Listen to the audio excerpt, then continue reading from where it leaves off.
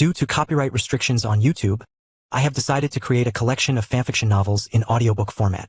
If you would like to access the collection, you can purchase it through one of the following platforms. Patreon or Ko-Fi. You will find both links in the description. After completing your payment, you will automatically receive a link to a private Telegram channel that has a great collection of fanfiction audiobooks in audio format. This is a one-time payment that grants lifetime access to the existing collection. Please note that the collection is continuously expanding. I regularly add new audiobooks over time, so the library keeps growing. If you would like to update a novel or add a new one, you must subscribe to my Patreon.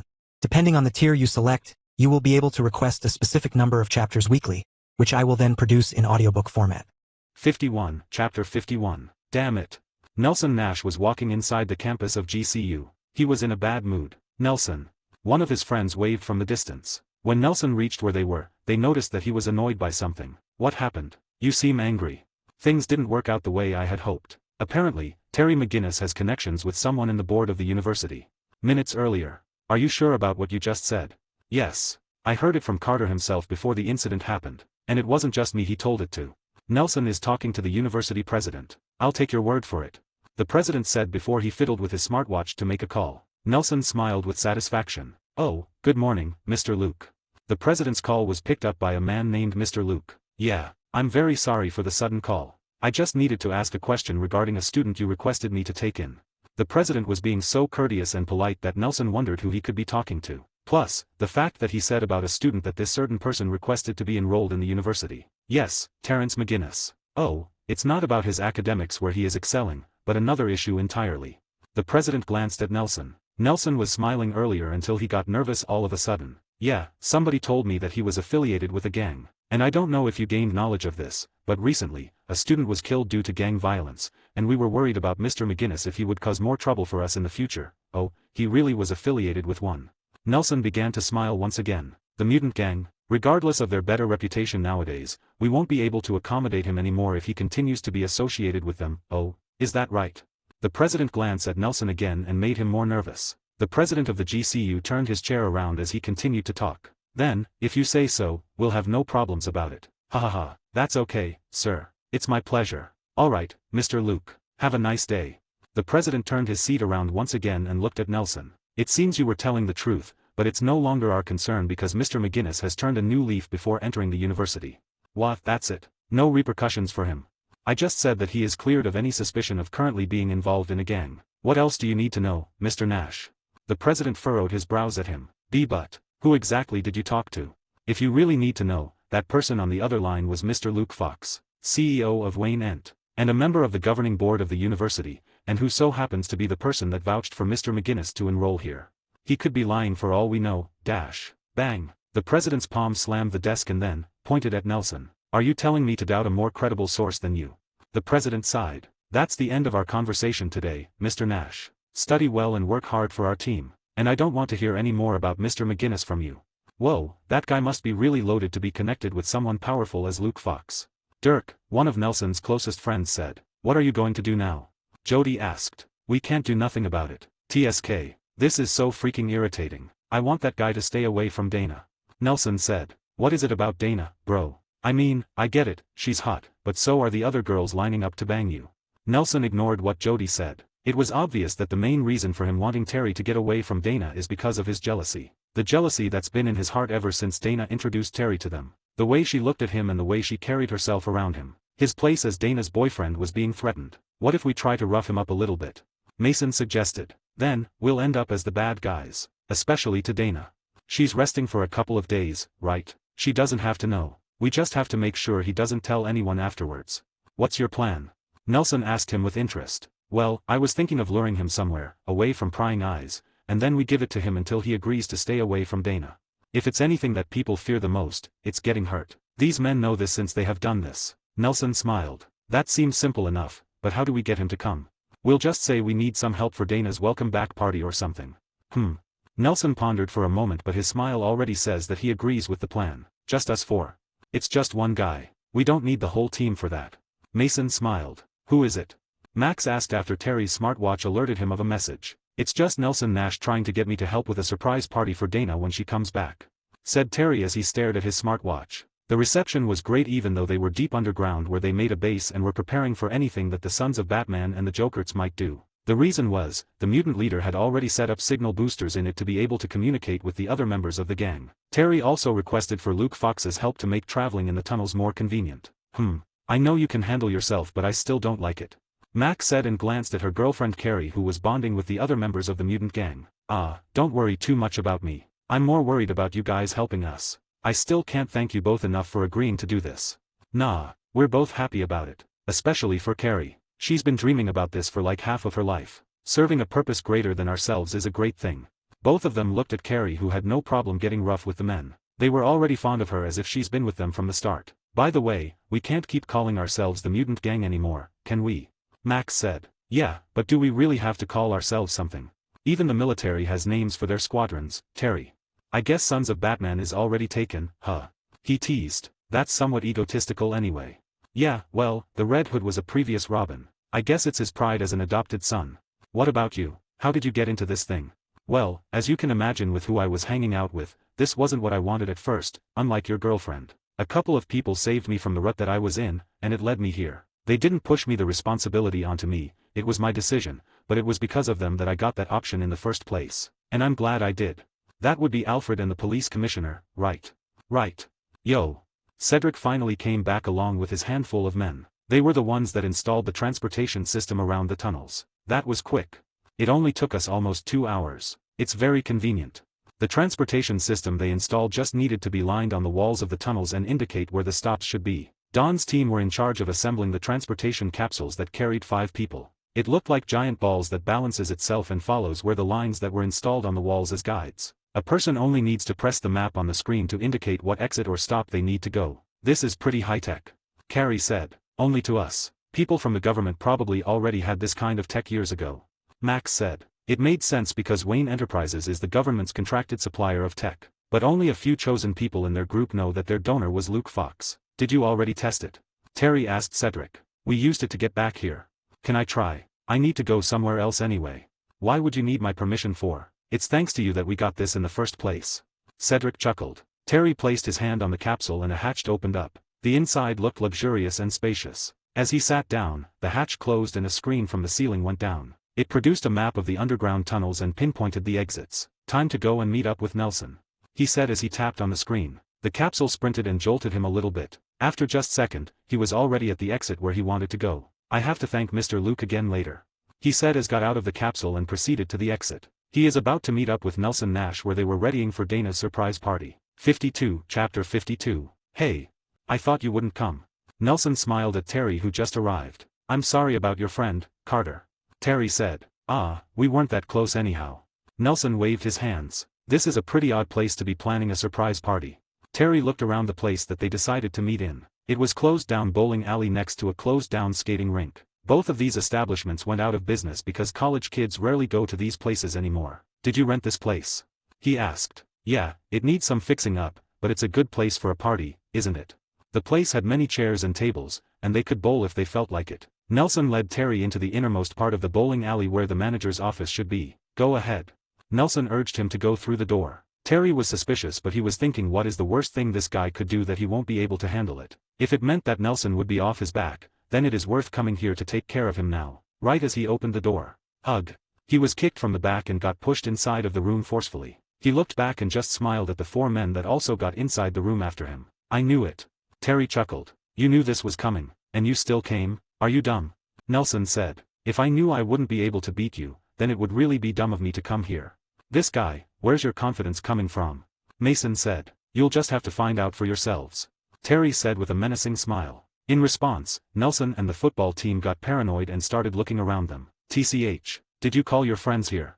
Why would you think that? I came here alone. I don't need backup to take you all down, but can I just ask a question before we start? They didn't respond to them because they were still suspicious. It wasn't the reaction they were hoping for from Terry. They expected him to be at least anxious, but he was calm and cold. What are you trying to accomplish by ganging up on me? Dana. Nelson uttered. Dana. Stay away from her, I don't want to see you near her anymore. Nelson bursted. That would be up to her. If she says so, then sure. But why should I listen to you? You're no good for her. Every time she got in trouble, somehow, you were always there. Terry widened his eyes. Nelson's remark made him falter for a second and made him not notice the incoming fist flying to his face. The punch hit him and made him step back, but he didn't fall. You have a point, but you were with her too, weren't you? It was true that on both occasions that Dana got taken, it was because of him, but that doesn't change the fact that Nelson couldn't do anything about it when he was literally next to her. Why don't you take responsibility as well? Terry grabbed him by the shoulder and lunged his knee into Nelson's stomach. That initiated the other people to attack. The biggest one, Dirk, launched a tackle on Terry, but he dodged it and he grabbed his head and used the momentum created from the charge to crash him onto the desk. Nelson backed away as he clutched his stomach in pain and the other two launched the attack as well. Mason tried to punch Terry, but he hit nothing but air as he felt the arm he threw turning to another direction. Terry manipulated his joints and made him get hit by Jody's punch. Shit. Sorry Mason. Jody said before getting kicked by Terry. I'm curious, did you have a plan of what you're going to do if you get beat up instead? Terry teased. Grr. All of them slowly got back up and slowly started approaching Terry from every side. Terry faintly smiled, before charging at Dirk. Dirk saw Terry's knee headed at his face and crossed his arms. Huh.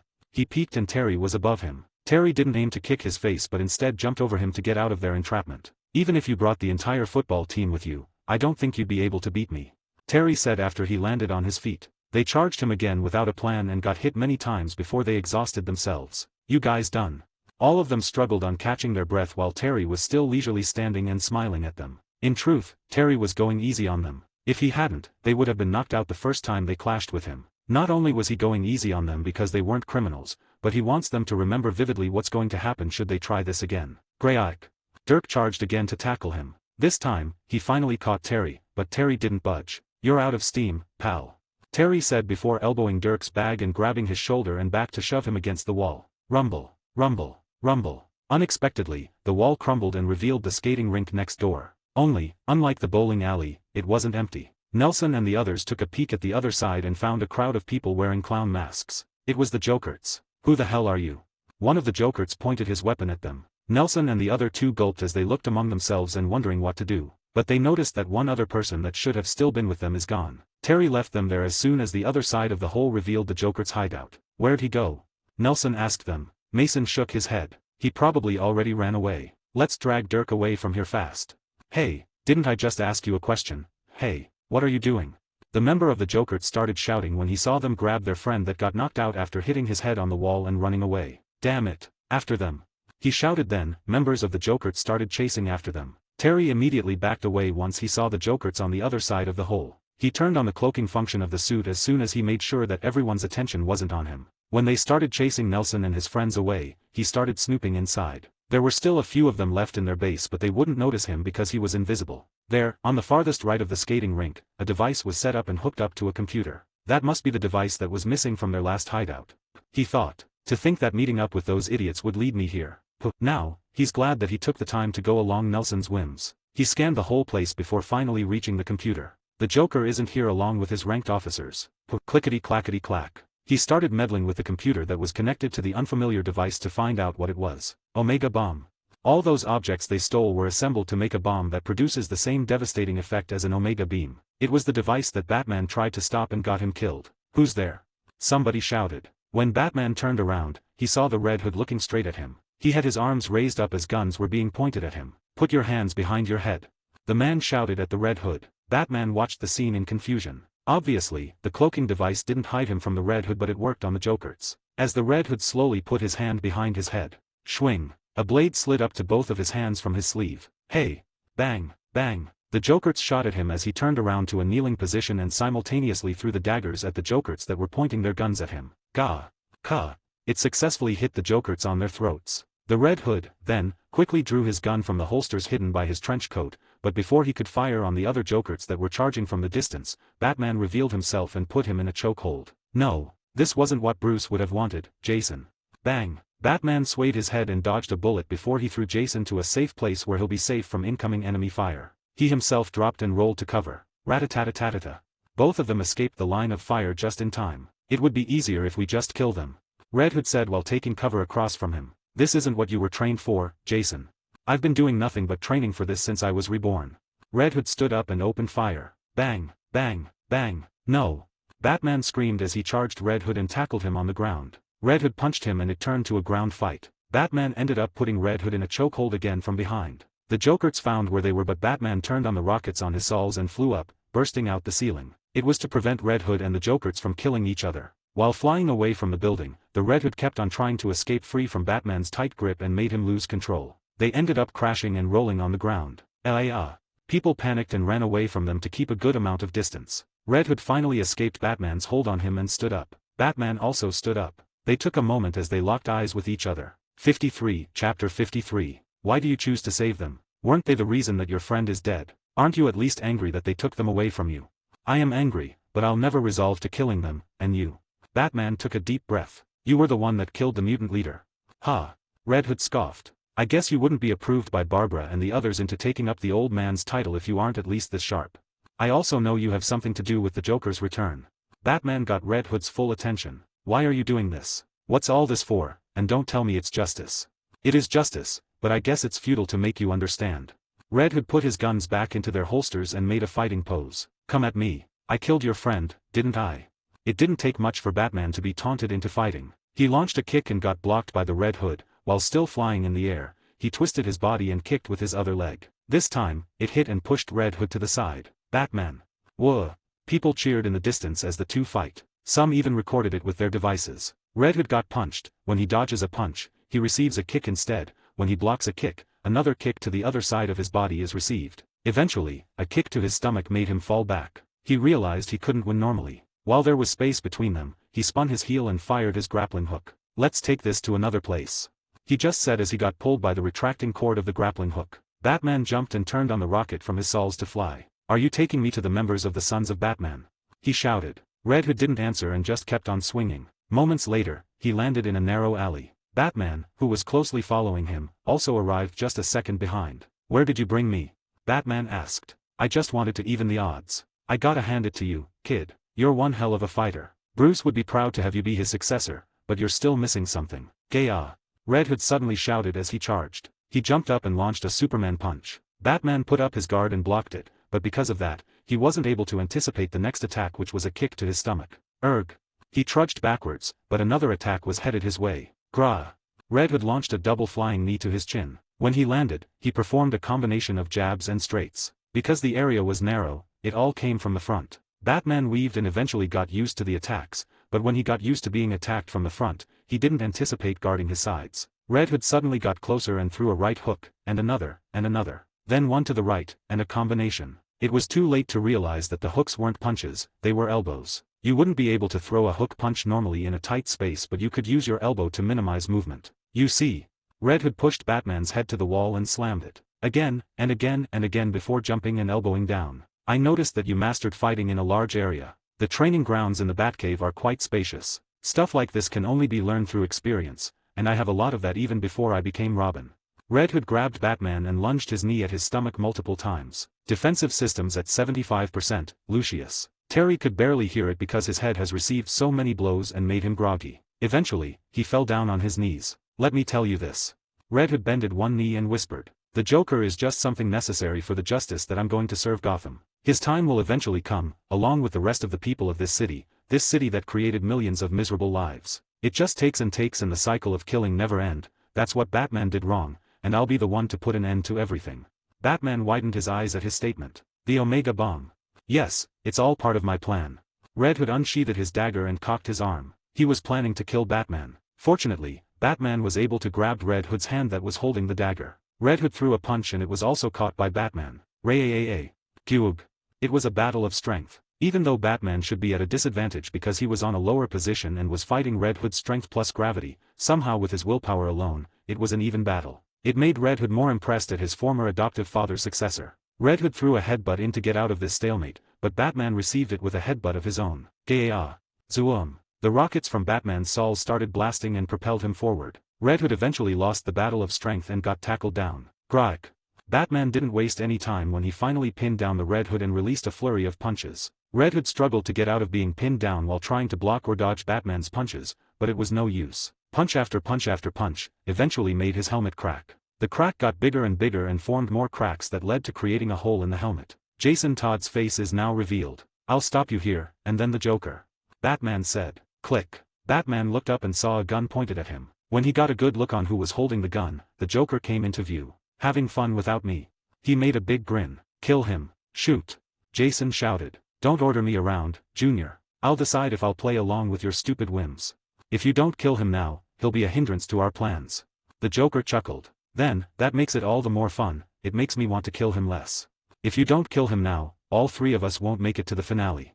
Red Hood's chest glowed red as he revealed a trigger in his hand. The Joker cackled. Ha ha ha, you really do know me more than your old man. Sorry, kiddo. Joker pointed the gun again to Batman. I'd like to stick around for a little while. Right as he was about to pull the trigger. Shweeing. Hug. Joker let go of the gun. Somebody threw something that made the Joker drop his gun. Batman turned his head and saw a man in a black cowl and a red uniform. While he was distracted, Red Hood was able to push Batman away and started running towards the Joker. He grabbed him and fired his grappling hook. Batman and the mysterious person tried to chase after them, but they were already too far away. He turned around again and asked, "Who are you?" "I'm Lucky."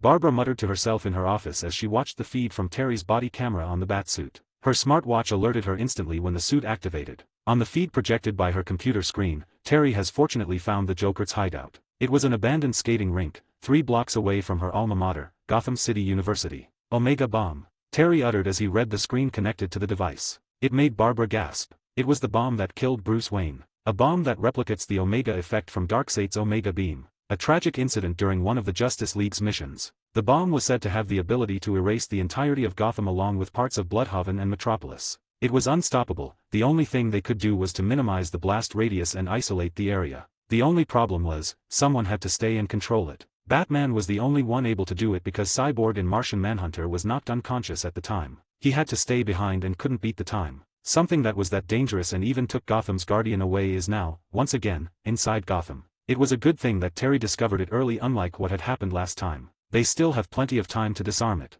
Barbara watched the screen anxiously for Terry, the new Batman, to disarm it, but before he has a chance to do so, the camera turned and revealed the Red Hood. A fight ensued and a few members of the Jokers lost their lives. Batman had to take Red Hood elsewhere to prevent more blood to spill. That left nobody to disarm the device. Barbara ran outside her office. "I need our bomb squad and a mechanical engineer to go to the closed-down skating rink near GCU, now. I want at least 5 units to accompany them."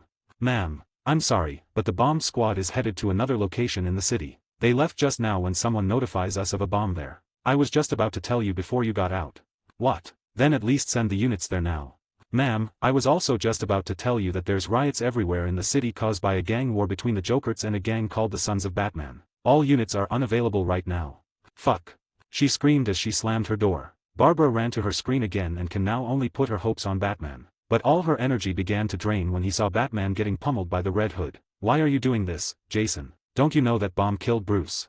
She asked as if he can hear her through the screen. As if to deny her sentiments, Jason told Batman everything. "Yes, it's all part of my plan." Barbara crashed on her chair. The feeling of betrayal consumed her and made her legs lose strength. The man that she once considered to be family betrayed them all. Knock knock. The door opened. "Commissioner, I'm sorry, but somebody wants to see you. He said he's family and it's urgent." Her subordinate said. Barbara was about to turn them away when the man that introduced himself as family revealed himself. "It's been a long time, Barbs," he said with a gentle smile. "Tim." 54, Chapter 54. Tim Drake. "Call me Red Robin," the man in a black cowl and red uniform said. It looked something close to Robin's old uniform but crossed with Batman. "You can thank me later. Right now, all hell just broke loose on the city. They pushed their plans faster when you discovered them." "Wait, the Omega bomb." "That's right. I need you to head there right now and stop it. Your suit will be able to disarm it." Red Robin pointed to Batman's chest. Luke Fox called and told Barbara about it. It's something he considered when he built the suit to prevent that tragedy from happening ever again. "What about you?" Red Robin smiled. "I'm going on a stroll," he said before firing his grappling hook. Batman made a faint smile as he watched Red Robin swing away before flying towards the skating rink. "Terry, Barbara." "Yeah, I already sent your friends to handle the Jokers near your family's neighborhood." "What?" "Just listen to me. Trust them and everything will be fine. They probably planned to place a unit of the Jokers there to wreak havoc once they started the bomb's timer. It's to make you get far away from the bomb. Since Jason Todd and the Joker know who he really was, they used his family to try and divert his attention. Bastards. Don't think of going there and just head to the skating rink. Trust your friends." Tisk. Zoom. He made the rockets on his saws thrust harder. "Why are there so many?" Don said as he looked in the distance. A unit of 50 Jokers were waiting for them. 50 versus 16 people. They don't look like they have guns on them, but still be careful. Cedric ordered them to be cautious. All of them had masks covering their eyes, but only one of them stood out with her red and green uniform and yellow cape. Carrie Kelly is wearing a Robin costume. You really are a geek. Dawn said. You're just jealous. This is my pride and joy. I made it myself. This isn't the time to be cosplaying. Whatever. Batman's partner has always been a Robin, and since none of you wanted the name for themselves, I took liberty to take it. Because no one wants to be Robin. Dawn sighed. I'll show you how cool Robin can be. Carrie started sprinting towards the enemy. Hey, wait. All of them started chasing after her. Cedric sighed as he followed. Coo. Ugh. Ah. Boofed. Left and right, members of both the Sons of Batman and the Jokers were getting knocked out. A man standing in the middle of them, being a member of neither of them, was taking them all on. The police that were preventing both parties to get out of the area were astonished by this sight. It only took one hit, either it be a punch, kick, or a swing of his staff. They all fell down. When he took all of them down, the man in a black cowl gestured towards the police and playfully smiled before taking off. Who was that? The police looked at each other and started to approach the fallen people to arrest them. Why don't you join the fight, J-Man? A member of the Sons of Batman was knocking out members of the Jokers that were coming his way, left and right. Every swing of his golf club made fatal shots to anyone that met it. And now he is calling out the traitor of the once so-called mutant gang, J-Man, the man that was the reason for the mutant leader's capture. Hey! He knocked another one of the Jokers. Don't tell me that after all that you did, you're afraid. J-Man was trying to not show it, but he is shaking in fear. You should have known that this was coming when you made that decision, right? Let's retreat. J-Man shouted. His two guards ignored him and didn't even bother to turn their heads. Our orders were to stay here and fight. Said one of them. Don't worry, we'll protect you as long as we are he dash. His guard got hit on his side with a staff. The other one tried to retaliate but got hit on the head and got knocked out. The man in a black cowl turned towards J-Man. Eek. J-Man turned his heel and kicked the ground. I surrender. He ran towards the police with his arms raised. Hey, who the heck are you? I was going to kill that guy. He surrendered to the police. What more do you want? Isn't that enough? It will never enough. What we're going to do with them will never be enough. He started charging with his golf club. He swung but got blocked. Because you will never be satisfied. I was once in your shoes. Heh, I guess the shoes fit differently. He swung his golf club again and got blocked before getting kicked at the side of his head. The division leader of the Sons of Batman was easily knocked out. Because of that, everyone turned to him and started attacking him. Shit. Batman is hiding behind a car. The skating rink suddenly turned into a fortress. Each side had automatic machine guns and cannons that blasts at anything that comes close to it. Defensive systems are at 50%, Lucius. He was shot down and is now hiding behind a car. Barbara, is there any way that we can shut down their defensive systems remotely? We can, if we're connected to their server. Foo. The only thing that he can do is if he can somehow miraculously pass the defenses before getting killed. Lucius, calculate if I can run from here until I reach the inside of the skating rink before the defensive systems of the suit gets to 0. Calculating. Are you crazy? You'll die. Barbara. Well, so will we if those suicidal maniacs take us down with them. Step, step, step. Batman looked in the distance. Someone was coming. When he can clearly see the person walking towards the area, he identifies him as Doug. TSK, did they send you to get to me? Batman readied for an attack. He has already prepared himself internally for the time that he will have to fight Doug, his only friend in his teen years. Why would I do that? Doug grinned as he crouched down. I know I won't be able to beat you. Instead, I came to offer help. Why would you help me? Because, Batman, my family lives in this city. It would be one thing if I die, but I can't let them die. I'll have you know that the Joker didn't even tell us what we're going to do about the stuff that we stole. We were used. I was the only one to figure it out. He smiled proudly. That's what you get for following someone like the Joker. I know, right? It would be better if they follow me instead. You'll betray your beloved Joker. Haha, don't get me wrong. I admire the guy, but we won't see eye to eye as long as my family lives in Gotham City. And so unfortunately, I'll have to walk a different path from him and have him die here. You'll be able to pass through these defenses. I'm a member of the Jokers. Of course. Then, Batman formed a flash drive from his nanotech suit. Get this connected to the mainframe so I can pass through. That's it. Easy enough. Doug took the flash drive and proceeded to walk towards the skating rink. The guns pointed at him but didn't fire. It identified him as a member of the Jokers. Batman put his trust in him because Doug still cares about his family despite their conflict. He watched from the distance as Doug entered the skating rink from the front door. Doug, why are you here? Didn't I order you and the others to stay in your positions? Joker said, pretending to be angry at his favorite subordinate. Boss, I know he's in here too. Who? Red Hood. Please don't lie. I know everything. How did you know?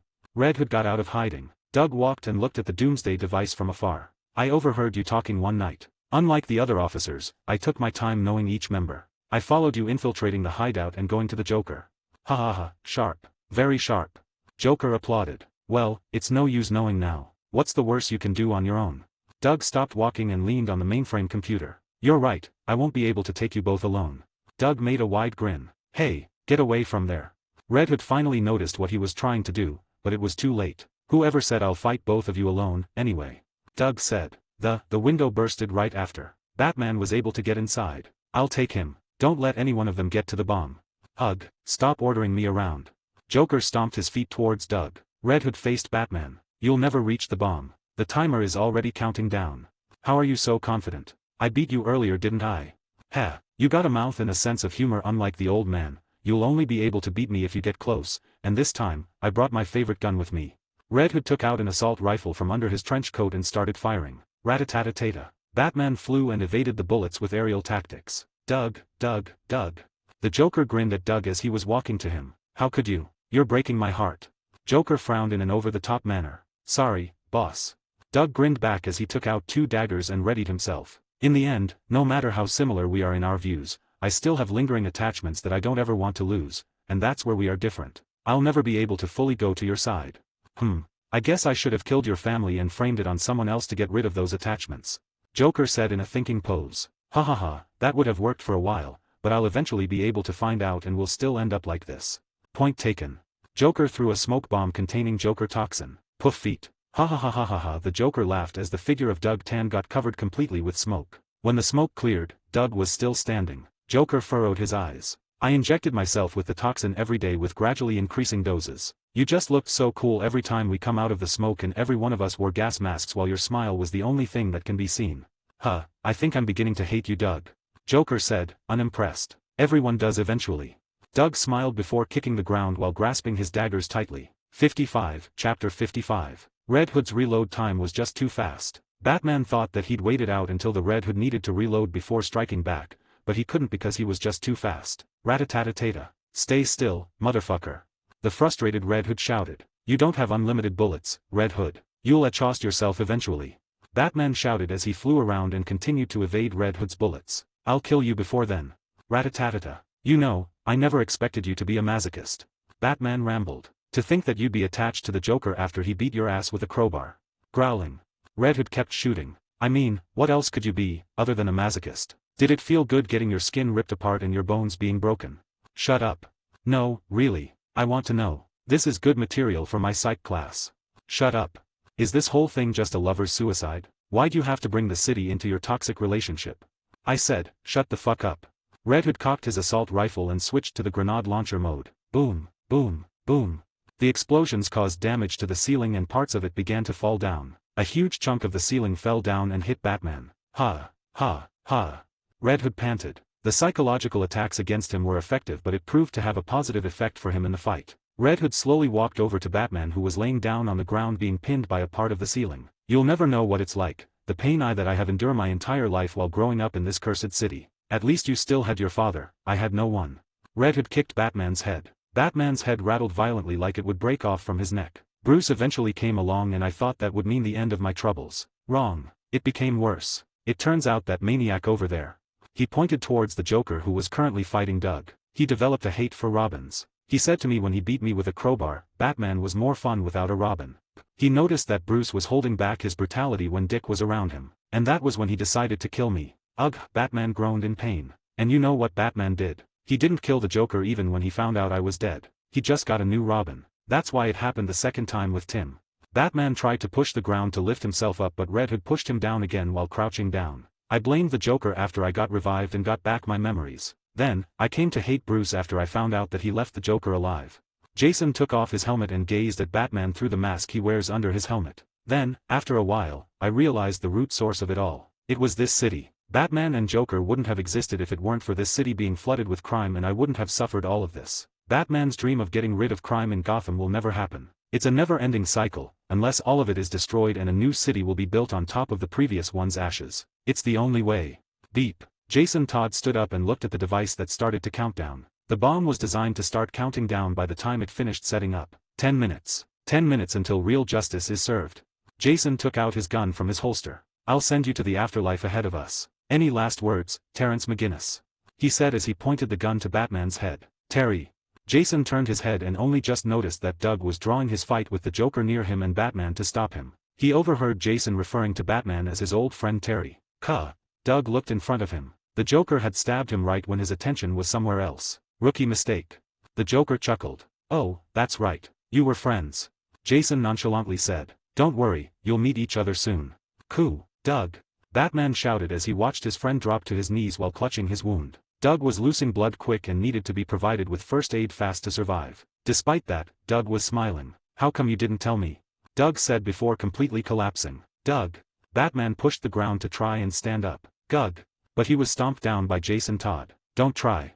Jason pointed his gun at Batman's head, but before he could pull the trigger. Shweang. Jason looked up to where the projectile came from that made him drop his gun. From there, a silhouette came gliding down and threw explosives at them. Boom. Pop pop pop. The explosives popped in front of them and temporarily blinded them. Jason and Joker instinctively moved backwards as the person wearing a cowl landed near Batman. Ugh. He lifted up the part of the ceiling that was pinning Batman down. Get out of there. This is heavy, you know. Batman started crawling out, groaning as he did so. Bam. The piece of the ceiling fell on the ground after the man that helped Batman released it. Are you still good to fight? The man in a black cowl offered his hand to Batman. Batman made a faint smile and took his hand. Yeah. Who are you? Jason demanded for answers. I was once like you. The man took off his cowl to reveal himself. Tim. Earlier. You were Robin. Carrie shouted. The Jokerts that went near the neighborhood of the McGinnis residence have been defeated. Cedric and the others had a hard time with them, but they got an unexpected backup. It's Red Robin now. Red Robin smiled as he looked at Carrie wearing a similar uniform to what he wore back in the day. I'll leave the title of Robin with you. Holy. Carrie was filled with excitement. Why did you help us? Don't get me wrong, the help was very much appreciated, but there are many locations that needed more help. Cedric said. It's all over. I only helped out in 4 locations, the other 2 was taken care of Barbara and our friends at Blackgate since it was near there. Tim Drake was surprised when he saw Bane and Harley teaming up to quell down the riot when he got there. There's nothing else to do but to wait for Batman to finish the job. Yeah. Cedric smiled. Red Robin. What is it? Carrie asked. No, somebody is calling me on my comms.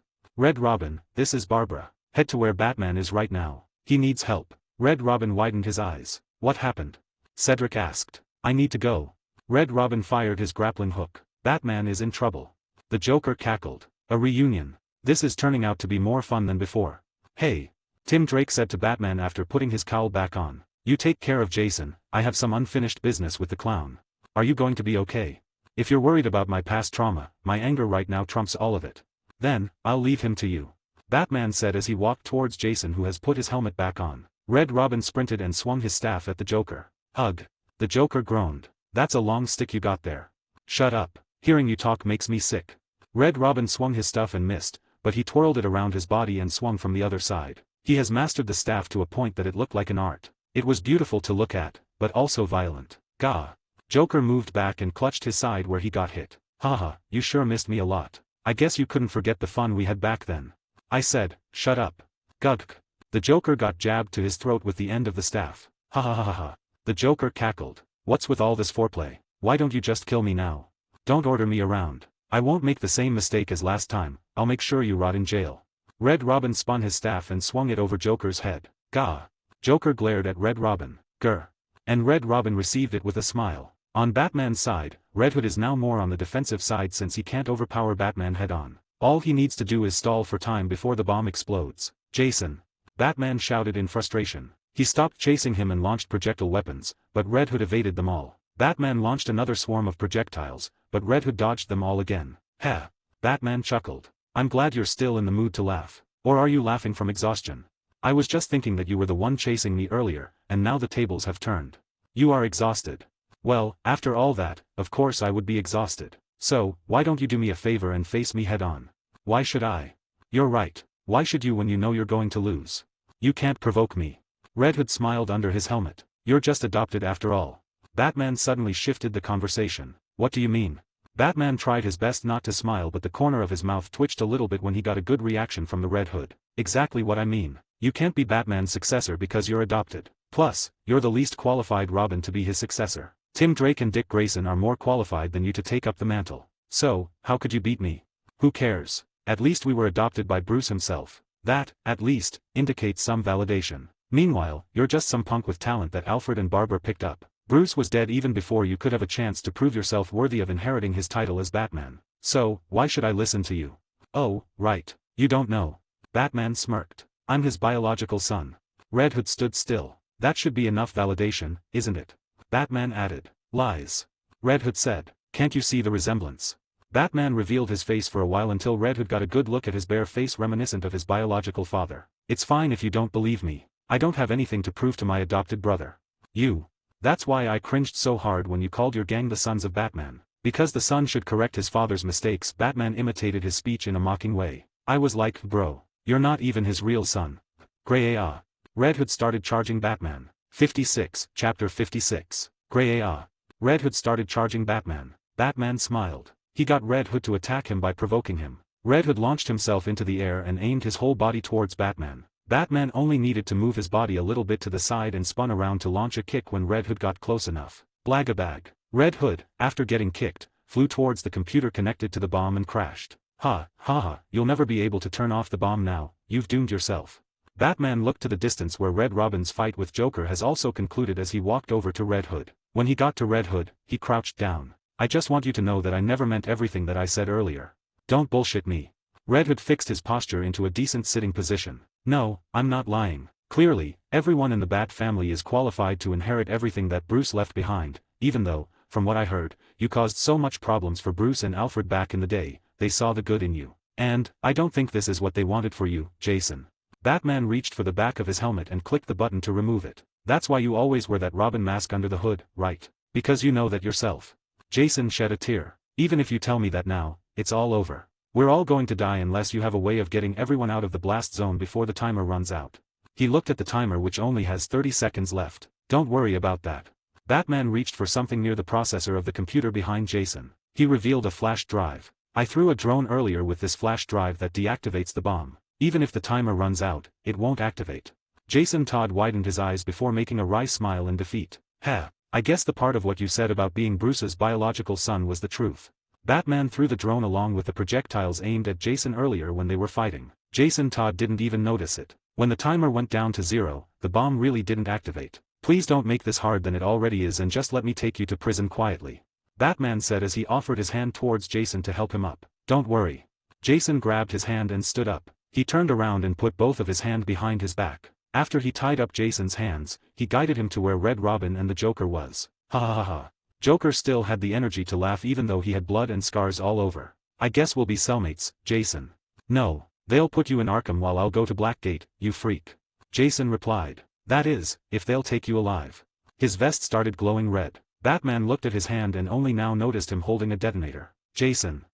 He got shoved away by Jason. Batman fell backwards while watching everything in slow motion. He saw Jason doing a flying kick towards Red Robin to push him away from him as he fell backwards onto the Joker. The Joker's cackle and Jason's apology was the only thing he heard before they exploded. Red Robin's and Batman's jaws were on the floor. Jason Todd committed suicide and took the Joker along with him. Both of them stood there with remorse. There were 3 dead bodies surrounding them, but that's not the full extent of the damage that this recent event caused. Many people died since the time when a Red Hood-led mutant gang faced the Jokers. Back when Terry first talked with Tim Drake, he immediately left for the Joker's burial site. Tim Drake so happened to know where it was by secretly following Batman. The site also happens to be where Jason Todd got killed. When Terry got there, he saw the little marker that had the letter J on it, just like what Tim described, broken in half. The earth was also uneven, which meant someone came here and dug up the Joker's remains. The only person that could have done so would be Jason Todd or Tim Drake, who knew it. But Tim Drake wasn't the one that came back from the dead. So, Jason, with the means of resurrecting available to him,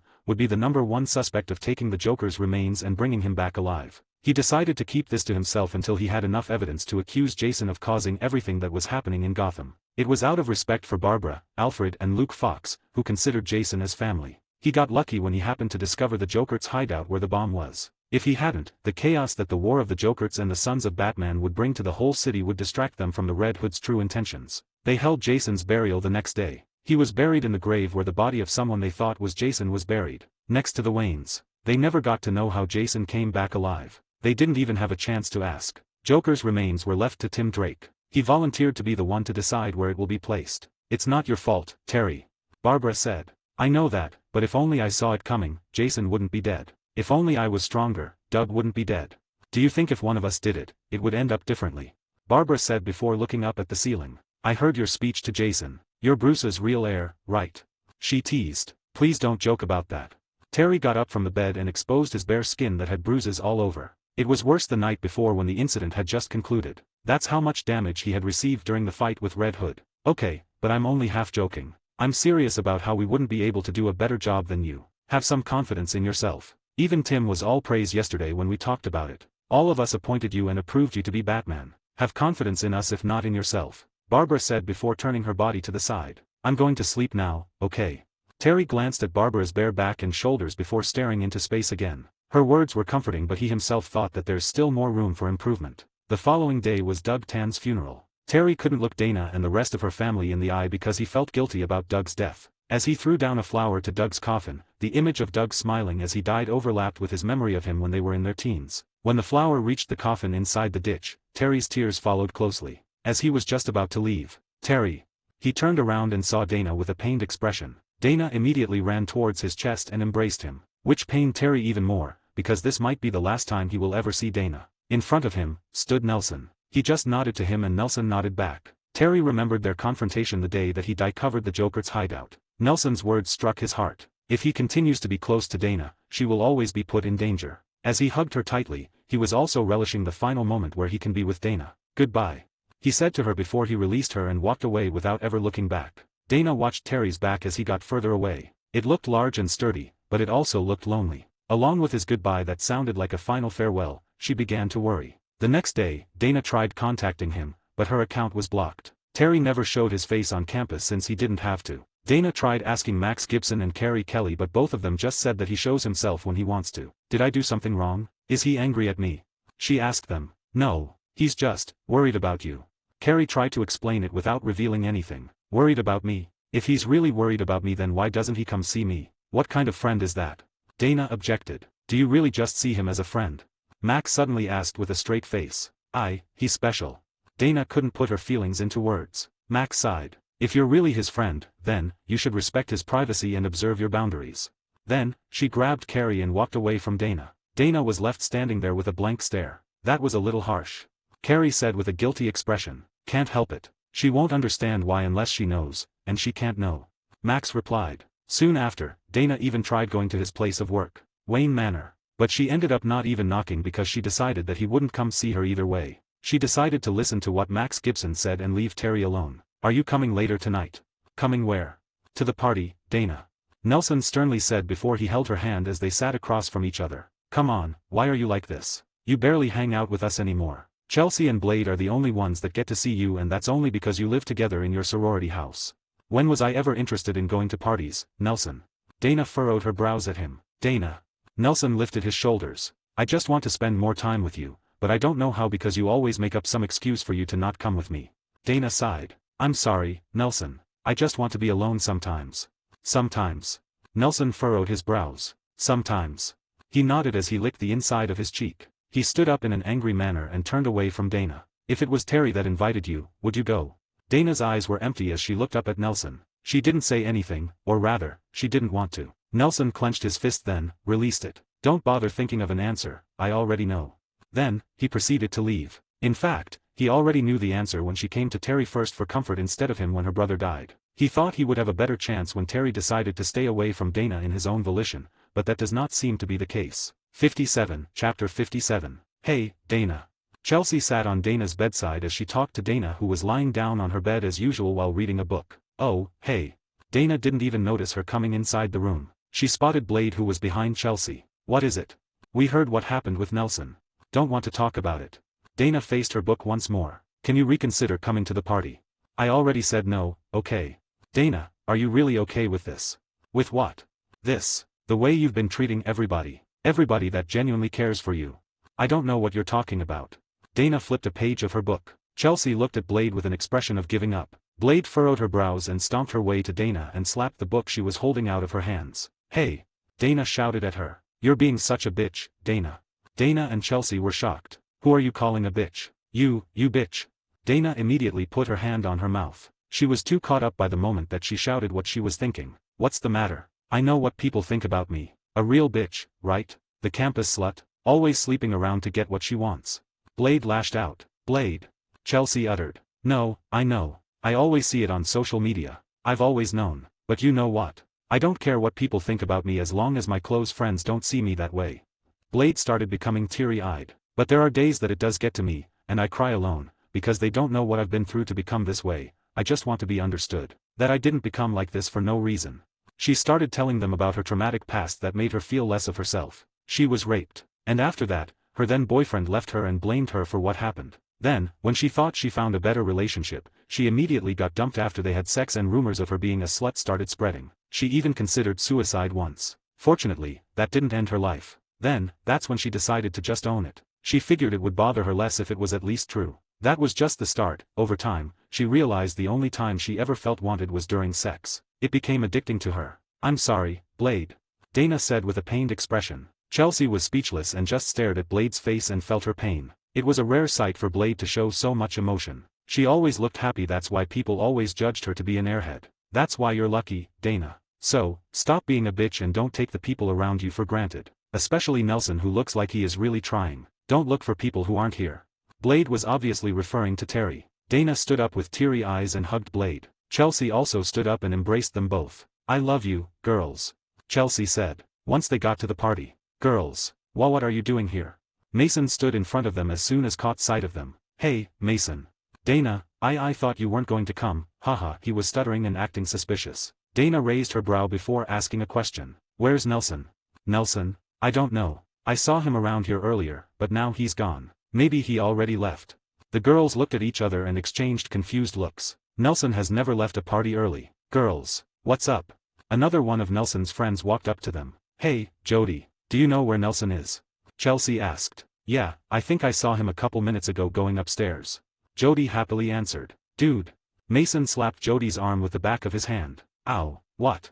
Having enough of the comedy act, Dana pushed her way through and the two girls followed her. Dana.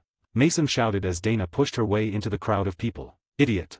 He shouted at Jody as he pushed onto him what he was holding and ran to chase after Dana. Mason rushed and pushed through to a crowd of people to catch up to the girls who were almost at the stairs. As they were about to reach the foot of the stairs, Mason was able to catch them and stand in front of them again. I can't let you go up there. He said. Why? What's upstairs, Mason? Dana asked him. It's a surprise. We were planning a surprise for you and Nelson wanted it to be romantic. There. I said it. Now, could you please go so we could still save the guy's effort? Doubtful, Chelsea interjected with a smile. Mason, if you don't let us through right now, I'll talk to my dad to convince the university to take you out of the team. Chelsea was the daughter of one of the members of the board of GCU along with Lucius Fox and others. It would be easy to make her threat happen. Shit. Mason hesitantly made way for them and looked down. Dana already had a hunch about what she would see once she gets upstairs. She was getting nervous. She vividly felt her blood rushing to her head and made it heavier to balance on her shoulders. The rhythmic flow of her blood in the vessels of her temples was loud and made it seem like she was listening to her own heartbeat. When they got to the second floor, a big hallway that led to many rooms were there, but she didn't have to look in every single room. She knows the room that their circle use every time they come here. It was the second biggest room there, near the master's bedroom at the end of the hallway. Her steps became heavy but she didn't slow down, she even sped up. When she was about to reach for the doorknob, Chelsea grabbed her arm. Are you sure? Chelsea asked her. I can do it for you. You don't have to see what's inside. Thank you, Chels, but I have to do this. It's kind of my fault that it ended up this way. Dana said with a melancholic expression. Okay. Chelsea released her arm. Dana opened the door and saw Nelson and a girl putting on their clothes. They were sweaty and their hair was messy. Dana. Nelson widened his eyes as she met Dana's eyes. He immediately stood up and prepared the best explanation he can come up with in his head. Don't bother, Nelson. Dana held out her empty palm towards him. It's probably my fault too. We should break up. Why? Let's not make it harder than it already is. I was indecisive and I couldn't be the girlfriend you needed. Let's end it here. Nelson clenched his fists and closed his eyes in frustration. This is unfair. I can't believe that this is how you'll end everything. You didn't even get angry at me. You're right. I'm unfair. Dana said with a regretful smile. Heh. Nelson chuckled and crashed on the bed. You should have been angry that I fucked up. I guess that's just how much you think of me. I'm not angry, but I do feel betrayed. It still hurts because you're still close to my heart, but I think I deserve it. The girl inside the bedroom with Nelson was awkwardly watching the scene and her eyes were screaming for help as he looked at the two girls that were behind Dana. Chelsea looked at her as if saying that she should stay there for a while. So, this is it. Yeah. Nelson covered his contorted face with his forearm as he lied on the bed. See you later, Nelson. Dana turned around and passed by Chelsea and Blade. Chelsea gave a signal to the girl that she can go now. The girl just whispered goodbye to Nelson as she quickly went out of the room after the others. That guy left and I still lost. Nelson muttered to himself as his tears began to flow. He only slept with the girl because he was angry at Dana for being indifferent about him. Despite that, Dana didn't even get jealous or mad at him. She was still indifferent. Nelson had multiple girlfriends before Dana, but he never wanted a girl more than Dana. It was real love. I guess it's karma. Nelson recollected about his past. He was a horrible boyfriend and a terrible person to his peers. He was an egotistical maniac that did anything to boost his ego. He broke many women's hearts before and now he could finally feel what they felt. It was at this point that Nelson decided to change. Dana. Chelsea called out her friend who was walking in front of them, but Dana kept walking without turning around. Dana. Chelsea finally got frustrated and grabbed Dana's shoulder. Dana turned around and revealed her mournful face. Like she said earlier, she wasn't angry, but she still felt betrayed. She felt like she deserved it. Dana.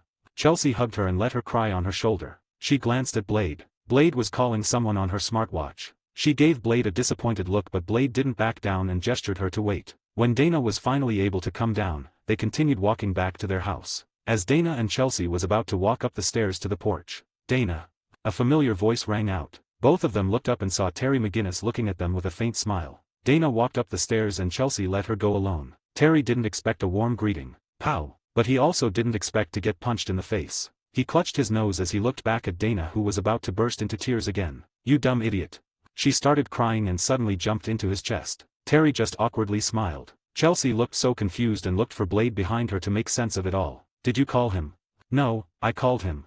Blade pointed to her back and there, Dawn was leaning on a tree. Since when?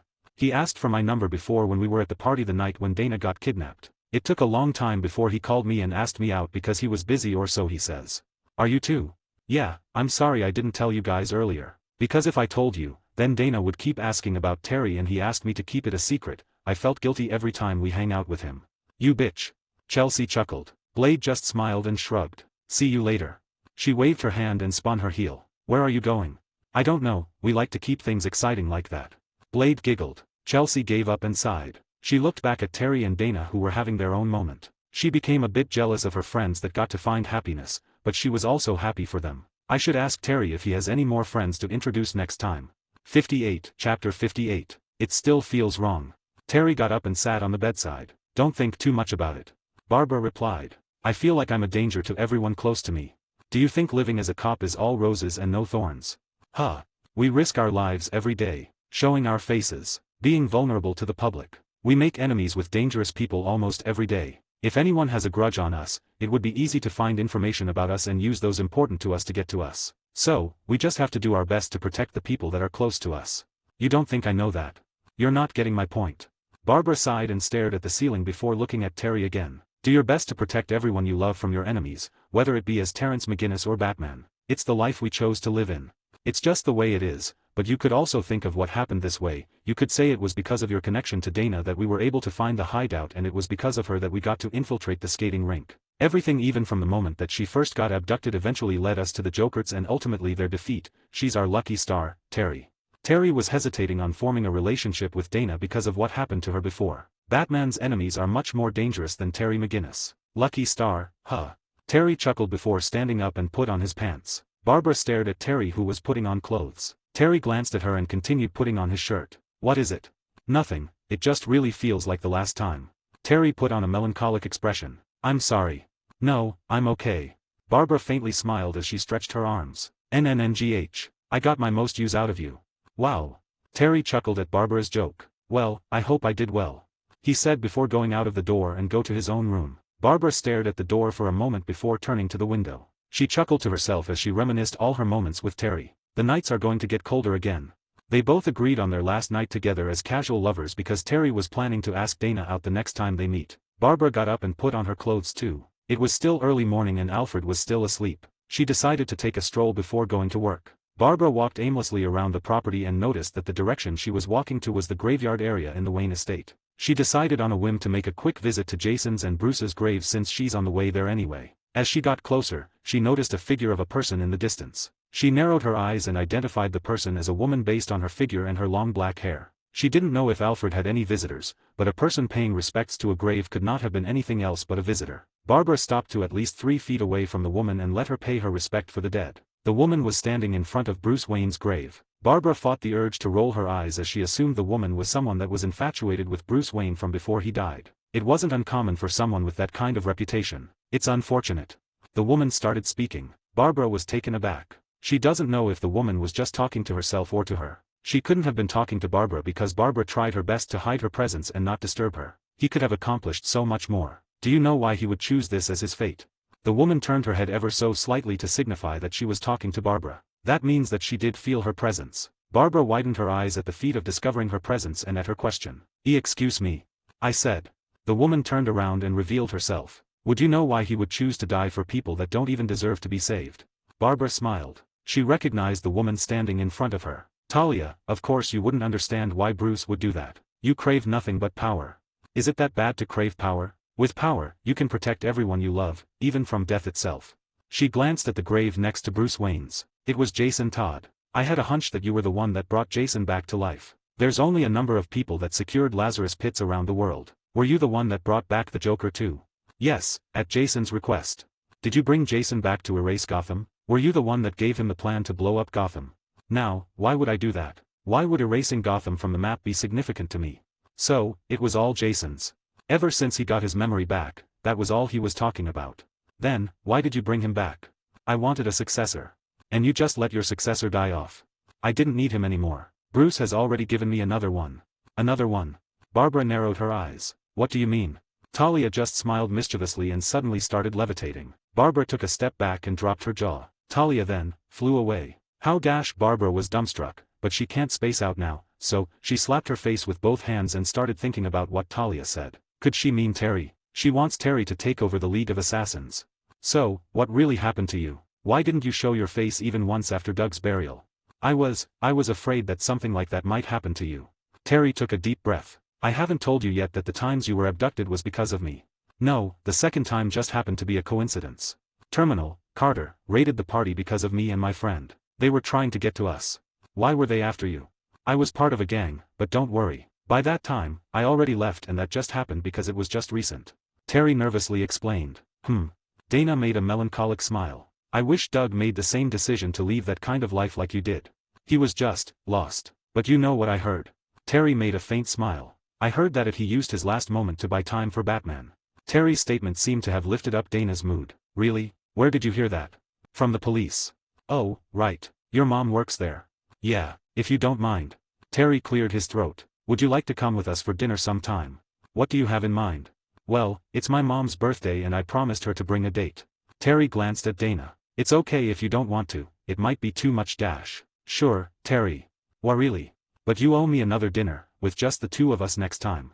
Dana said in a bashful manner. Terry's face was flushed red. Barbara decided to walk for a while after work before going home. She was still thinking about what Talia said. She must be talking about Terry. Unless Bruce has a child somewhere that we don't know about, god damn it. She muttered to herself as she walked. Why am I stressing about this anyway? Barbara sighed. After a while her eyes were drawn to the restaurant on the other side of the road where she was walking. She saw a family having dinner. A family she was familiar with. The McGinnis family along with someone she has only seen on pictures. Must be nice. Barbara chuckled as she continued to walk. Maybe I do want a family of my own.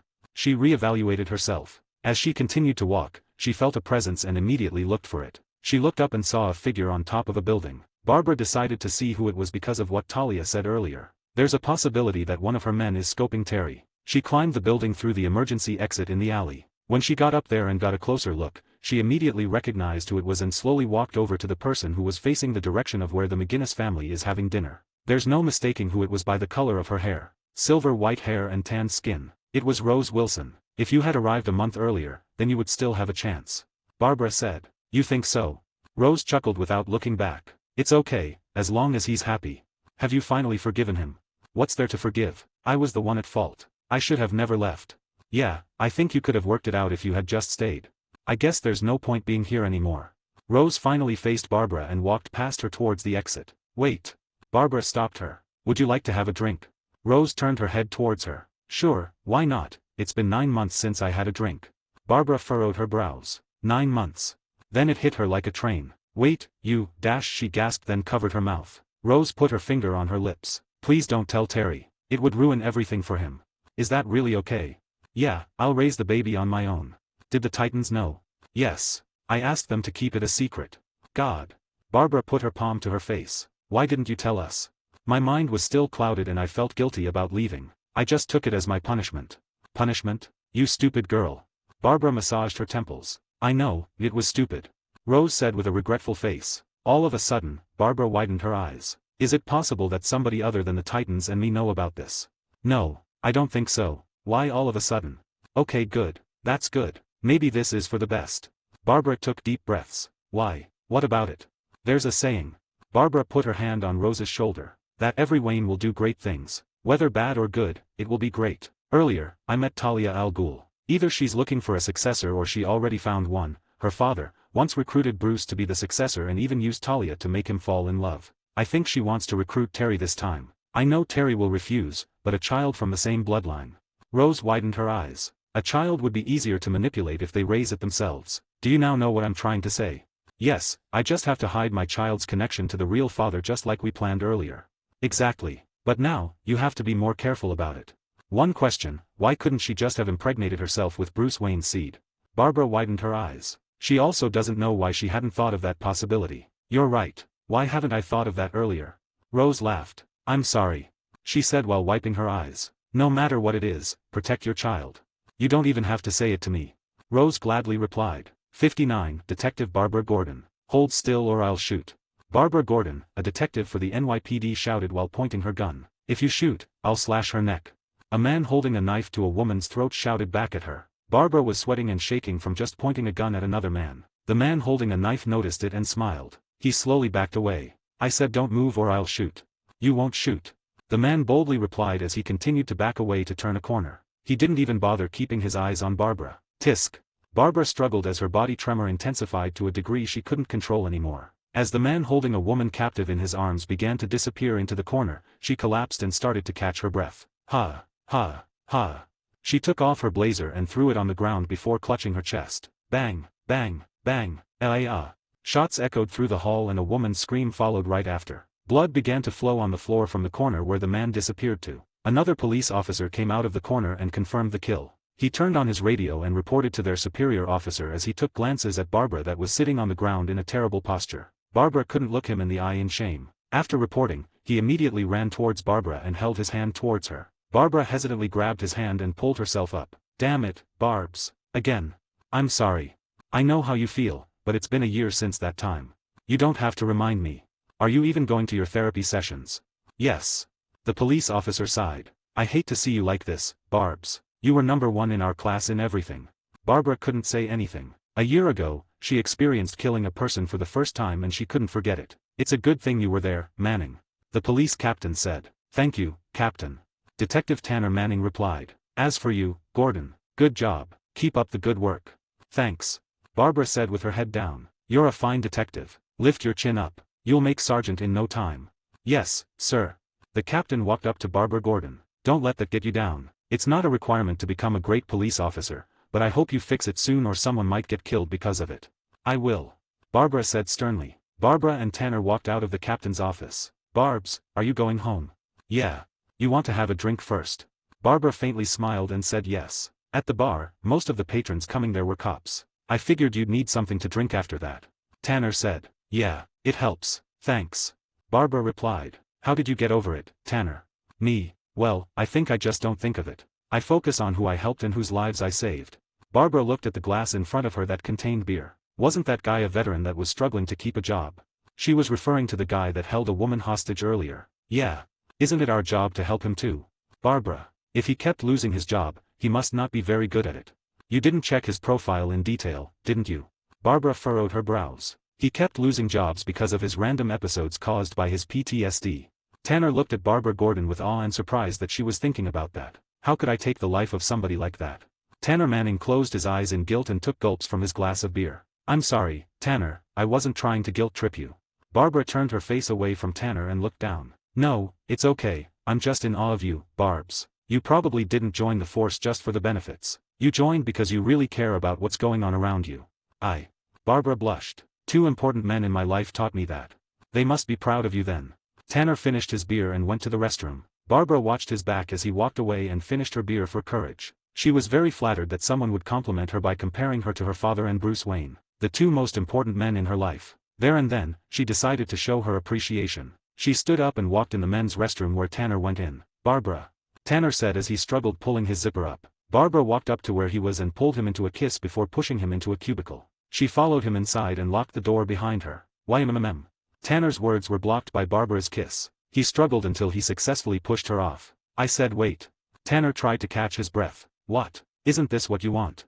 Barbara also gasped for breath. "No, Barbs." Tanner chuckled. "You don't like me? Then why were you sticking to me ever since the academy? You invited me to drink, you don't have a girlfriend, why?" Tanner just looked at her meaningfully to let her think about it for a moment. Barbara soon widened her eyes. "No. Yes, Barbs." Tanner chuckled. "How come you never told me before?" "To be honest, I thought you already knew." Tanner chuckled. "I never would have guessed. There weren't any clues. No, wait. That's why you were always dressed neatly. I just thought you were trying to impress because you had a crush on me." She took notice of it because Bruce Wayne dressed neatly when he was in his billionaire CEO persona. "Ha ha ha ha," Tanner laughed as he wiped his teary eyes. "Am I the only one that doesn't know?" "Probably, yeah. You don't seem to have a lot of friends in the station except me. To think that the best detective would be so wrong about something. I got the clues, my readings were just a little bit off," Barbara said. They continued drinking and their range of conversation grew because of the sudden revelation about Tanner's sexuality. "Bye. I had fun tonight," Barbara shouted as she opened the door of a taxi cab and got in. "See you on Monday." Tanner waved goodbye before walking in the opposite direction. When Barbara got off the taxi cab, she immediately ran up the building where she was living in. Once she entered the door of her apartment, she covered her face with her hands. She shouted, but the sound was muffled with her hands so that she won't disturb the neighbors. Barbara had kept all her embarrassment in until she managed to get back home. She walked up to her bed and threw her jacket on the chair next to it before jumping on the bed. Barbara laid there for a while and slowly turned her body to the side and got a pillow to scream into again. Her face was all red as she wallowed in her embarrassment until she fell asleep. "Monday. Where's Tanner?" Barbara asked. "You didn't know. Apparently, he got hospitalized after he got in a fight." "What?" "Yeah, he checked himself in a hospital." "What happened?" "He said he was drunk and he didn't remember what the fight was about." "Who did he fight?" "He said it was his fault anyway and doesn't plan to sue." Pfft. Barbara chuckled. The guy must have not known he was a cop. "Yeah, hey, Her colleague detective pointed at the captain's office. "Captain's looking for you." Barbara furrowed her eyes as she went deep in thought. She got hastily walked towards the captain's office. "Good morning, Captain." "Good morning, Gordon. You better knock next time, okay?" "I'm sorry, sir, Before she got to say anything, the captain waved a paper in the air. "Here," he said without looking. Barbara slowly took it and looked at the piece of paper and widened her eyes. "This dash. A murder scene." "Why yes, sir." "Can you handle this without manning, Dot?" "Yes, sir." "Good." Barbara walked out of the captain's office and went straight to her desk to work. Prospect Park, female, no signs of struggle. Barbara muttered as she read the case file. The victim had stab wounds on her stomach and back. She was found lying on her belly, indicating that she tried to get away after she got stabbed from the front. Then, the killer finished her off with multiple stabs to her back. All her belongings were left with her and there were no signs of the victim being raped. No murder weapon found. There were no suspects or witnesses near the crime scene when the body was discovered by security. Barbara tapped her table with her fingers as she thought to herself. Then, she began to type to her keyboard. Tap tap tap tap tap. And send. She twirled around on her chair and stopped when she caught Tanner Manning's empty desk. Bing. Her computer notified her and she began to print out what was sent back to her as a reply. It was all the recent files regarding Prospect Park. Sadly, there were only a few thefts. The murder case was isolated. After hours of searching, nothing to take note of has come up. Barbara slumped on her desk. "You're not gonna take a break, Gordon?" Their sergeant that was passing by asked her. "Oh, Sarge." Barbara fixed her posture. "I didn't even notice it was lunchtime." "Don't forget to take a break, okay?" the sergeant said as he continued walking to his desk while holding his food. Barbara went outside and crossed the street where an establishment was serving bagels. She ordered a simple bagel sandwich and coffee. She immediately went back to her desk and ate. After eating, without sparing any more time, she began to work again. This time, she expanded her search around the areas near Prospect Park. Almost 2 hours has passed, and Barbara began to smile. She found a string of unsolved murders that might have something to do with the murder case she was handling. 60 Detective Barbara Gordon 2. "You look like shit," Barbara said as she entered the hospital room. "I know." Tanner replied with a faint smile. "It's a good thing that you were able to get here yourself." Barbara pulled a chair and sat by the bed. "I managed to get a cab." "So, who messed you up like this?" Barbara scanned Tanner's body that was bandaged up. "Some guy." "Did you know him?"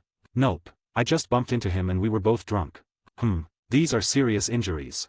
Barbara looked at the x-rays posted on the wall. I got my ribs and clavicle fractured. My left shoulder was also busted up.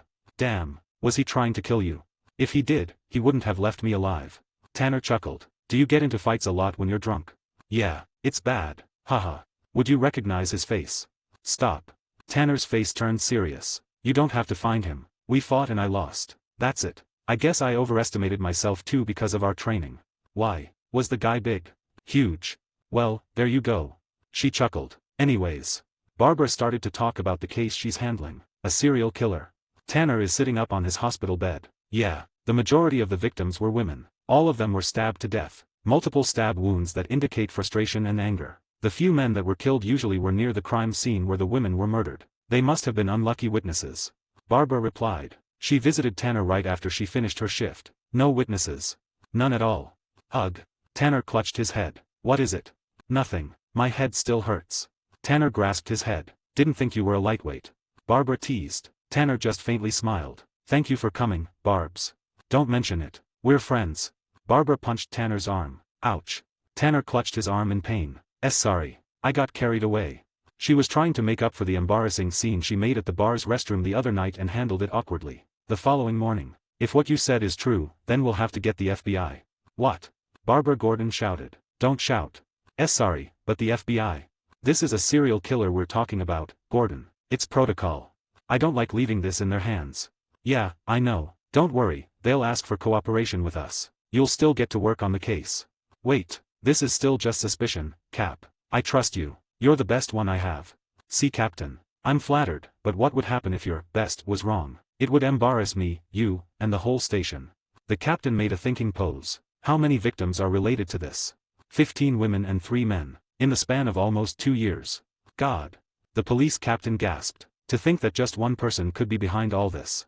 Like I said, it's still just a theory without enough evidence to prove it.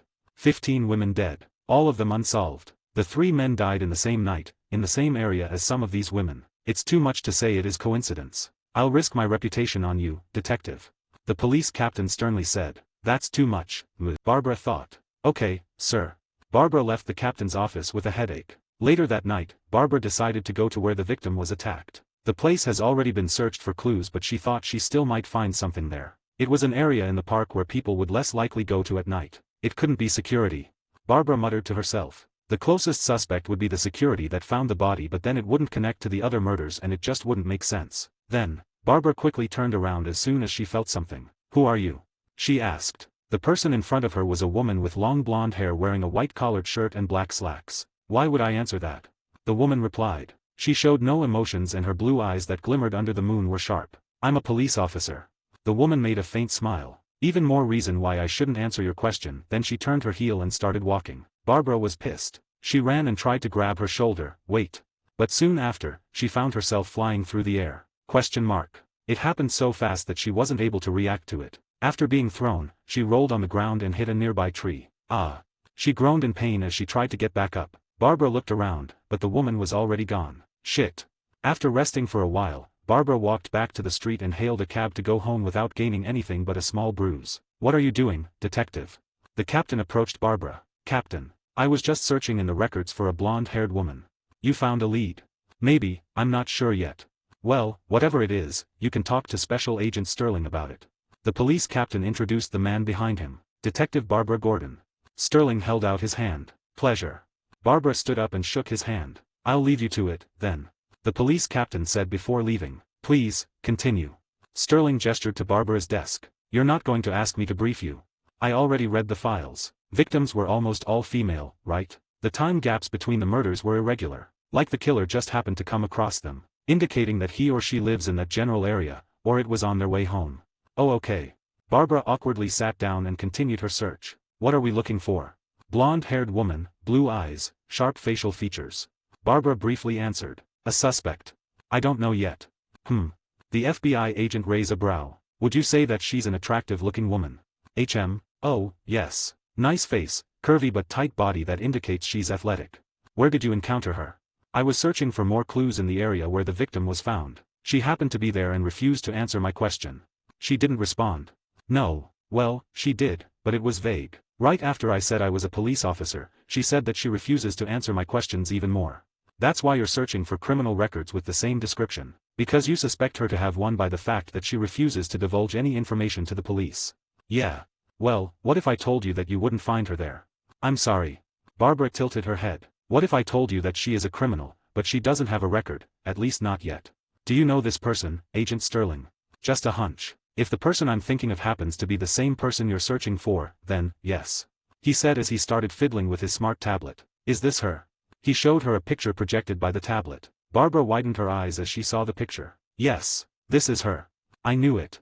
Sterling closed his tablet and put it back in his bag. Who is she? The FBI doesn't only handle serial killers. We also handle organized crime. She's working for one of the biggest crime families here in New York. The Callahan family. Her name is Elise Kate Davis. Do you know how to find her? Yes. We're going there right now. Come on. Sterling started walking towards the elevator and Barbara quickly got her stuff before following. As soon as they got inside the elevator, Sterling started a conversation with Barbara. I read your file, detective. You do some great work. Why don't you apply for the FBI? Heh, thanks. But my place is here. Because of your father, right? Yeah. Barbara faintly smiled. He's done a great job as commissioner in Gotham, but I hate the fact that his achievements are always overshadowed by a goddamn vigilante. Barbara furrowed her brows. You mean Batman? Yeah, that creep. It's a good thing I was assigned here in New York where there aren't any of those freaks from the Justice League. What do you got against them? They're risking their necks just like us. They don't even get paid. Sterling felt he soured Barbara's mood with the conversation. I'm sorry. It's just. I don't trust people that try to help others without getting anything in return. They must have a hidden agenda or something. It's too suspicious to me. Just so you know. The doors of the elevator opened and Barbara got off first. I'd also do this job without any pay or benefits.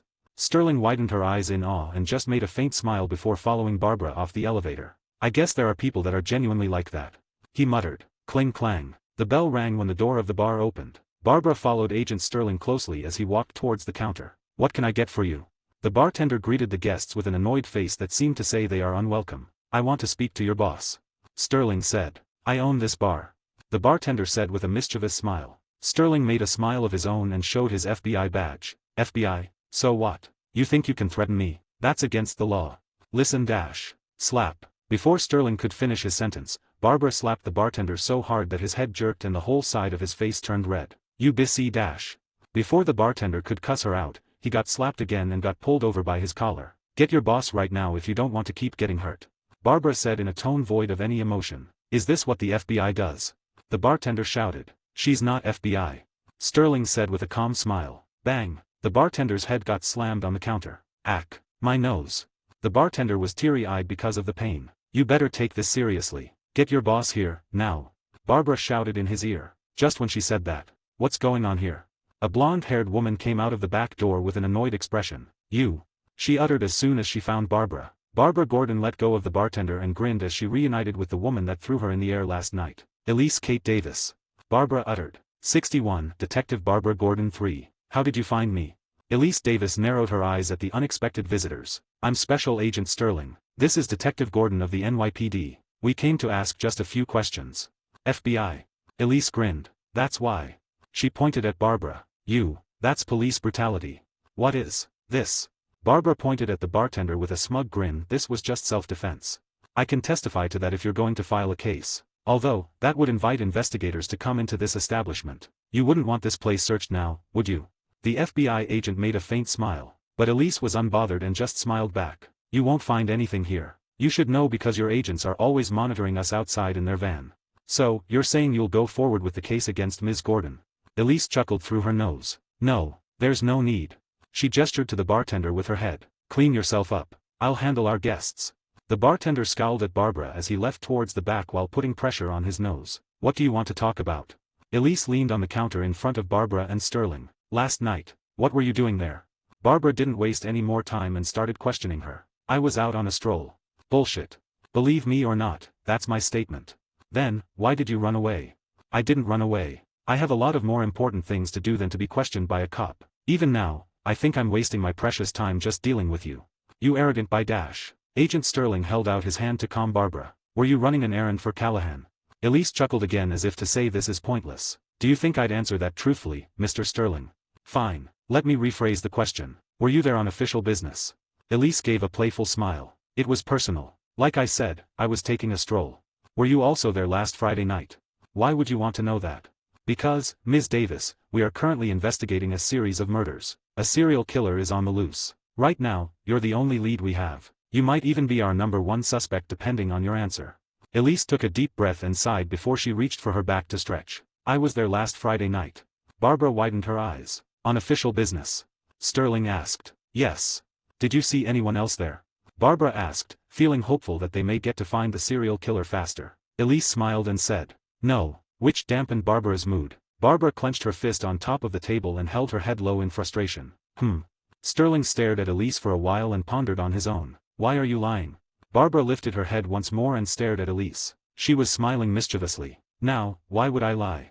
Elise replied in a playful tone. I'd kill the bastard myself for doing horrible things in this city. Sterling let air pass through his nose. Okay, that would be all, Ms. Davis. Thank you for your time. What? Barbara shot up. You just said she was lying, didn't you? Calm down, detective. We dug up what we can. Let's go. He said as he started walking towards the exit. Barbara, frustrated, watched him leave. She glared at Elise before deciding to follow Sterling. TSK, wait up. Elise watched them leave with a smile on her face. Boss. A voice called out to her right after the guests left. She turned her head and found the bartender all cleaned up. Why didn't you tell her what happened that night?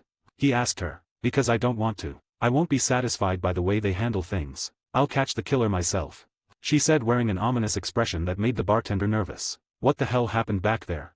Barbara asked Sterling after she caught up with him outside. She won't tell us even if she knew who the killer is. Sterling said as they continued to walk. Why? Because she wants to catch the killer herself. What? Did you notice what she did when I mentioned the serial killer? She stretched.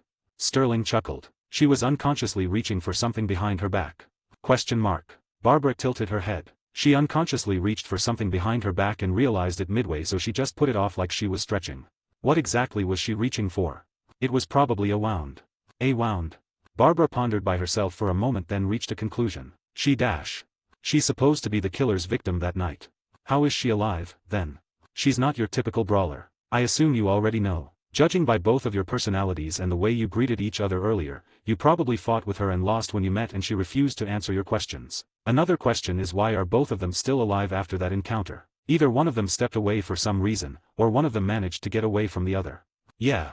Barbara scratched the back of her head that got bumped last night when she hit the tree. By the way, I didn't lose. I just wasn't ready. Barbara furrowed her brows. Let me warn you, detective. Sterling stopped walking and turned to face her. You are exceptional from what I've read in your file, but you are letting your emotions cloud your judgment right now. Back there, I bet you could have deduced everything that I have deduced if you weren't so emotional. Barbara was surprised about the sudden assessment, but when she finished reflecting on what he said, she looked down at the floor in dejection. I'm sorry. Just don't let it happen again, or I'll have to request another detective to work with me on this case. Sterling said before opening the car door. Thud, thud. Now, recall everything that happened earlier in the bar and tell me what else you noticed. Sterling said when both of them got in the car. Barbara closed her eyes and tried to remember everything that happened. She was lying when she said that she didn't see anyone, just like you said. Barbara opened her eyes as if she had just awoken. But she didn't lie about killing the killer herself. She called the killer a bastard. The killer is a male. Sterling grinned. Good. Then, he started to drive off. We need to catch the killer before her, or else they'd end up in a ditch leaving all these murder cases unsolved. Agent Sterling, I think I'm actually glad that you're doing this investigation with me. I guess I was just emotional because of personal reasons. Barbara said with a regretful smile. Pride. That's what makes us good in our jobs. Don't worry about it. I'm glad you're with me too. The thing you did with the bartender. I think I learned something new. Sterling laughed through his nose. Barbara chuckled. It's something I got from home. Gotham must be rough, huh? Depends on where and when in Gotham you are. Does your father tell you stories from his job? No, he likes to keep us in the dark. I have my ways of knowing, though. Oh, I guess you won't tell me how. It's not that big of a secret. I'm just close with people that he works with. Hey, aren't we going back to the station? Barbara said when they took a turn. Calm down. We'll get lunch first. Yo, Barbara greeted as she entered the hospital room. Hey. Tanner welcomed her with a warm smile. I brought you your favorite sandwich. Barbara waved around a bag in her hand as she walked towards the bed. Thanks. Tanner said. Aren't you on duty? I'm doing some fieldwork and decided to drop by. Oh, how much progress have you made? Pretty close. Yeah, what do you know so far? That the killer could be male. Pfft, that's it. Tanner chuckled. Who's the guy by the door? He pointed with his chin. That's Special Agent Sterling helping us with the case. FBI, huh? Yup. Is he a pain in the ass? You know, I thought he would be, at first. Both of them chuckled. When are you getting discharged? Barbara asked him. Later this afternoon. That's good. Get some rest, bud. Fast. I need your help on this one. You can always count on me, Barbs. You two look close. Agent Sterling said as him and Barbara were walking in the hospital's halls. He's my only real friend in the office. Only, just one. You don't seem to have a bad personality. Why is that? Well, I tend to push people away. Care to clarify on that? Nope. I get it. Sterling stopped in front of a coffee vending machine. When it comes to this kind of work, friends and family are just distractions. Rattle, rattle, tururururu. I'm guessing you don't have a family of your own. It's not a priority right now. No. Sterling grabbed the cup with hot coffee out of the vending machine and pushed it towards Barbara. But someday, maybe. Thanks. Barbara accepted the cup of coffee while Sterling grabbed his own cup. Rying. Sterling pulled out his phone from his pocket and put it beside his ear. What is it? Then, he widened his eyes. What happened? Barbara asked. A body was found. Female. Yeah. Both of them threw their coffee in the trash and started running outside towards the car. 62, Detective Barbara Gordon 4. Shit. Sterling said as soon as he stepped into the police line and saw the victim's body next to a garbage bin. What happened? Barbara asked the investigator that was already there. The sound of the cameras echoed in the alley as the investigators took pictures of the scene. Female victim. Around 20-30 years old. Multiple stab wounds on the neck, chest and stomach. A bruise on the left cheek. Garbage collector reported it. The crime scene investigator pointed at the marks on the body. This looks like it happened last night. Barbara said. Most probably. Thanks. No problem. The investigator said before continuing with his work. You didn't bother looking for the murder weapon, you just assumed it was our killer. Agent Sterling said to Barbara. Is that a statement or a question, Special Agent? Barbara raised her brow at Sterling and smirked. I'm sorry, it was a statement. I was assuming the same thing. He replied with a wry smile. Damn it. Barbara cursed and turned her back on the body. This guy is good. Every scene he left had no cameras or anything. She said as she scanned the area. He covers his tracks really well. He would have been caught earlier if he wasn't. Sterling said as he rubbed his upper lip. What do we do now? We review everything we have so far on this guy. Let's try finding something that we might have missed. Inside a room in the police station, Barbara and Sterling set up all that they have on the serial killer. So, what do we know about this guy? He's quick, clean, efficient, and has never messed up once. He probably uses the same murder weapon for all his victims, which were almost all female. The male victims didn't have multiple wounds. There was no hate with the male victims. Nothing personal, just business, unlike with the female victims. It feels like you're complimenting the guy. I am, actually. His work is very efficient. I wouldn't be surprised if he was a spook. CIA. I'm just saying that he has skills. What is it? Nothing. I just remembered something. Well, what is it? It might help us out. It's entirely off topic. I'm sorry. Geez. Focus, Gordon. Sorry. Barbara was reminded of someone that had skills better than any spy in the world. Someone that passed on some of these skills to her. Sterling and Barbara stared at the board where they pinned the pictures of the victims. It was a repeated process of going through the files and looking at the pictures. Over time, Barbara started to feel like she was drowning from all the words and the gruesome pictures she had to look at. Gah. She massaged her temple as she felt her head starting to hurt. You okay? Sterling asked her. I'm fine. I'm just tired. Maybe we should stop here for today. He pointed at the window where they could see the sun was already setting. Barbara sighed. You're right. Go home and rest, detective. And don't go on your own this time like you did the other night. You might not find Elise again but the actual killer. Okay. Sterling put on his jacket. Then, he's the one that should be careful. Barbara shrugged. You go ahead. I might stay here for another hour. Not only skilled, but also a hard worker. You'd make a really fine agent, Gordon. Agent Sterling teased as he opened the door and left. Good night, Agent Sterling. Barbara said with a wry smile. Leaving just didn't sit right with her when she feels like she still hasn't given her all yet. All they've found out is, Elise. She uttered. Barbara recalled everything that happened this day, starting with her second encounter with Elise. Besides what she already knows, she feels like there's more behind this woman. Then, the body that was found in the alley. There's no significant info left there that can provide them with new information. She tried to recall her conversations with Agent Sterling and remember every word. Then, a particular statement of his echoed in Barbara's mind. He's quick, clean, efficient, and has never messed up once. But he did mess up recently. Barbara started to review the file from last Friday night's victim. There has to be something different. She snatched the picture that was pinned on the wall and compared it to the pictures of other victims. He.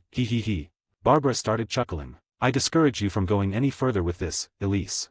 Richie Murphy, or rather, Agent Sterling, is it? Sterling was on the phone with Elise. Please don't change the topic. I'm saying, you should stay out of this case if you don't want to help me. You don't get to boss me around. I answer directly to Mr. Callahan just like you. Please just do your job and I'll do mine, okay? Don't make everything personal. If you kill the psycho that's going around killing women, all those cases won't be closed. It would give me a bad look. I could turn my head away if I wasn't assigned to this goddamn case, but it is what it is. Can you do me a solid, Lise? Please. That man fucked with me, Richie. I can't let that slide. TSK. You always have to be so difficult. Agent Sterling sighed. Fine. Let's just see who can get to him first. No hard feelings, alright.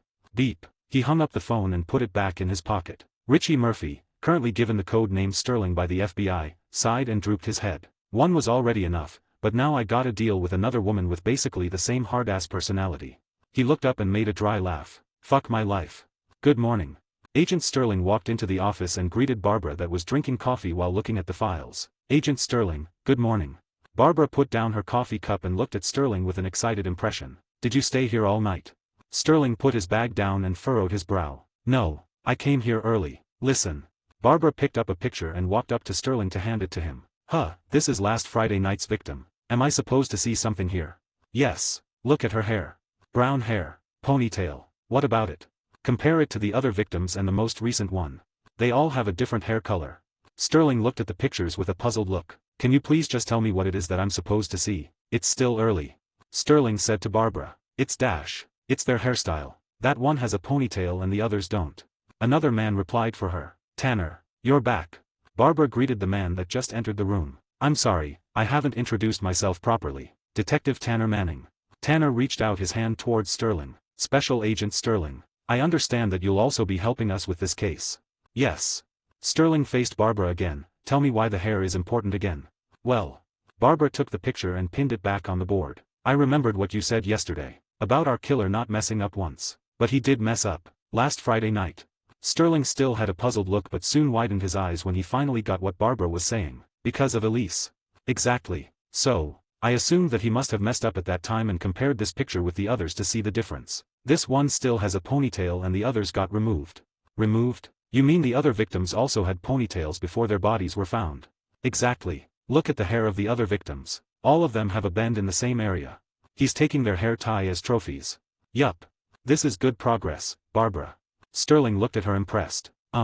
Tanner called their attention while looking down in a thinking pose. What is it? Barbara replied. Sorry, but, who's Elise again? Oh, I'm sorry. Elise Kate Davis. She was supposed to be the victim last Friday night. We're guessing she managed to escape or whatever. How did you find her? Long story short, I encountered her. We ended up investigating her. She wouldn't answer some of our questions truthfully but we got something out of her. That's how we found out that the killer was male. Who is she? She works for an outfit here in New York. A gangster. Yeah, she's crazy. She wants to catch the killer and kill him herself. Barbara started organizing the files on the table. Huh. So, the ponytail and the hair tie is the killer's kink as one would say. Sterling said with his hand on his chin as he continued to stare at the picture. Caused by some kind of trauma. Induced by someone he hated that wore ponytails, maybe. Barbara replied. Most likely. What's our next move, Agent Sterling? Sterling put the picture down on the table then, looked at Barbara and Tanner. Our best bet right now would be to go through every record of this kind of fixation. Then. Barbara picked up her phone and typed in something. This place would probably be it because this is the only therapist in that area. Assuming that the killer was aware that he needed help with his mental health. She turned her phone to make it face the other two and showed the map with a marker in the middle indicating the therapist's office. 63, Detective Barbara Gordon 5. The trio got out of the car with their eyes fixed in the same direction and their jaws dropped. Their attention was fixed on a burning building that was currently being tended to by the fire department. He knows we're on to him. Tanner said to the other two as he furrowed his brows at the burning building where the office of the psychiatrist was. Barbara ran towards the firemen with haste. Hey! When none of them paid attention she shouted again. I said, hey!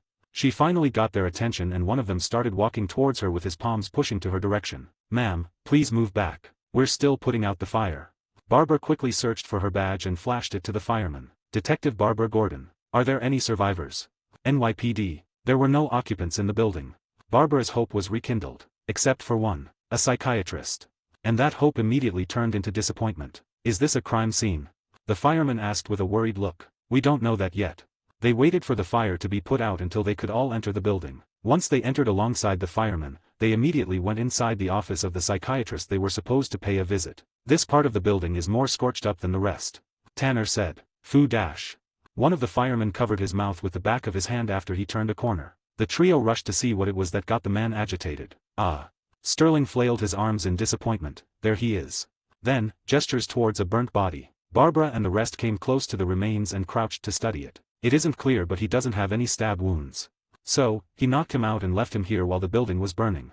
The man would have died from the smoke first. Tanner got up and breathed out a sigh. I'll try to find if there are any files left intact. Yeah. Sterling said without turning his head. A firefighter walked towards Sterling and Barbara that was studying the body. Officers, we found the source of the fire. Where? By the shelves, an oily rag. Barbara and Sterling looked at each other before saying thanks to the fireman. If we found out any sooner, we could have prevented this. And we could have known who the killer was already. Barbara said. We were close, Gordon. We'll find another lead. He must have realized what would have given him away when he slipped up that day. Yeah. No luck, guys. Tanner came back. Everything is in ashes. Huh. Sterling got up and dusted himself. There's nothing left here for us. Let's go back. I can still feel the heat from the fire. He said as he loosened his tie. Is there any other way we can find another lead other than waiting for him to resurface? Tanner asked as he tapped his pen on the table. Unfortunately. Sterling said. This sucks. Barbara said. Don't worry. The chances of him screwing up again has increased now that he lost his outlet, one of his anchors. Knowing that we probably got close because of his mistake, his paranoia and anxiety will eat at him. He'll mess up. Sterling said. Then, I guess that's it for today. Tanner. Yeah. Sterling got up and started packing his stuff. Barbara followed and so did Tanner. Sterling got out of the building first. See you two tomorrow. He said as he headed towards his car. Barbara yawned and waved at both of them as she went ahead. Tanner turned around and started walking to the other direction as Barbara. He walked 2 blocks until he made a turn. He turned his head to see if anyone was following him. It was already getting dark outside. The street lights started to turn on and cast a shadow on not well lit up areas like the alleys. These areas become a place of possible danger at night. But these areas are also a place to hide secrets. And that's where Detective Tanner Manning went to. A dark isolated alley. He rummaged through his pocket and pulled out his phone. Tanner tapped on his phone and put it beside his ear. Hello. Tanner said as soon as the call picked up. You piece of shit. You couldn't even do your job right. I got my ass hanging around just to clean up your mess. He was jawing at someone on the other side of the call. Get your shit together or this will get to Mr. Franzese and both our asses will be fucked. Huh, what do you mean? Tanner turned around and found Sterling pointing a gun at him soon after. No luck, guys. Tanner just came back from checking through the files if there were still any left unburnt. Everything is in ashes. He had his jacket removed and was hanging it over his arm, which was understandable because of the remaining heat after the fire. Huh. But Sterling saw through this charade. A remaining piece of glass from a broken mirror on the floor. It was just the right angle for Sterling to see a part of a folder that wasn't covered by Tanner's jacket in his arms. But Tanner couldn't possibly be the killer. He was at the hospital when another murder happened. Meaning, there must be a reason for him to protect the killer. And that's why he decided to tail him. To know his part in all this. After following Tanner into an alley, he hid behind a corner and eavesdropped on Tanner's conversation. Get your shit together or this will get to Mr. Franzese and both our asses will be fucked. A keyword. A name was mentioned by Tanner during his phone call with someone. Mr. Franzese, head of the Franzese crime family, currently on bad terms with the Callahan family. The pieces have all come together. He smiled in satisfaction as he pulled out his gun and got out from the corner he was hiding from. With Tanner, still having his back facing him, he pointed his gun at him. Tanner turned around right after and dropped his phone as soon as he saw the gun pointed at him. So. Sterling made a smug grin. You're part of the Franzese family. Then, you must be their rat in the NYPD that's been causing us trouble. The one Elise was hunting that night. Tanner didn't reply and just glared back at him. Who was on the phone? Was it the serial killer? Tell me I'm wrong, detective. Tanner remained silent. Did you do him a favor because he attacked Elise just when she was about to kill you? It explains why you were hospitalized the very same night. So, the Franzese family does favors for psychopath killers now, huh? Ha. After remaining silent for a while, Tanner scoffed. You got me, special agent. So, what now? Are you going to kill me? Nope. Tanner furrowed his brows at him. I'm going to keep you here so Elise can kill you. I'm going to help her at her job so she could help me with mine. Oh, and I need those files that you went through the trouble to get. Sterling said with a devious grin. Why don't you just try and take it from me? Sterling laughed. Ha. He sighed. You know that I can just kill you right now and get those files from your corpse after, right? Tanner gritted his teeth and reached for his bag. Sterling said. Open your bag and throw all the contents of the bag on the floor. Pick up the document from the ground. Tanner started unzipping his bag. There you go. Slowly now. Sterling instructed. Tanner turned his bag upside down and unloaded the contents on the floor. He slowly crouched down and searched for the document. Tanner picked up a folder that's been partially burnt and slowly got up. Good. Now, hand it over to me. Sterling said with his hand reaching out. The detective handed out the document. Sterling grabbed it but Tanner didn't let go of it. Instead, Tanner suddenly shouted. Now. Sterling felt a sudden sharp pain coming from his side. He looked at it and saw a knife stabbing into his side. He faced Tanner and pulled the trigger. Bang! It was too late. Tanner had grabbed a hold of his arm and maneuvered it to make him miss his shot. Sterling felt the pain growing from his side. The knife had exited his body and entered again. Multiple times. His vision became hazy and he felt his whole body going numb. He felt cold but he was still perspiring. The cold air filled his nostrils as he gasped for air. He fell on his knees as he lost his strength before falling on his side. Sterling looked up at Tanner who was looking down at him with a smile. That was close. A familiar voice rang out as his vision slowly turned dark. It belonged to someone he had met before. How? Barbara uttered with her jaws on the floor. In front of her was the corpse of a man that was just working with her for a couple of days until yesterday. What happened here? She already knew what she was about to see before she came here, but she was still in a state of disbelief. Are you Detective Gordon? A man in a suit approached her. Why yes. Who are you? Special Agent Sterling. Sterling. No relation to Special Agent Sterling that was assigned to work with you on the serial killer case. Ha! Barbara scoffed. You and your aliases. At this moment, I would like you to hand over everything you have on this case to me. We are assuming that everyone that was handling this case has been compromised and we cannot jeopardize your safety. Safety? Barbara had on a face of disbelief. Yes. Special Agent Sterling must have been identified by your killer and there's no saying that you and Detective Tanner have also been ID'd. Then, what's the point of handing this case over if we're still going to be under his crosshairs? Look, I understand you're upset dash. No, you don't understand. Detective, I'm gonna need you to calm down. At that moment, someone put a hand on Barbara's shoulder to calm her down. She was panting heavily in frustration before she turned her head to identify whose hand it belonged to. It turns out that it was Tanner Manning. She decided to collect herself for her partner's sake and calm down. Detective Meyer and Detective Adams will now be assisting me with the case. The new Special Agent Sterling pointed at two men that were on the scene. Two men from the same precinct waved and smiled at them. Barbara couldn't reciprocate to them with the same warmth and decided to look away and grit her teeth. We understand, Special Agent. You can just get the files in the precinct. It's already been arranged in the conference room which you can also use. Tanner replied. Thank you, Detective. Tanner led Barbara by her arm off the scene of the crime towards the car. He opened the car door for her and entered the car on the other side. Barbara, we don't have a choice. It's just for our own protection. No, this is bullshit and you know it. Barbara tapped on the dashboard as she furrowed her brows and closed her eyes. Something stinks. The killer wouldn't be able to take down Sterling alone, or whatever his real name was. So, Tanner locked his eyes on Barbara. You think he wasn't alone? Barbara opened her eyes. I'm not sure. I think that guy isn't telling us the whole story. Tanner sighed. You're planning on talking to the captain, aren't you? Yup. 64, Detective Barbara Gordon 6. His real name was Richie Murphy. The captain stated as Barbara and Tanner listened to him inside his office. Barbara was persistent enough for the captain to reveal the information brought to him. He was assigned to organized crime, more specifically, the Callahans, before he got transferred to your case. It wasn't a coincidence either. He got transferred because his superiors were suspicious of him working with the Callahans. Every time the feds were about to crack down on one of their operations, they somehow managed to be ahead of them and get away. Then, they're investigating if this was done by the killer or the Callahans. Callahan, or one of his competitors. Then, why were we reassigned? The captain sighed. He opened a folder on his desk, took out a photo and presented it to them. This was given to me by the guy that also introduced himself as Sterling. This. Barbara widened his eyes. It was a photo of her and the previous Sterling walking out of Elisa's bar. Are they suspecting me of working with the Callahans? No. The captain put the photo down. I defended you. Because I trust your character, Gordon. You wouldn't do something like working with the Irish mob. You were reassigned because things really got dangerous if their competition suspected you of working with them. Or they suspect you of working with the competition to get him killed. One more question, Captain. Barbara said with a regretful expression. What is it? Were you the one that suggested to take us off the case? She asked with worrisome eyes. The captain furrowed his brows in regret. I did. I'm sorry. You're just too valuable to this precinct, to the force. We can't lose someone like you. You have a bright future ahead of you. I don't need to have a babysitter. I joined the force to risk my life to help people. She shouted in rage. I know, but you will understand this one day, Gordon. You'll be able to help more people if you stay alive. Are you saying that I'm going to die? Barbara began to form tears in her eyes. Tell me, Gordon, can you fire your gun at someone, now?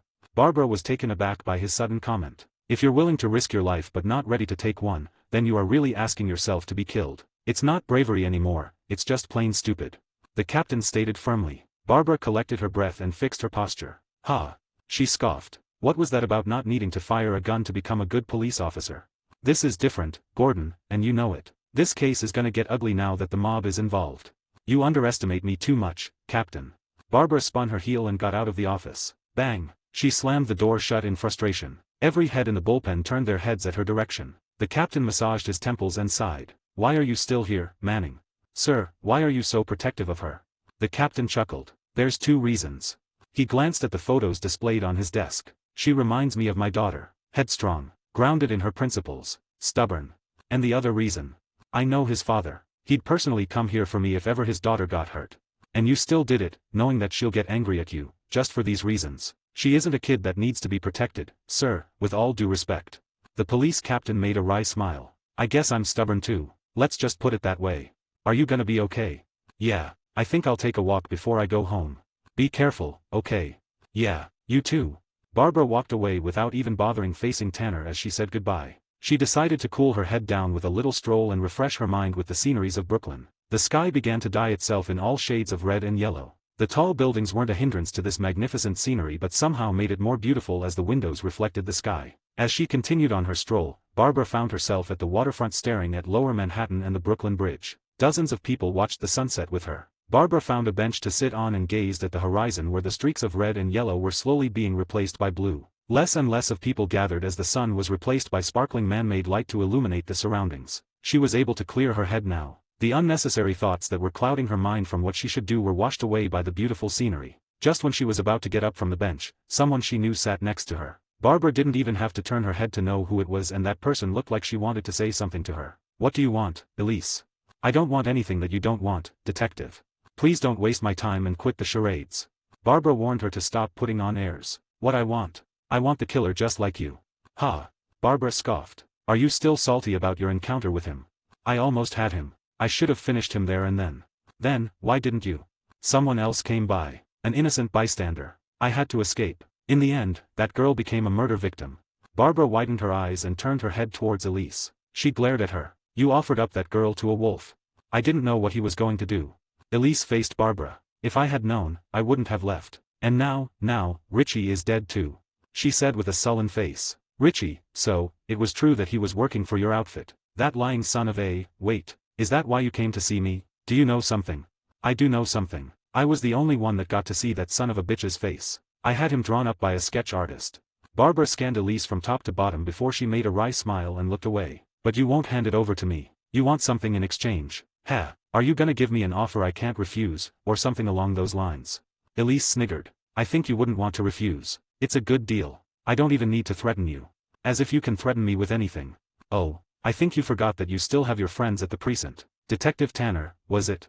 Barbara snapped her neck and glared at Elise. Elise just chuckled. You see, I can threaten you, but I choose not to. That's how much good of a deal this is. Alright, get on with it. What do you want me to do in exchange? Elise rested her back on the backrest of the bench and exhaled deeply. We'll share resources and information on the killer. I'll give you what I have on him, and then, you'll give me what you have on him. It's pretty simple. Barbara chuckled this time. You must think of me as a fool. There's a catch, isn't it? Elise smirked. What gave it away? When you said it was simple. Things like this aren't simple even if I wish it were. Well, you're right. Elisa's eyes suddenly became sharp and filled with murderous intent. The only catch to this deal is I get the killer. You don't get to arrest him. I'll have the satisfaction of killing him myself. No trial, none of that bullshit. He gets what's coming to him. Barbara laughed. Or I just arrest you now for conspiracy to murder and criminal threat. Elise raised her brow but her smile never left. I'll just say you conspired it with me. You don't have any proof that you didn't plan it with me. Oh, Barbara waved her phone. But I do have proof. Elise striked fast and attempted to hit Barbara and get her phone, but Barbara dodged it and immediately got up from the bench. Ha ha ha. Even if you get my phone, it won't matter. It's already been sent to the cloud. You won't be able to keep your records clean this time. Then, I'll just kill you. Elise jumped up from her seat. Elise took out a knife and lunged it towards Barbara. Barbara weaved and grabbed Elise's arm before elbowing her to her face. Gurg. Elise fell back and Barbara successfully disarmed her. That was for last time. Barbara said before she threw the knife that she grabbed from Elise into the river. Elise continued attacking Barbara in an effort to end her life, but unlike last time, Barbara gracefully dodged every attack that came her way, whether it be a punch or a kick. It left Elise dumbfounded. It was the first in a long time someone had dodged her attacks consecutively. "Why don't you fight back?" Elise shouted in her frustration. Barbara didn't plan on making a counter-attack and just focused on dodging. It was to prevent one of them from getting seriously hurt and to conserve her energy. Plus, she doesn't intend to fight her this time. This time, she used Richie Murphy's advice to keep calm, and it proved to be effective. In the end, Elise was breathing heavily as she winded herself out. "You can't kill me. Even if you somehow did manage to, my office computer also backs up my cloud. They'll be able to find out immediately who did it," Barbara said to Elise while she tried to collect herself. "Gug." Barbara looked at Elise's agitated face with satisfaction. "You were right. The deal you offered was too good to pass up, but there were some things that I didn't like. So, how about we change the last part where I arrest this guy, and I delete everything I have on you? I'll let you walk. Now, that's a better deal." She made a smug grin. In truth, she already decided to keep working on the serial killer case before Elise showed up. She just played hard to get to sway the situation to her advantage. Her efforts were fruitful and she ended up on top in their agreement. "Heh." Elise made a malicious grin of her own. "You are something, Detective Gordon. Fine. I'll go along with your proposition, for now." 65. Detective Barbara Gordon 7. You talked big. Barbara Gordon was holding a piece of paper. "Just 4. And now she's clutching it. This." She shouted as she pointed the picture on the paper at Elise, who was sitting in front of her. Elise was ashamed, but she didn't want to show it. She really thought the picture would help because it was an accurate portrait of the man she saw the night she was attacked before she got immediately chastised by Barbara upon seeing it. "We can't even tell this guy's race, hair color, eye color, etc." The picture they were looking at was a racially ambiguous male that wore glasses and a beanie hat. He could have been Middle Eastern, light-skinned African American, Latino, Caucasian, he could even have been a mixed Asian. The frame of the glasses hid the bone structure of the cheeks and brows. The hair was covered by the beanie hat. It was so ambiguous that most of the population in Brooklyn could be a suspect. I think his eyes were brown. Elise couldn't help but stutter in front of the angry Barbara. Like a little kid being scolded by her parent. "You think his eyes were brown or you know? Those are two different things, Elise. Don't shout at me. I'm a boss in our group," she said with cold sweat popping out of her forehead. "Do I look like I give a damn about your position in your group? What even did you shout that for? You're basically admitting to a police officer that you have ties with a criminal organization." With every sentence, Elise could feel herself shrinking. Elise's eyes frantically searched for something. "I'll go get some tea." She lifted the empty teapot at the table and jumped up from her couch to escape towards the kitchen. "Hey!" Barbara tried to stop the girl ridden with guilt from escaping, but she was too fast. Elise focused on making tea and ignored Barbara from across the room. "God." Barbara furrowed her brows and massaged her temples. "And Bruce said I was problematic." In her defense, Bruce Wayne always tried to find fault in anyone, always searching for weaknesses and gaps in case they needed to be taken down. One could say that he is the problematic one. Barbara sighed and rested her head on the backrest of the couch before she scanned the place she was in. It was a loft apartment owned by Elise with a good view of Brooklyn. "Maybe I should switch careers." She chuckled emptily. Compared to her apartment, Elise's place was on another level. She decided to just look at the sketch again. "I guess this is better than nothing at all." "Ha!" Elise scoffed. "I told you it's useful," she shouted from across the room with a smug grin. "Only because there's no other option than to make do with this, you dolt. I risked my entire career just by coming to your place and I don't want it to be for nothing." Elise jerked at Barbara's scolding. "Why you keep shouting at me even though I'm a boss? What is it with you and being a boss like it's a big deal? I'm not part of your organization. You're not my boss, okay?" Tisk. Elise went back to making her tea while throwing fits, almost breaking the press. Barbara narrowed her eyes at her. "What is with this woman? Does she think she's a child?"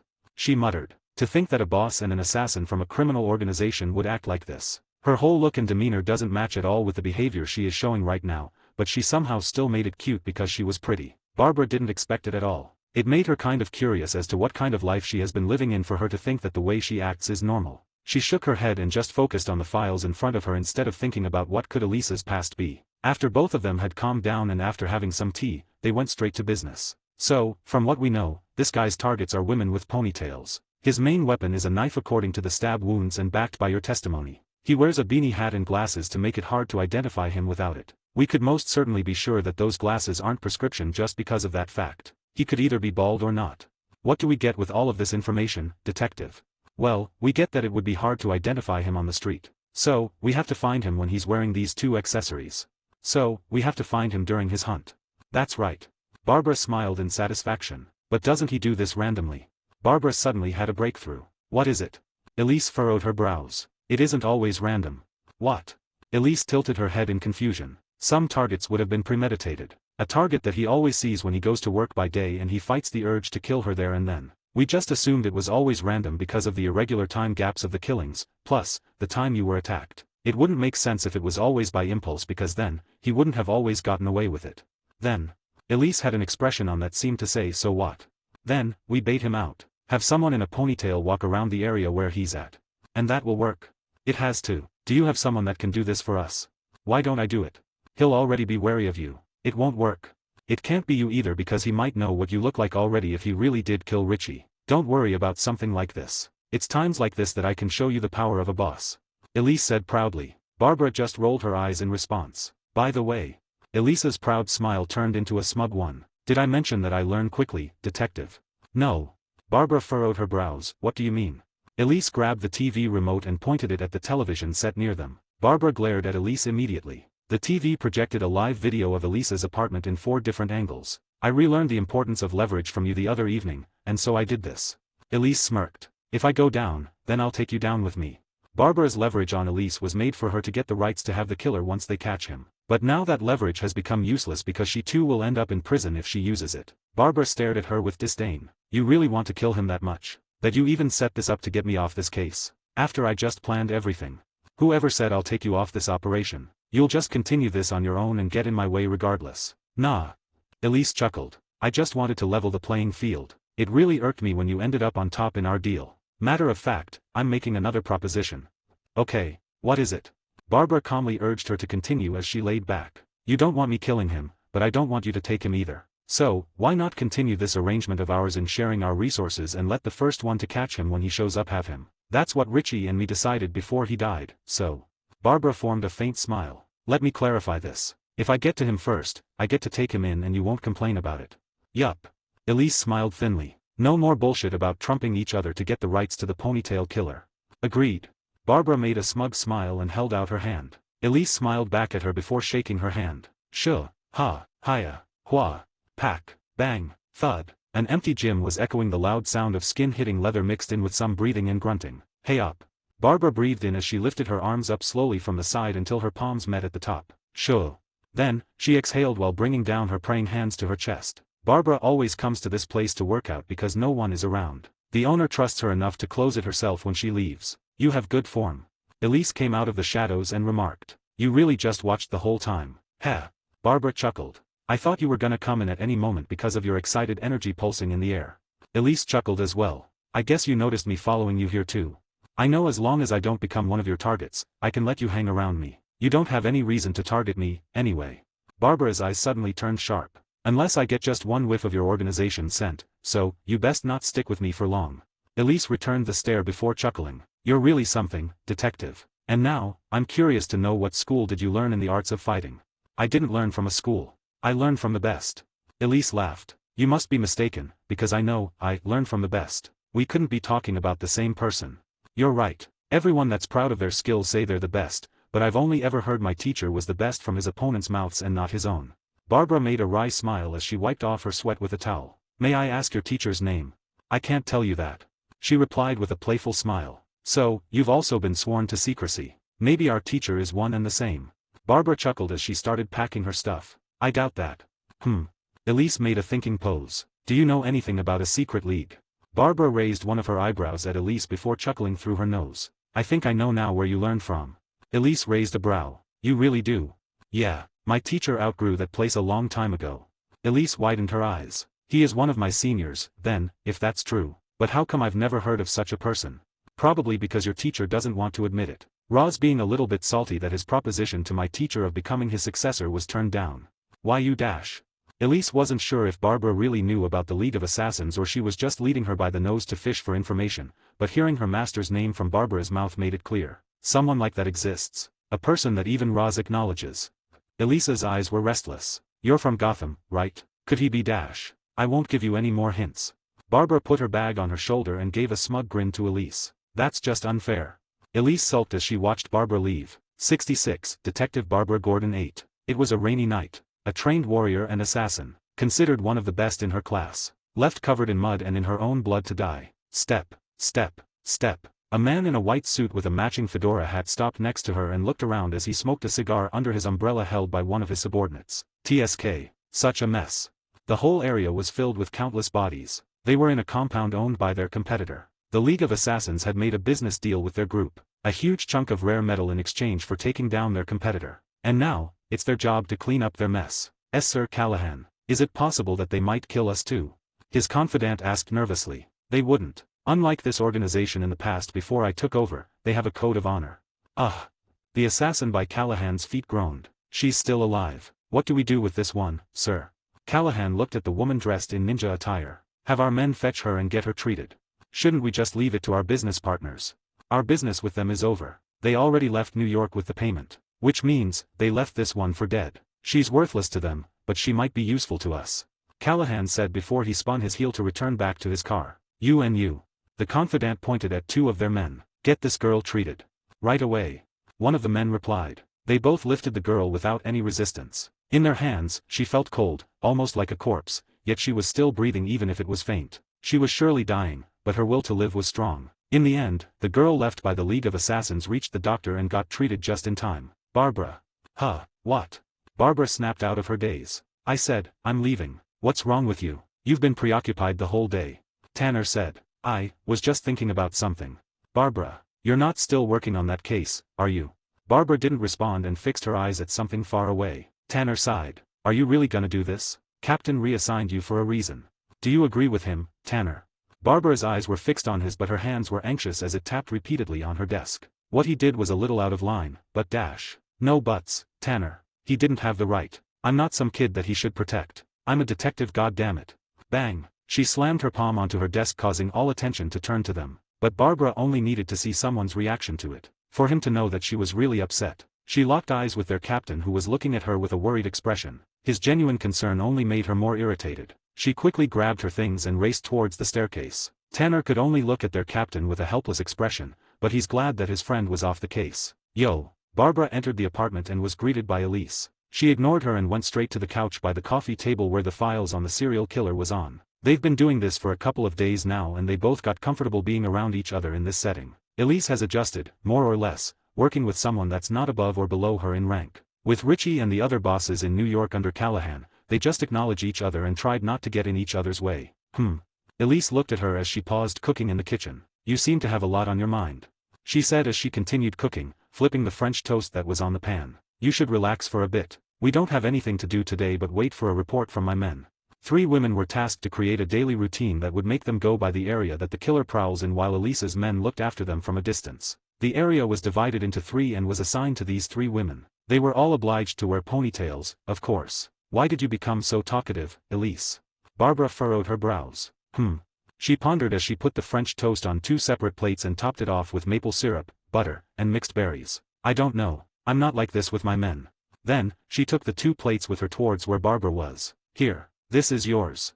Elise offered while making a peaceful calm smile. Barbara looked at Elise serving her French toast with a friendly smile and it seemed to help soothe her. Thanks. She made a faint smile as she accepted the plate. Hey, you didn't think I forgot, did you? Elise said as she plopped on the couch. The other night. Your teacher. Elise took a bite of the French toast. It's just isn't, gulp fair that you know mine and I don't know yours.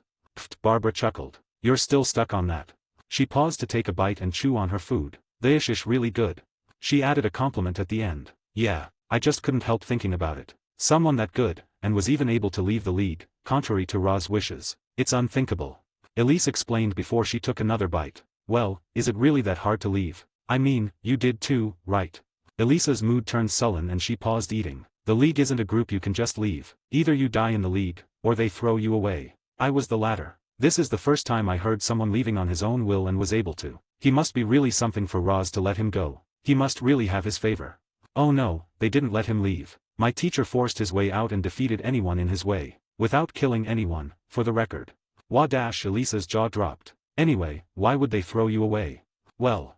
Elise fixed her eyes on the floor as she reminisced. The league was tasked to bring down Mr. Callahan's major competitor at the time in exchange for something valuable to Roz. During the battle, I pushed someone out of the line of fire. I saved him, but I got shot instead. That guy. I always helped him out during our training days, and he didn't even show the same courtesy when I got hurt. He left me there to handle multiple enemies alone and wounded. Even the others didn't even bother to help even after the battle was finished. I was on the ground bleeding out just waiting for my death. If it weren't for Mr. Callahan saving me, then I would have died there. Barbara was visibly troubled. I'm not going to pretend like I know what it's like to be betrayed, but I do know when someone is being used. And you were used, Elise. They used you as a weapon and threw you away as soon as they couldn't find any use of you. Back then, you must have considered them as family. You're right. But now, I have my own family. No, Elise. Tell me how many times have they asked you to kill someone? I'm telling you this because I can see that you don't do this for the money. You're attached to them because they saved your life, but that doesn't mean you owe it to them. What are you trying to say, detective? Elise said in a menacing tone as her eyes flickered with murderous intent. But Barbara was unfazed by her hostility. She leaned towards her and put her hand on Elise's shoulder. I'm trying to say that if you don't want to do this anymore, get out while you still can. Do you think Callahan really cares about you? Tell me one time that you got to eat with him like this without asking you to kill someone for him. Elise's eyes that showed firmness before began to waver. But it soon began to regain its resolve as she looked back at Barbara and slapped her hand away. Then, aren't you doing the same thing, detective? You don't exactly come here to just hang out. We have a serial killer to catch, don't we? Barbara leaned back and was speechless. It's true that she didn't come here for a friendly date but for something else. This is why you can only be sure a person is loyal to you if you own them. They didn't care about me in the League of Assassins. They only ever cared about garnering favor with Roz. Because he has power. Because he can give them whatever they want. And now that I have men I can trust, I now have their loyalty I craved so much. Elise was breathing heavily from her outburst. Then, she broke eye contact with Barbara and looked away. Barbara's gaze went to the floor. Is this why you're so obsessed about holding the boss position? I was right, huh? So, what? Look, it won't matter now that I screwed up by being a hypocrite, but I'll say it anyway. Barbara looked directly at Elise's eyes with conviction. You don't need to be in a higher pedestal than anybody for them to be loyal to you. You just need the right people around you. Friends. Real ones. And you surely won't find them in your group where fear of the strong rules. That's not real loyalty. Friends can betray you too. She said as she tried to avoid Barbara's gaze. Friends can betray our expectations of them. Barbara recalled what happened earlier at station before she left. The image of the captain showing genuine concern for her even though she was angry at him. But they don't do it on purpose. Sometimes, they just do it because they think that was best for us. And when they see us hurt, they hurt too. Especially if they had something to do with it. She said wearing a regretful smile. Elise's face looked troubled as Barbara's words dug deep into her heart. A longing that she thought was fulfilled by her job rose up again, hurting her more than it did all those years ago as she struggled with the pain of being left behind while she was recovering on a bed from the fatal wound she had sustained. Boss. The comms suddenly turned on. Both of them were immediately alerted and Elise quickly picked it up. Did you find him? We have him on the run. Elise and Barbara looked at each other. Where?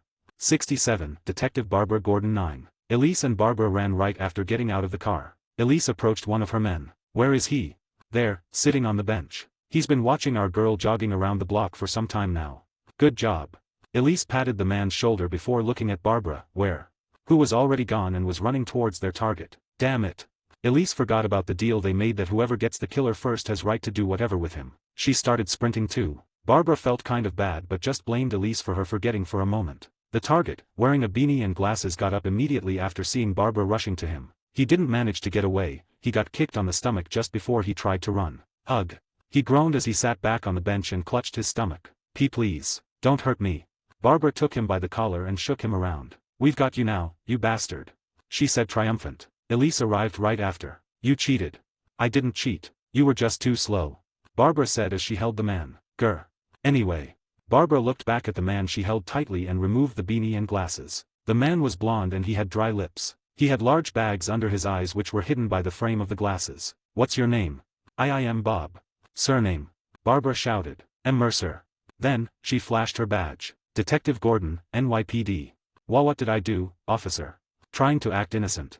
Barbara was annoyed. Detective. I think he's dash. Shut it. I'm working here. She then proceeded to frisk the man. Where are you hiding it? Hide what? The man asked, terrified of what is happening. Hide what? The murder weapon. The knife you used to murder those innocent women. I didn't murder anyone. I'm innocent. Stop lying. Barbara shook him. Detective. I think he's telling the truth. Elise said. How do you know? Barbara snapped her neck at her. I just know. I think I'd recognize someone that attacked me before. All right. You. Eep. The man squealed. What were you doing here? Barbara asked. Someone paid me $50 to sit here and wear these while I watch at the pretty lady jogging around. He pointed at the accessories and his clothes. Do you know where that person went? I don't know. Don't lie. Look at me. Barbara shook him because he was avoiding eye contact with Barbara. I really don't know. The man yelled back out of desperation and fear. What did he look like? He was wearing a mask. Goat mitt. Barbara let go of the man and turned around. She took deep breaths to calm herself down. Elise looked at her worried. See, can I go now? You can go. Elise waved. Thank you. The man started running away. Don't take offers from strangers again. You hear? Elise looked at Barbara again, who was still looking away. Detective, you didn't have to snap at the guy. That guy looked like he was homeless. Barbara took a glance at her before turning around again. I was agitated. I was desperately hoping that he was our guy. That much. For getting the wrong person. Elise calmly sat down on the bench. You don't understand. Barbara clenched her fists. The killer spotted your men looking after the girls. He knew it was bait. I know that much from that man's reply. That's not all. He set up that guy for us to reveal ourselves. He knows the men around the girls are just lackeys. That guy was bait, for us, to see who's after him. The fact that he could still be watching us right now is irritating me.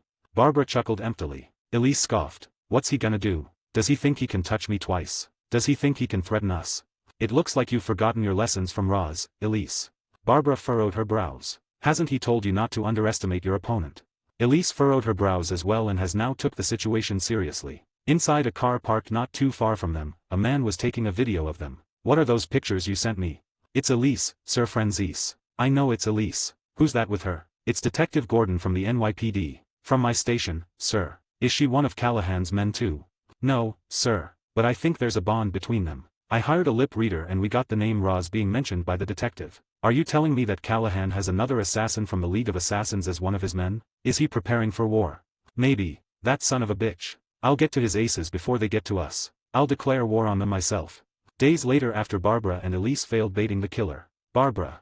Tanner greeted Barbara on her desk. She's been moved to desk duty ever since she made a scene twice in a row. It's a way of showing that the captain can still control Barbara and he wasn't playing favorites. What is it, Tanner? Barbara said without even looking at Tanner. You've just been so busy lately. Well, I want to get out of desk duty as soon as possible, so. You're still working that serial killer case, aren't you? Barbara ignored him and kept on typing on her computer. Don't worry, I won't stop you. Just be careful, okay? And call me if you need any help. I'm right here. Tanner just sighed as Barbara kept on typing before turning around. Tanner. Barbara finally turned around. Thanks. She wore a faint smile. Tanner just nodded and left. Don't overwork yourself, Gordon. The detective sergeant passed by her and said, I won't, Sarge, thanks. After work, she immediately left and headed towards the bar that Elise officially owns. She entered the bar and made eye contact with the bartender. The bartender gestured with his head and pointed at the back room to signal that Elise was there waiting for her. She nodded and headed straight to the back room where Elise's office was. Yo. She greeted as she walked in the office. Elise cleared her throat while she closed her laptop that says, first name basis on the screen. Barbara. Well, that's weird. Huh, what is?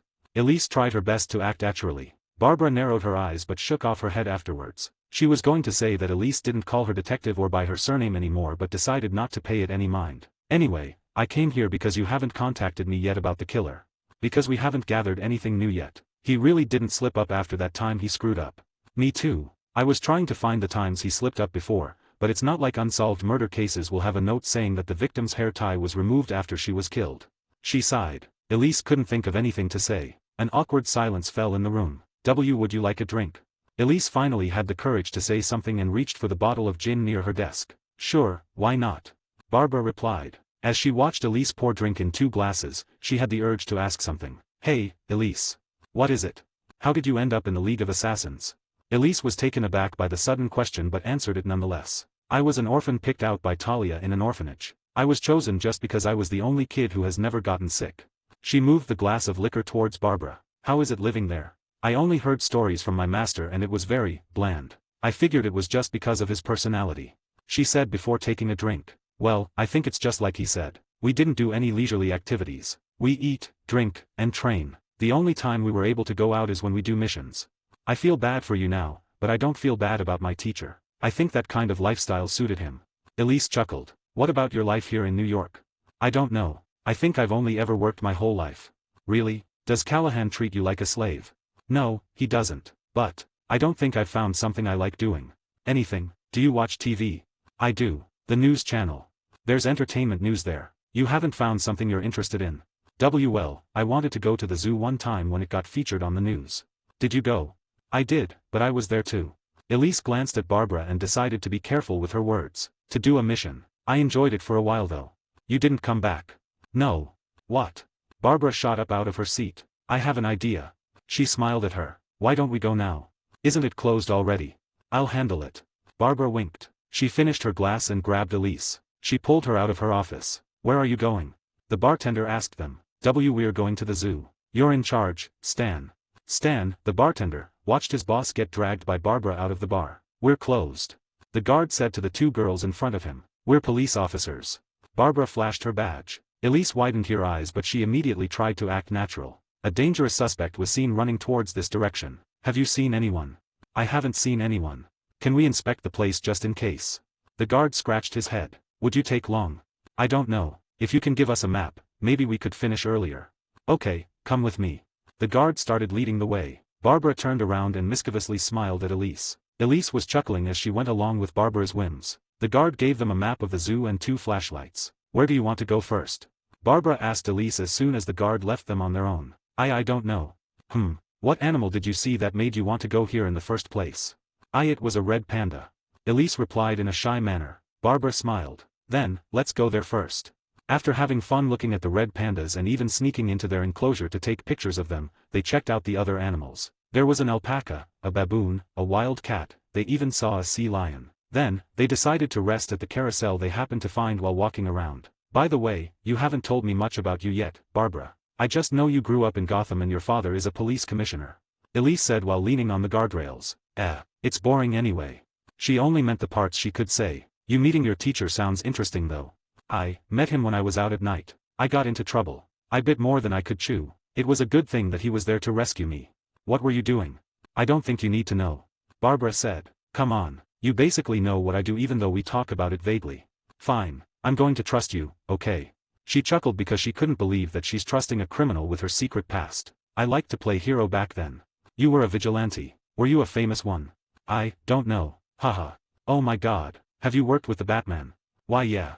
Really, how is he with others? Doesn't he scare you? Something inhuman roaming around Gotham. Barbara laughed at her. He isn't a monster. What? He's metahuman though, right? He isn't. Barbara chuckled. So, he's just a man in a bat costume. Barbara was laughing until they heard footsteps coming towards them. You guys are having fun.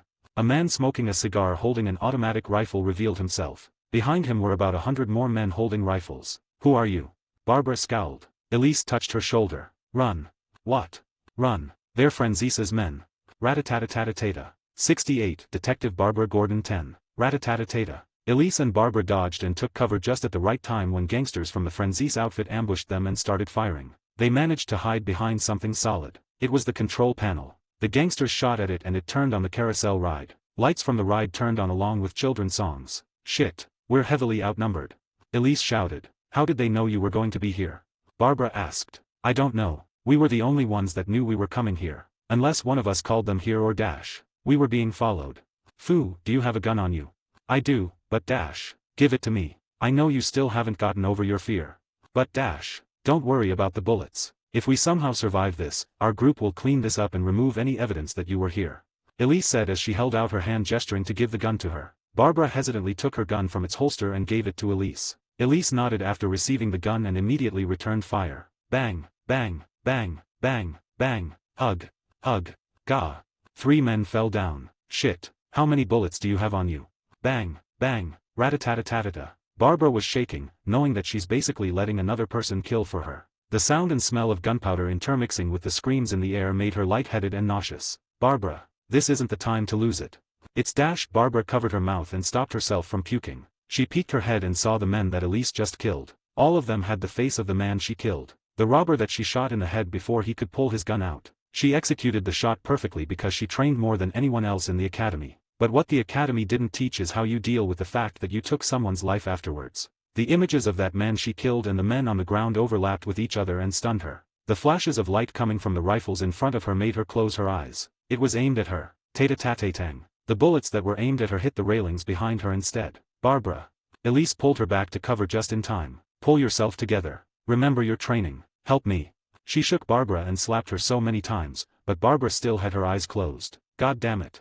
Elise wiped her sweat off and checked the bullets that were left in the magazine. There were only 3 left. She heaved out a sigh and looked at Barbara. That was completely useless right now. Remember your training. Elisa's voice echoed inside her head. Her mind went back to one of the first times she met Batman. He came out of the shadows like he was part of it. Like a portion of the shadows suddenly came alive and birthed out a being. That was how he traveled. It was also the first thing she asked to learn from him rather than dodging bullets. She opened her eyes and saw Elise almost giving up. Hey, Barbara, you finally came to. Elise, how do we travel? Elise's eyes flickered. She got what Barbara was saying. Through the shadows. Barbara nodded. Elise pulled her body back and saw 2 lamp posts that were illuminating the area. She aimed at it and pulled at the trigger. Bang, bang, and then she aimed at the power outage connected to the carousel. Bang, the lights turned off and the music stopped. That's not gonna do anything, Elise. The man with a cigar in his mouth shouted. Rat-a-tata. He shot at the dark. If we can't see, you can't see too. Gurg. Gak. Gah. Hey.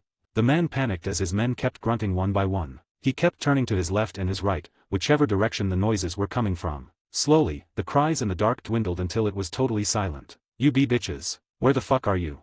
By this time, the cigar he was nonchalantly smoking has already fell out of his mouth as his lips lost the strength to contain it. We're right here. An ever so soft whisper rang out just behind his ear. All he could do was gasp before he got put in a chokehold. Tack tack tack. The rifle fell on the ground from the man's arms. Inside an office, Barbara and Elise were sitting across from each other in front of a desk silently waiting for someone to arrive. The doors to the office opened and a man wearing a white suit entered it and walked straight towards the desk. As he glanced at Elise, he heaved out a sigh after sitting down on the office chair at the desk. We've taken care of everything. We cleaned up the mess at the zoo. Thank you. Elise said. No, you shouldn't be the one saying that, Elise. You're basically family. He said before looking at Barbara. The one I need to hear that from is the lovely lady sitting in front of you. Barbara furrowed her brows. Thank you, Callahan. I hope you know that what I did wasn't for free. Sir, I was the one being targeted. She just got dragged to our problems. I wouldn't have survived if we didn't work together. I owe her. Callahan lifted up his hand to stop Elise from speaking. He took out a smart tablet and fiddled with it before turning the screen towards them. You and her were being targeted. This was sent to me just minutes before you two got attacked. The screen projected a picture of them talking by the bench where they were baited by the killer. The sender said that I now have 2 former League of Assassins members in my hands and was preparing to declare war on them. Barbara and Elise frowned at the picture. Now tell me, do we still have to owe her, Elise? If anything, it's because of her that an all-out war might ensue. Please, Sir. But, because Elise found it in her heart to not make it a debt in need of repaying, the least the detective can offer is turn a blind eye if ever she finds something related to us. In turn for us keeping your presence there at the scene a secret and the fact that your registered bullets were lodged into multiple corpses there. Barbara clenched her fists. Do you understand? Callahan looked directly at Barbara, who couldn't look back in shame. This is nothing personal. It's just the nature of the business we're in. Elise couldn't do anything anymore in the situation but helplessly watch Barbara and wait for a response. Yeah. Barbara finally replied. Good.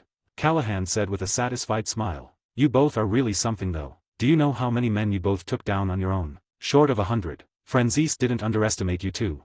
He chuckled. What did you do to them? Barbara finally faced Callahan directly. We killed them, of course.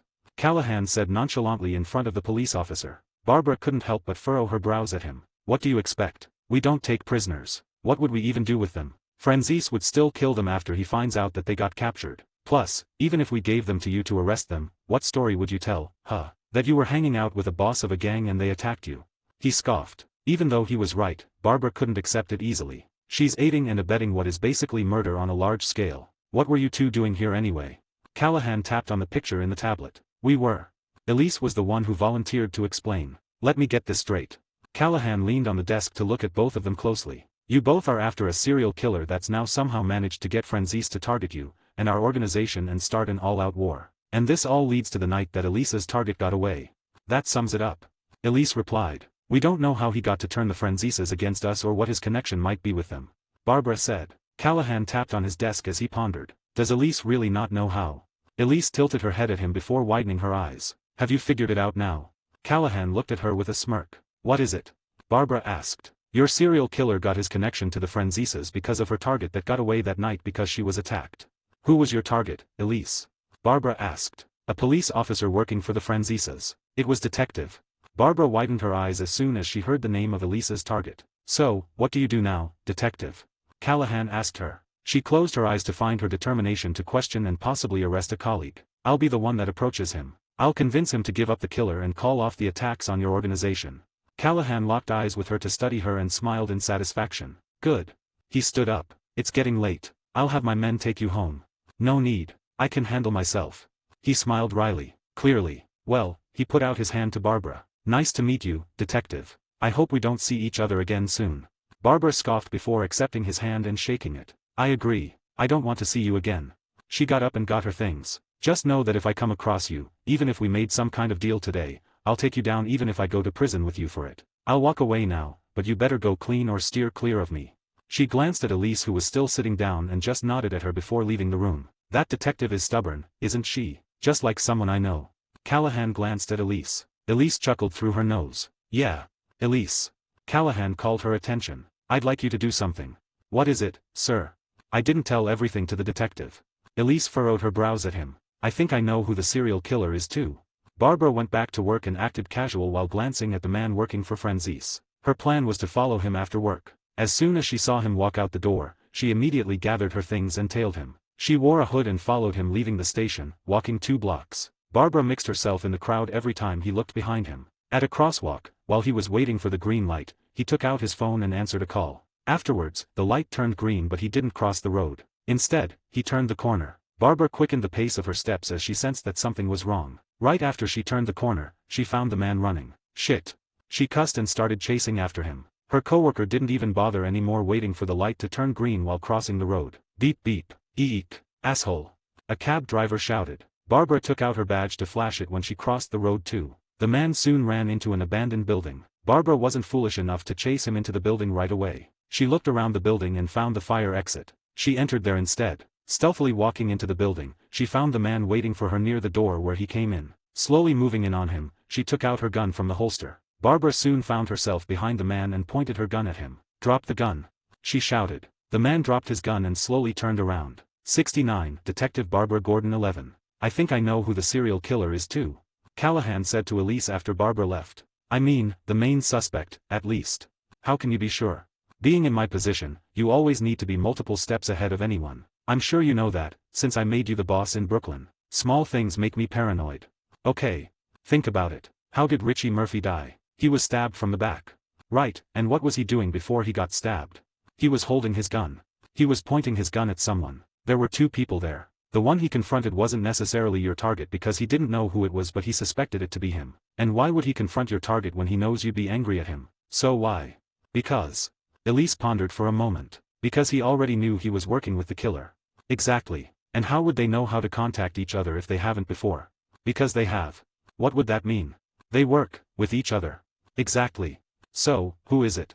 This is still just speculation. The detective might be pissed if we're quick to judge. Investigate where he lives and break in to find evidence.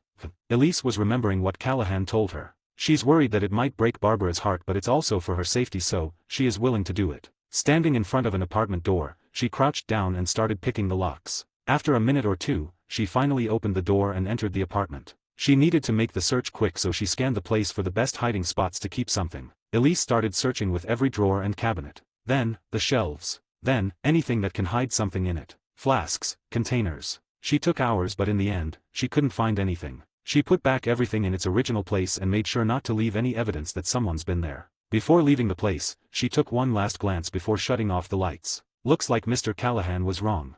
She shrugged as she went through the doorway. Right as she was about to close the door, she realized something and rushed back in. She turned on the lights again and looked at the round ceiling light in the middle of the living room. It wasn't turning on. The place was still well lit and a person that doesn't live there wouldn't care enough to notice that one light wasn't on. Elise went back inside the apartment once more and grabbed the stool to boost her up. She reached out at the light and it moved with Elise barely touching it. Elise pushed the ceiling light and it opened a hole. She reached around inside the hole and took out a beanie hat and a pair of glasses. She reached inside again and pulled out a partially burnt document. She went down from the stool to get a good look at the document. He really was the killer. She clutched the document in her hand as she was reminded of that night that she got attacked. But she took deep breaths and calmed herself down. She's already decided to give up the killer to Barbara so that the deceased can also get their justice. After she finally calmed down, she took out her phone and called Barbara immediately. Barbara, I have something to tell you. What is it? I'm currently in the middle of something. I know who the killer is. Who? Beep. Barbara. Put your hands up. Barbara ordered the man. Gordon. I never thought you'd be involved with organized crime. Detective Sergeant Russo. The sergeant scoffed. You're the one to talk, detective. Who would have thought that the #1 detective in the station is actually working for Callahan? And a trained assassin at that. You really played that fear of discharging your gun well. I'm not. Barbara sighed. Whatever. I'm not here to talk about this with you. Then, what do you want? I need you to tell me who the serial killer is and help call off the war with the Callahans. Serial killer. Don't play dumb with me, Sarge. She nudged her gun in the air. Hey, take it easy. I don't know what you're talking about. What serial killer? The one that you were helping the FBI with before? I really don't know who it is. You godman liar. You and the serial killer even set us up by baiting us with a decoy and starting a war with the Callahans. Barbara moved her gun closer to Russo. I really don't know. I promise you. Rying. Her phone suddenly rang. Damn it. She pulled out her phone with her other hand while still pointing the gun at Detective Sergeant Russo. What is it? She said. Barbara, I have something to tell you. What is it? I'm currently in the middle of something. I know who the killer is. Who? Ugh. Barbara felt a sharp pain at her side. She looked at her side and saw a knife sticking into her. Ugh. She groaned in pain and dropped her phone. Barbara turned her head to see it was and frowned upon seeing the man that stabbed her. Russo quickly moved in on her and grabbed her gun from her. Ha ha ha. You got here right on time. Manning. Give me her gun. Detective Tanner Manning held out his hand to him. Here. Russo as he gave the gun to Tanner and turned around to find the gun he dropped. It's a good thing you got her on time or I would be dash. Bang, bang, bang, thud, gug. Barbara shuddered as she saw Russo drop dead after being shot multiple times by Tanner. He really didn't know. Tanner scoffed. He showed Barbara's gun to her and waved it around. This is your gun with your fingerprints on it, by the way. He said as he waved the gun around to show that he was also wearing gloves. Tanner. Barbara clutched her wounded side. If you're still wondering why, Tanner scratched the back of his head. I'm the killer you were looking for. Why dash? Barbara trudged and was about to fall down. Oh, hey. But Tanner caught her. You should be careful, here. He sat her down on the ground with her back laid on the wall. Tanner sighed as he found a crate to sit on in front of Barbara. Why? Well, if you had read my file from my therapist, you would have found out that I was raped. I was raped by a girl from my class in high school. I was a weak little boy back then, you see, and we had a crush on the same boy. She overpowered me and tied me to a chair. He furrowed his brows as he pulled back one of his sleeves, revealing a bunch of hair ties. She didn't plan on raping me at first, but she said it was to make me straight and for her to practice. I passed out midway and the last thing I could remember was her ponytail bouncing as she rode me with her back facing me. I woke up untied and naked on the floor. He scoffed. After graduating college, I went back to my old hometown. Then, I saw her again at a reunion. With my body more developed, I wished I could just turn back time and kill her at the time she raped me. She wouldn't be able to overpower me now, right? But she still did, Barbs. She still did. I was so traumatized that I couldn't even face her. I thought I was already over it, but I was still afraid of her until then. Right there, I thought about my future as a police officer. How could I stand up to anyone if I couldn't face my fears? So, I decided to confront her. Barbara reached for her phone that was on the ground, but Tanner kicked it away. I mustered up the courage and went to her home, right? She invited me in, she was being nice, I got comfortable and thought maybe this will cure me. Until she showed me her bedroom and pushed me onto her bed. I think she got the wrong idea for my visit. He chuckled. She mounted me and said, I guess you craved for more after that night, huh?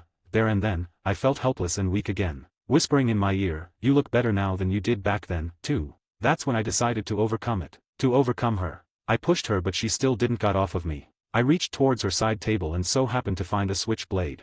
He smiled menacingly. HAAA. HAAA. HAAA. Barbara couldn't do anything but sit there and fight to stay alive as he talked about his past. I killed her. I panicked because even though I was the one being assaulted, I knew no one would believe me, she even had her top off already. So, I left. I left town without telling anyone. I was about to go to the academy that day anyway, so I have my alibi just in case. That was the first time I killed. I was scared but it felt so satisfying and freeing. I hadn't planned on doing that again, but I still regret the fact that I couldn't do that before I was raped. It would have been more satisfying if she could have at least worn a ponytail again when I killed her. Tanner sighed. So, every time I see a girl wearing ponytails, I turn back time and kill my rapist. That night, with Elise. Barbara managed to ask while struggling to breathe. Elise. Oh yeah, the gangster. She was wearing a ponytail, then. Tanner shook his head as he chuckled. She almost killed me. Luckily, another girl passed by and startled her, making her leave. Sadly, she had to wear a ponytail too. I killed her out of frustration and ran to get a cab. Russo, did he know? That piece of trash. He'd never know. The only reason he got to be a sergeant was for bagging criminals under Callahan. I guess they found out and sent out that girl to kill him. The only reason he helped me was because he thought I was working for the Franzises too. He cackled. He thought I helped him when Elise was chasing him. Russo even visited me at the hospital to thank me personally. That's how I got in contact with him. I played along and waited for the right time to kill him.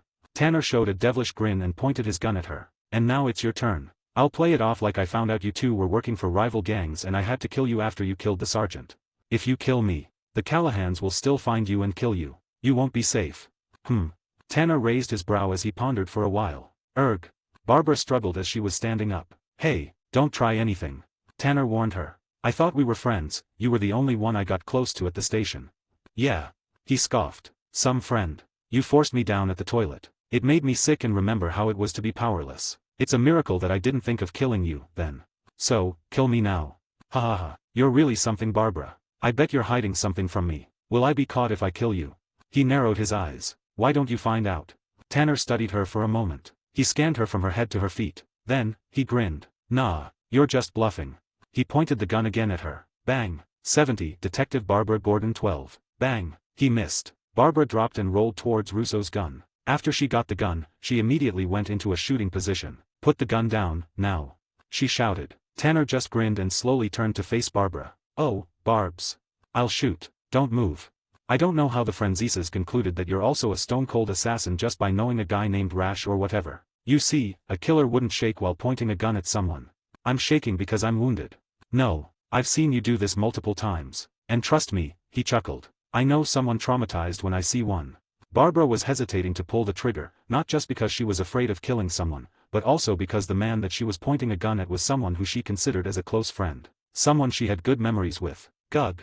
Barbara dropped her hand, still holding on to the gun along with her head. She's given up and accepted death. Tanner smiled in satisfaction as he raised up his gun and pointed it at Barbara. But just as he was about to shoot, crash, he looked up and saw someone leaping in through the window. A girl with blonde hair tied into a ponytail was holding two daggers in reverse in each hand. Her sharp blue eyes that seemed colder than ice can make a normal person shudder in fear. Tanner backed up and fired at her. Bang, bang, bang, bang, bang, TSP, TSP, Gur.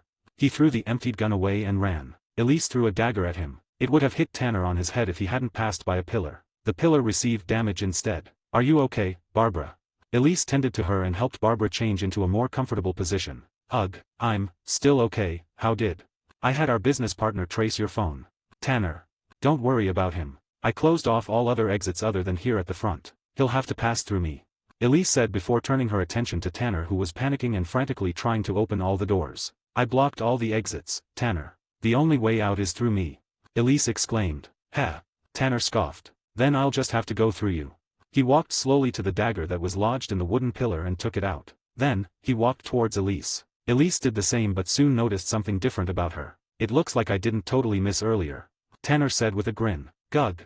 Elise clutched her leg that was bleeding and continued walking with a limp towards Tanner. Once they were in front of each other, Elise readied herself. You're not gonna escape like last time. The first one to make a move was Tanner. He jabbed the dagger at Elise multiple times but Elise dodged all of it. It was her time for her to counter but Tanner did something strange. He reached for his back. It made Elise weary and Tanner turned his jab into a slash. Elise wasn't able to dodge it fully and her arm got slashed. I tricked you. Tanner chuckled. I had nothing on my back.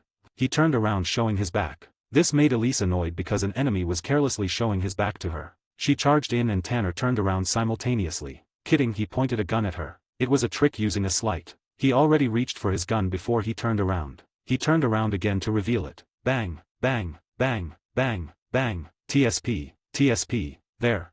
Tanner grinned as he threw away the emptied gun. A trained assassin like you should have handicaps when fighting an amateur like me. Now it'll be a good fight, he said as he posed with the dagger in his hand. Elise dodged all the bullets earlier and even blocked some with her dagger, but her other leg got shot in the process. Now, only one of her limbs is fully functional. Elise, Gerg.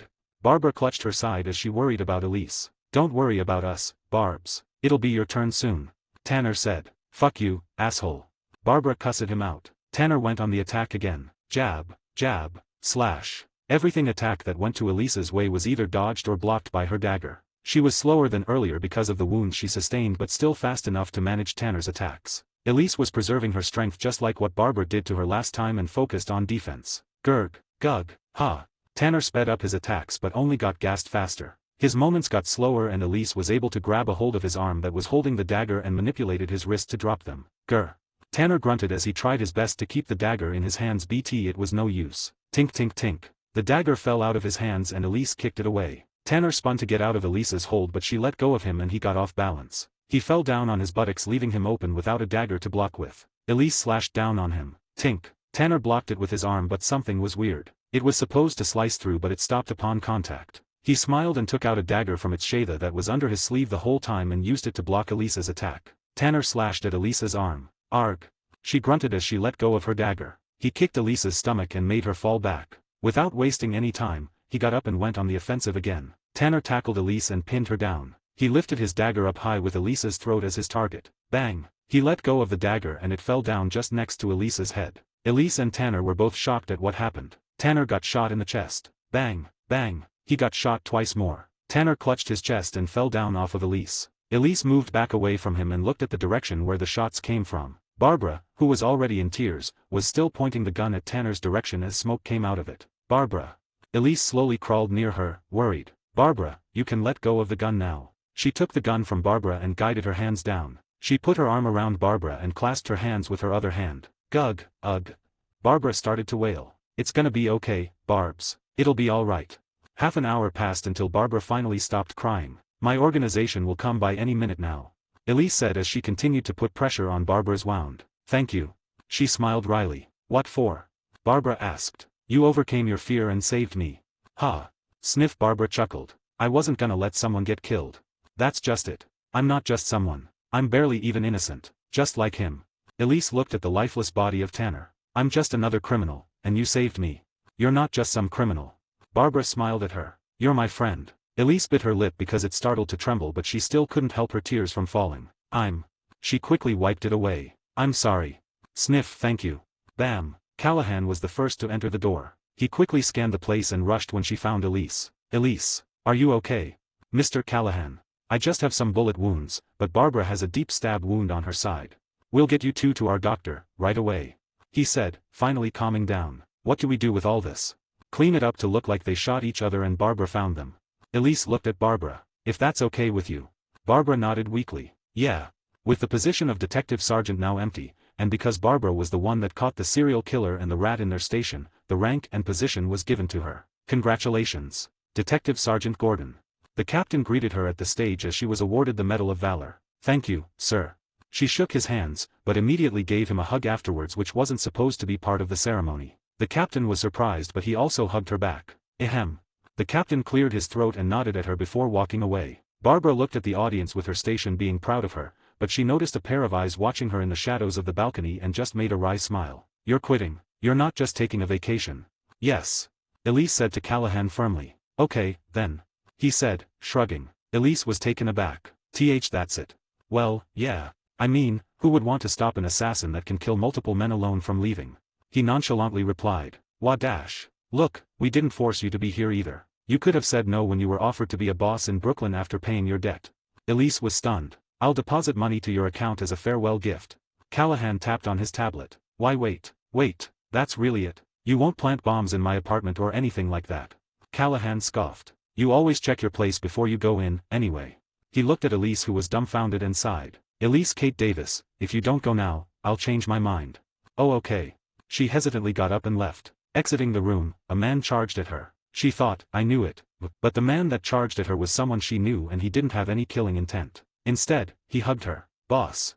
The man cried. You're really leaving us. Elise smiled wryly and hugged the man back. Yeah, Stan. It was her bartender. Take care of the bar for me. Sniff. I will. So, you let go of Elise, just when we're about to become fully legitimate too. Callahan's right-hand man said. Yeah. Callahan said as he looked at a picture of Francisa's decapitated head. The final obstacle for them to become a fully legal company. Do you remember the first time we found her? At the compound? Yeah. I lied about her being useful to us. She reminded you of your wife and daughter, didn't she? Yes. Callahan said with a regretful smile. She had the same blue eyes prying out of her mask. I couldn't help myself, and I still made her go through all that. Seeing her all bloody after coming back from her missions broke my heart each time. I just looked at it as atonement for letting them die. He clenched his fist. His wife and child, before he remarried, got killed by a competitor and he made a deal with the League of Assassins to wipe them all out in exchange for his most prized possession at the time. A chunk of nth metal. You did what you could at the time, sir. 10 years later at Gotham. At the police commissioner's office. You got your dad's office back. Congratulations. A blonde-haired woman was visiting the newly reinstated police commissioner. Thank you, Elise. I wouldn't have cleaned the police here if it weren't for you giving me that list of names. It's for a friend, after all. She smiled at her. And getting it was easy. Mr. Callahan's competitor would weaken if their business partners here get taken down. Barbara chuckled. I thought he was already legit. Yeah, but this is what happens when your competitors still use illegal methods. Elise shrugged before smiling playfully. So, Batgirl, huh? She leaned towards Barbara and whispered. Barbara made a wry smile. It was a long time ago. I saw some old videos of you and the Batman. I couldn't believe that was you. It was so amateur. She teased. Both of them laughed. You're going back to Boston after this. Yeah, I worry about the kids if I leave them with their dad for too long. Callahan deposited $100 million into Elisa's bank account when she left their organization years ago. She moved to Boston and established an animal sanctuary. That's where she met her husband and eventually made a family together. Good for you, finally living a peaceful life. Why not try it yourself? In this city? Barbara scoffed. Maybe in the future, but not now. Barbara said with determination in her eyes. I see. Elise made a wry smile. Well, then, you still have another meeting, right? She stood up from her seat. Yeah, thanks for coming by. Don't hesitate to contact me, okay? Yeah. She waved at Barbara before going out of the door. Outside Barbara's office, someone caught Elisa's eye. Sitting right outside of the office, was a young man with a rugged appearance, wearing a brown leather jacket. Elise passed him by and saw his eyes that had the same intensity as hers once were. McGinnis. Barbara's voice called out and the young man stood up and entered the office. Elise watched him with curiosity as he entered Barbara's office, but as soon as the door to the office closed, she spun her heel and went on her way. 71, Chapter 59. 8 years ago before Terry became the new Batman. SHHHHHH. Pang, pang. It was evening and a storm was raging. Flashes of lightning illuminated the dark corridors of the Wayne Manor. Eek. A man drenched in the rain opened the door and went inside. Where were you? A friend of the man that was waiting for him asked. I was just doing some experiments. The man said as he clutched the pocket of his raincoat and glanced at it. We're all waiting for you, Bruce. I know, John. Bruce replied almost apathetically before taking off the raincoat and disappeared into a small gap in the wall. John Jones, the Martian manhunter, followed closely behind. They got down the stairs and arrived in the Batcave where 5 other people were waiting for them. Bruce. Diana. Diana and Bruce shared a kiss as soon as they got reunited. I hope what you were doing just now can help us with this. Superman interjected. I hope so too. Bruce Wayne replied. Even you're not sure. I don't always have the right answers, Clark. Bruce replied with a faint smile. Ugh. What is it, Barry? Barry Allen suddenly groaned and grasped at his head. I felt something. I suddenly just got lightheaded. Are you okay? Cyborg asked. This is nothing. I think I just need something to chow on. ZZZZ. ZZZZ. Barry Allen, the Flash, zipped out and in the Batcave and came back with 2 candy bars. I can't get over how large your fridge is, Bruce. Barry said as he took a bite of the already opened candy bar. Now that we're all here, do we have a plan? Cyborg asked. There's not much time for a plan. Bruce said as he leaned his back on the Hellbat suit. The suit opened up and started attaching itself onto Bruce. So, beat up the bad guys, hack into their doomsday device and hope for the best. Aquaman sarcastically remarked. Typically, yes. John transformed into his Martian form. We don't know what exactly Gorilla Grodd made for the Legion of Doom this time. All we know is that the device's reading is similar to Darkseid's Omega Beam, in larger proportions. We don't have much time. Let's go. Superman said in urgency before turning around. All 7 of them hastily went out of the Batcave, through the waterfall and into the lake. Aquaman jumped upwards from the lake and Cyborg caught him. As the rest of them flew, the Flash ran just below them, running on water. Even if the Flash can't fly, at least he gets to travel not looking like a loser. Aquaman said as he watched the Flash running across the lake while being carried by Cyborg. You look cool when traveling underwater. Most of you can do it too.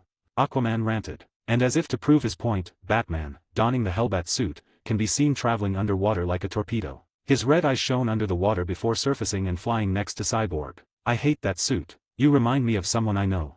Aquaman said. He was referring to Black Manta, one of Aquaman's enemies. The red eyes of the Hellbat suit was reminiscent of him. Batman ignored him and accelerated to fly next to Wonder Woman just behind Superman. Hey. Wonder Woman said with a smile as she saw Batman next to her. Hey. Batman replied. What do you plan to do after this? I'll tell you later. I hope we make it until then. Don't be so pessimistic. We always make it back in the end, don't we? Batman gave her a smirk. Yeah, we do. We're almost there. Everyone, get ready. Superman said. They were headed to somewhere in the middle of Gotham. An hour later, only 3 people in the team were standing. The rest were knocked unconscious along with members of the Legion of Doom. "Can you stop it?" Superman asked. "I can't. I can only limit the area of the blast up to the entirety of this lot," Batman replied as he typed away on the Omega bomb. "Shit, if only Cyborg didn't took a punch for me earlier. This would be way faster if he did it," Aquaman said as he wiped blood off his nose. Even Superman didn't get through the battle without getting any bruises. That's how fierce it was. "It's more than enough. This building is already set for demolition anyway. We just need to get out of here before it blows up," Superman said. "Start getting them out of here," Batman said without turning his head. Aquaman and Superman started leaping in and out of the building to get all of the unconscious people out of the blast zone. When they successfully evacuated everyone, Superman made Aquaman stay outside to look after everyone as he went back to where Batman and the Omega bomb was. Still not finished. "I don't think I'll make it, Clark." Superman widened his eyes at Batman's statement. "What are you saying? Is it the suit? I know it drains your life force. Can't you handle the bomb without the suit?" "It's not the suit." Batman tapped his chest and the suit came off. "It's the bomb."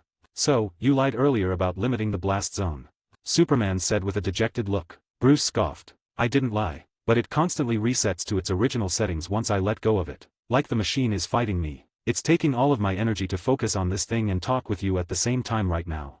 Can I do it?" Superman said with a regretful look as he tried to offer his life instead. "I'm sorry, Clark. Just when we finally got to say that we're friends, you leave. Is that it? I already considered you a friend since before we got to have a good conversation." Superman furrowed his brows in pain. "What do I tell the others? Tell them that I don't have any regrets working with any one of them. It's been an honor and a pleasure. And Diana? Tell Diana that I love her very deeply, and that I considered retiring to spend the rest of my life with her." "Ugh," Wonder Woman groaned. "Diana, you're awake. Where are we?" Wonder Woman widened her eyes and shot up when she remembered what they were doing. "What happened?" "Calm down. It's already over." Wonder Woman scanned the area and found the members of the Legion of Doom tied up. She continued to scan the area and saw other League members on the floor, but the two that came with them weren't there. She panicked again. "Where's Bruce?" "Batman and Superman are still inside. They're handling the bomb. I need to be with Bruce."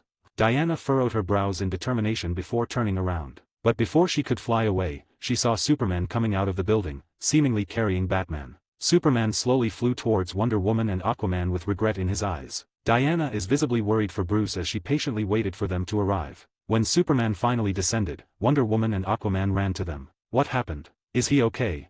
Diana asked Clark. Clark couldn't answer or look at Diana. Diana snatched what Clark was holding and shook it. "Bruce, are you okay?" Tears started to form at the sides of her eyes. "Diana," Aquaman uttered in worry before looking at Superman, who still couldn't make eye contact. "Bruce." Diana frantically searched for the button to open up the suit. When she finally found it, she opened the suit, only to find a hollow shell. Diana immediately looked up at Superman and hoped that it was a joke because Bruce wasn't in the suit. "I'm sorry, Diana."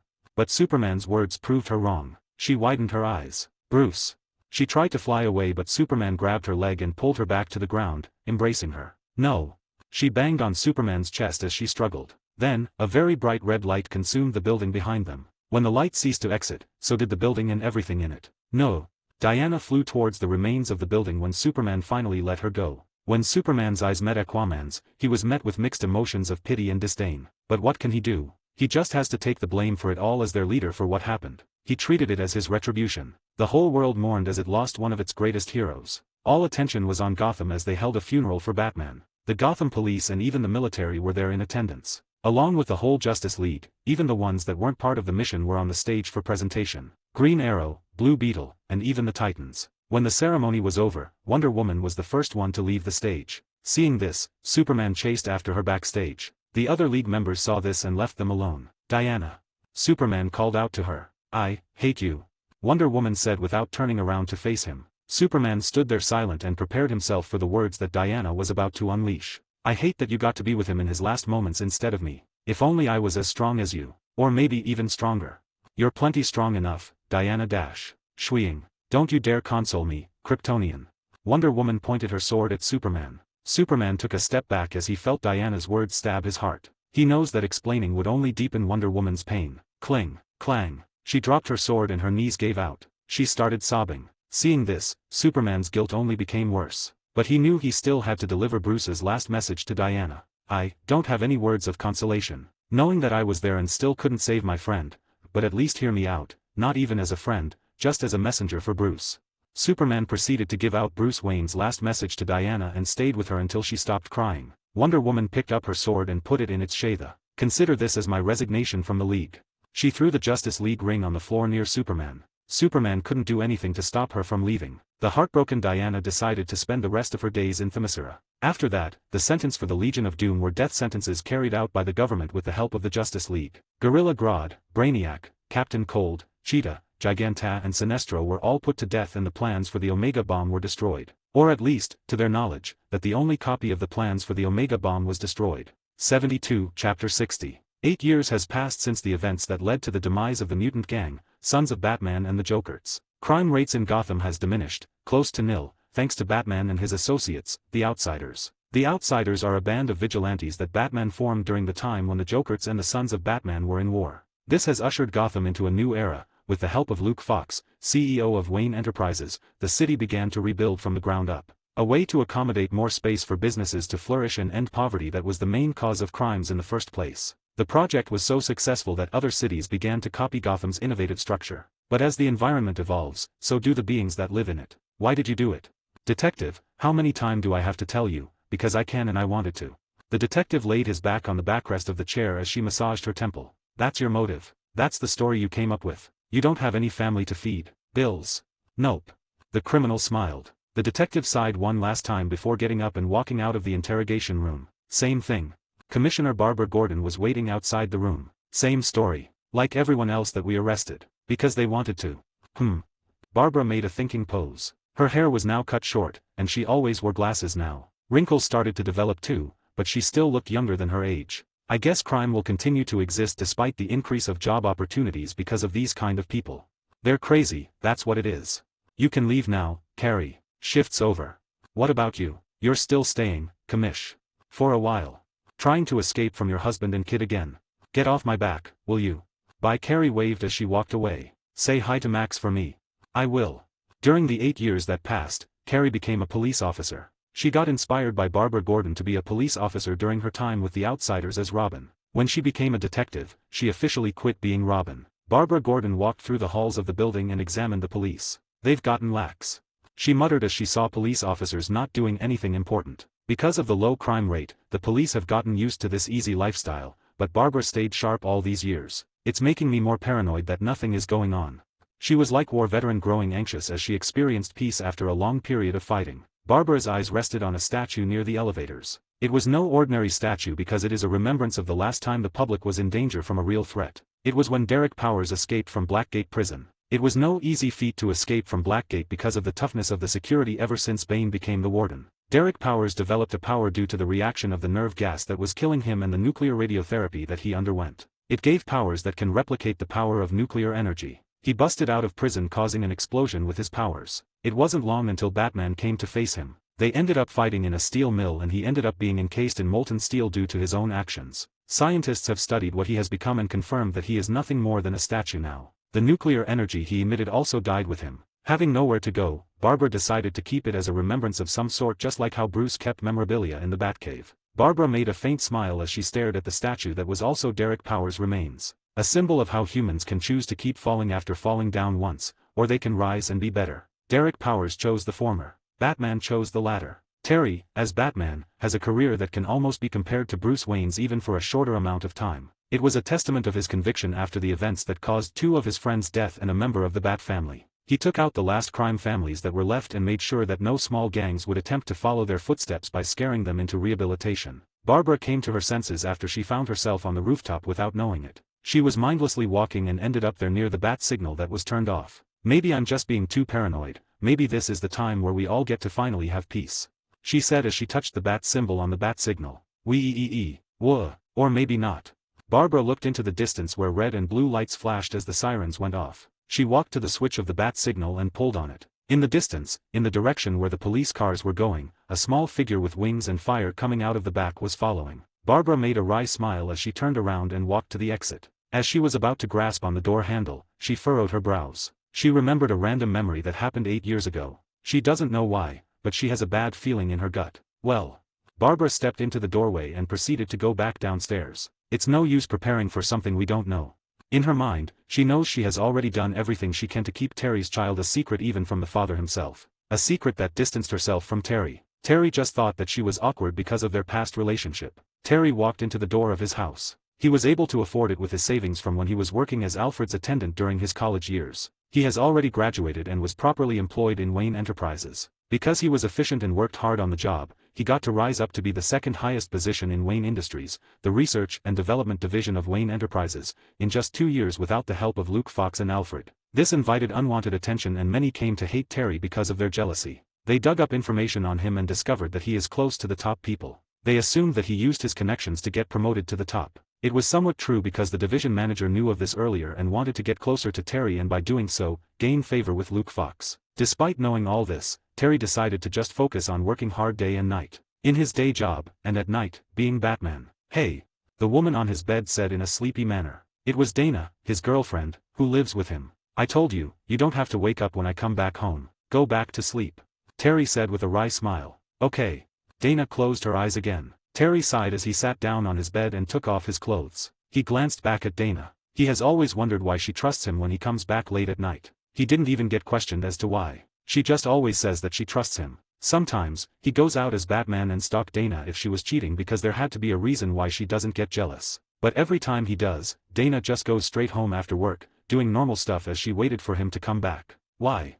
Terry muttered as he doesn't feel that he deserves this level of trust. Especially with all the secrets that he keeps along with his identity as Batman. Terry lied down and fell asleep immediately because he was tired. "Idiot," Dana whispered while wearing a melancholic expression. "I already know. I'm just waiting for you to tell me yourself." "Hurry up." Terry McGinnis just did a roundhouse kick on the trunk of a full-grown tree. His leg brutally passed through the trunk, breaking it from where he hit it. Snap. Foo. Thud. The tree fell. "You have to find another way to test your strength or we'll run out of trees soon," the old man watching him said. It was Alfred. They were outside Wayne Manor. "He always comes there to train." "I'm sorry." Terry awkwardly smiled. Did Bruce ever felt like his strength was lacking? Alfred noticed Terry hesitating but didn't pay it any mind and just answered his question. "Of course." "What did he do? Is this about your previous stint with the Justice League?" Terry couldn't answer but his silence was more than enough to know that it is. Now officially part of the Justice League, he just had a mission with other members of the League to handle an invasion by otherworlders. They had to prevent them from opening a portal to their world. It was when Terry felt that his strength was lacking. They succeeded the mission but there were moments that one of them could have really died. He felt that if he had more strength, they would have done a better job without any close calls. Alfred looked at him with concern. "Everyone has limits. I believe even Superman has his. That's why him, Bruce and the others, created the Justice League. To help each other with their individual strengths." Terry looked at his hand and created a fist. "Maybe I should practice using the Hellbat suit now." "No." Alfred immediately objected. "You are aware of the consequences it has. Why? Master Bruce only used it when he already lived a significantly long life. You are still very young." Terry made a wry smile. "Thank you for your concern, Alfred. I won't use it now, but I'm not completely dismissing the idea either. That suit was created for a purpose. You also know that, don't you? And I hope it doesn't come to that." Alfred, still making a worried expression, said. Don. Don tensed up before turning his head. "You scared me.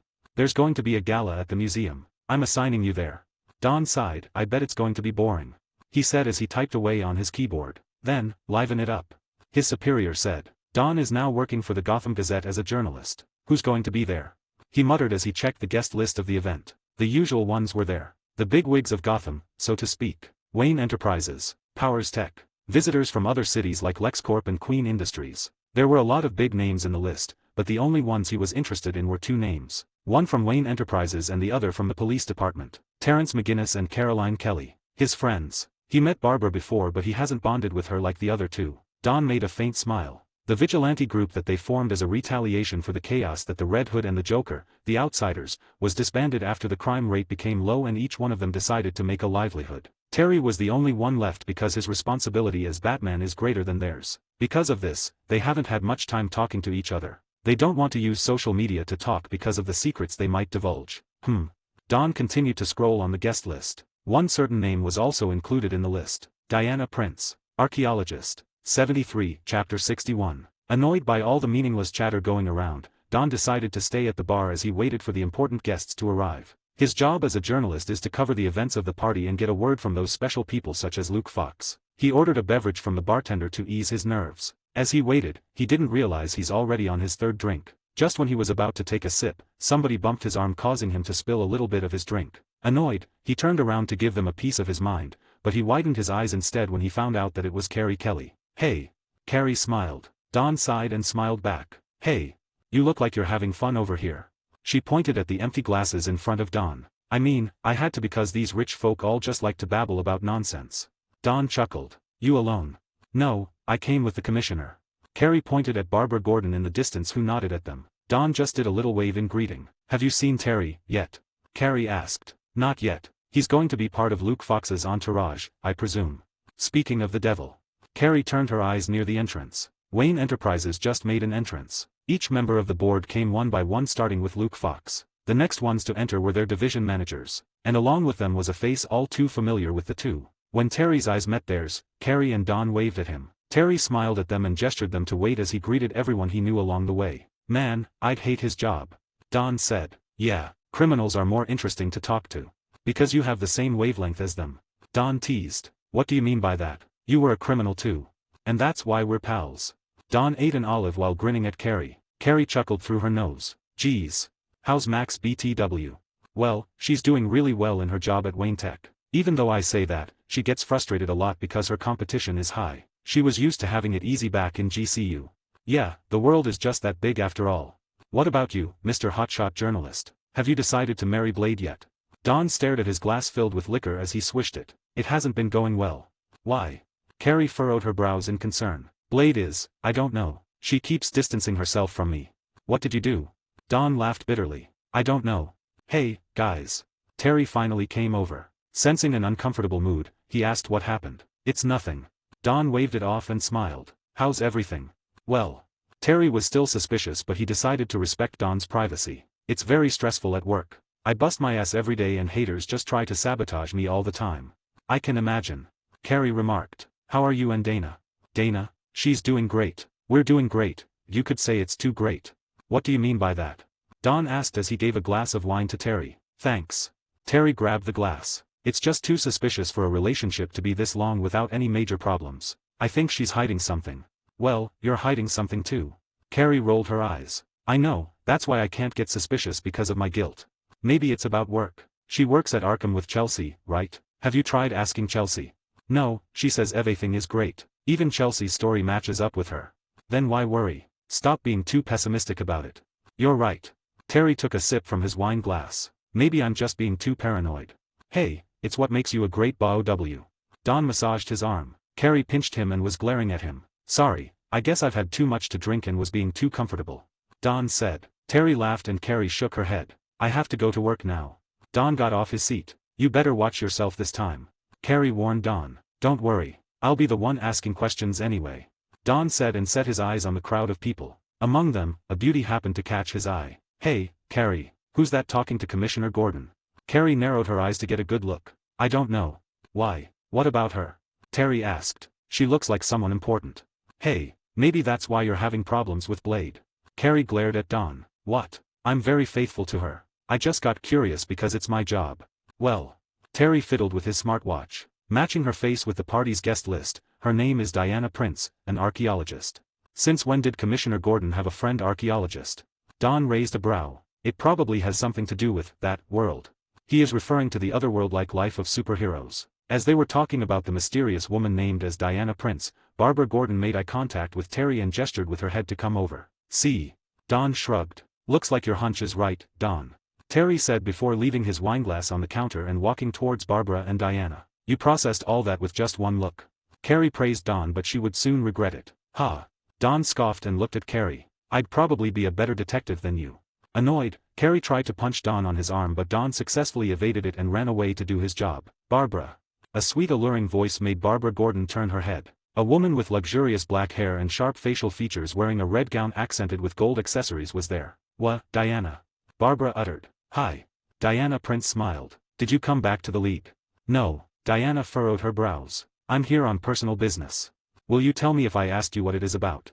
"My job is an archaeologist." "Of course, you would see me in a museum, dear." Barbara made a faint smile and got what Diana was really saying. "Just don't cause a big mess." "You're really strict now. You used to be livelier than this." "I guess I've matured." "You have turned into a beautiful woman." Diana held both of Barbara's arms and felt it. A diligent woman worthy of being called an Amazon warrior. That's high praise, princess. Barbara replied with a smile. Meanwhile, you haven't changed. Only on the outside, Barbara. She made a smile that carried loneliness behind it. Anyways, I want to meet your new champion. Question mark. Barbara tilted her head. Oh, you mean. That's right. Diana made a faint smile. What for? I feel like I have a say if he is worthy of Bruce's title. Even Superman recognizes him. Barbara said. Superman. Diana made a troubled expression mixed with hate. Please don't mention him to me again. Oh, sorry. Barbara was frightened a little bit by the Amazon princess scowl. No worries. Diana waved it off and fixed her expression to a friendly one like before. So, can you set up a meeting for me with him? You can meet him now.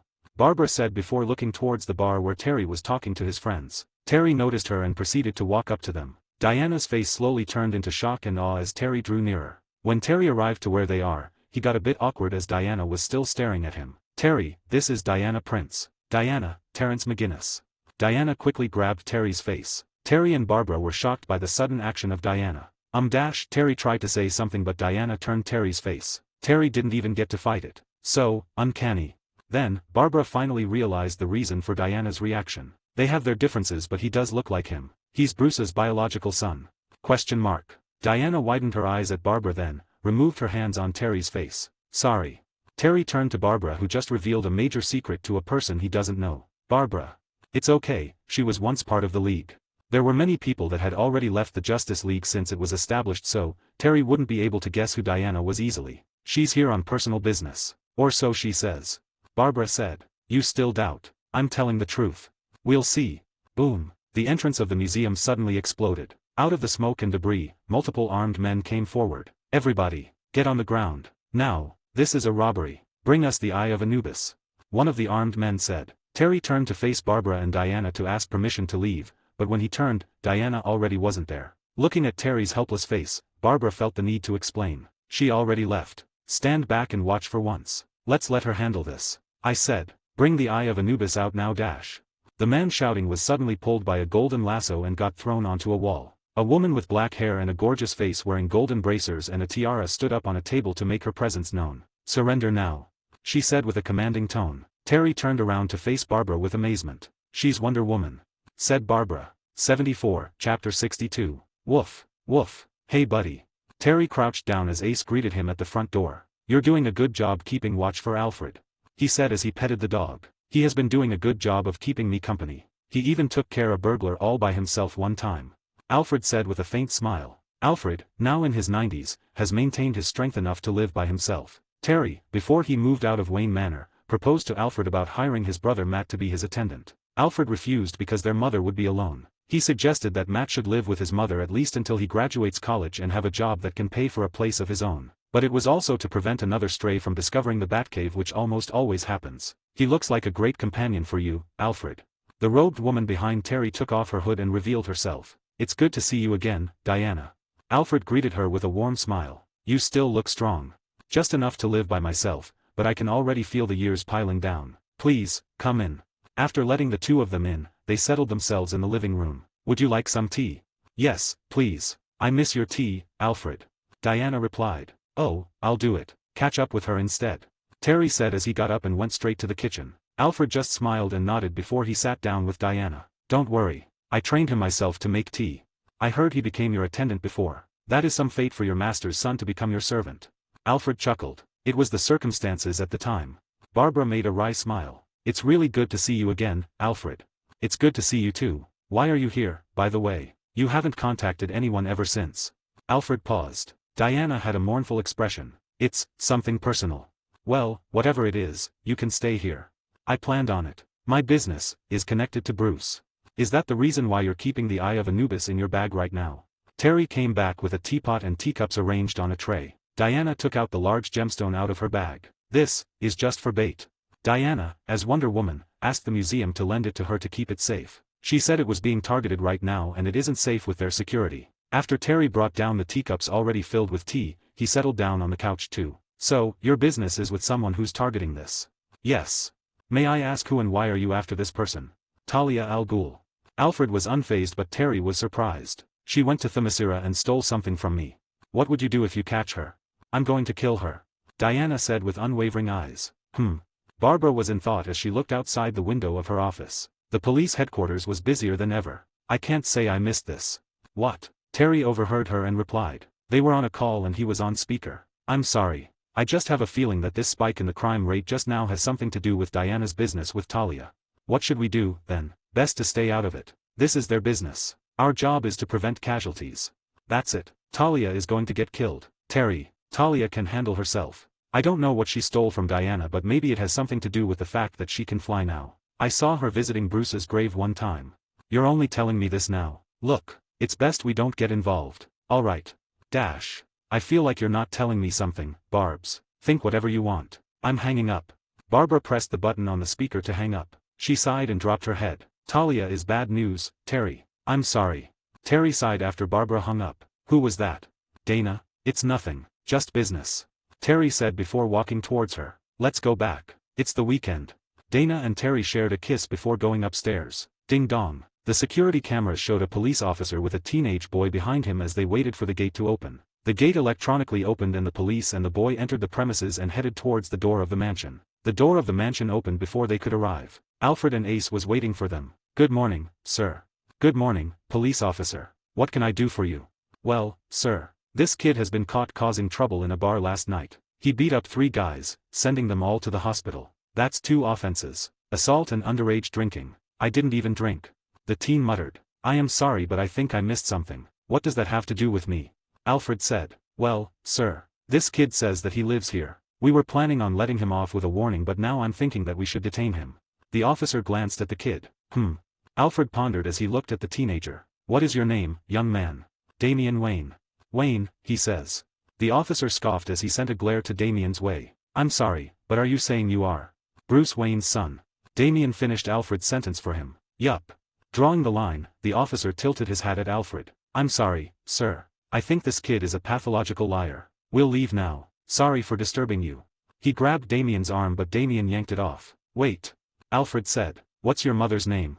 The officer couldn't believe that the old man is believing this kid, while Damien just smirked. Talia al Ghul. He replied. Yeah, so this kid says he lives there. No one wanted to take him there, but the Sarge just had to see me. I was even keeping myself busy. A uniformed police officer was talking to 2 detectives by the water station. Barbara so happened to overhear their conversation while she was getting coffee. Can you believe this kid? He says to the old man living there, that he's a Wayne. More so, Bruce Wayne's illegitimate son. The balls on that kid. And you know what? It worked out for him. The old man accepted him into the mansion. I think he's gone senile. I even said to call me personally if something happens. You never know with a kid like that. His folks probably didn't raise him right. The things he said caught Barbara's attention. She immediately walked up to them. The detectives that were talking to the police officer pointed at the uniformed police officer's back. When he looked back, he saw Barbara and was caught by surprise. See, Commissioner. Where did you drop the kid you were talking about? Oh, it was at the old, Wayne estate. The old man. What did he say before accepting the kid inside? He asked for the kid's name and his mother.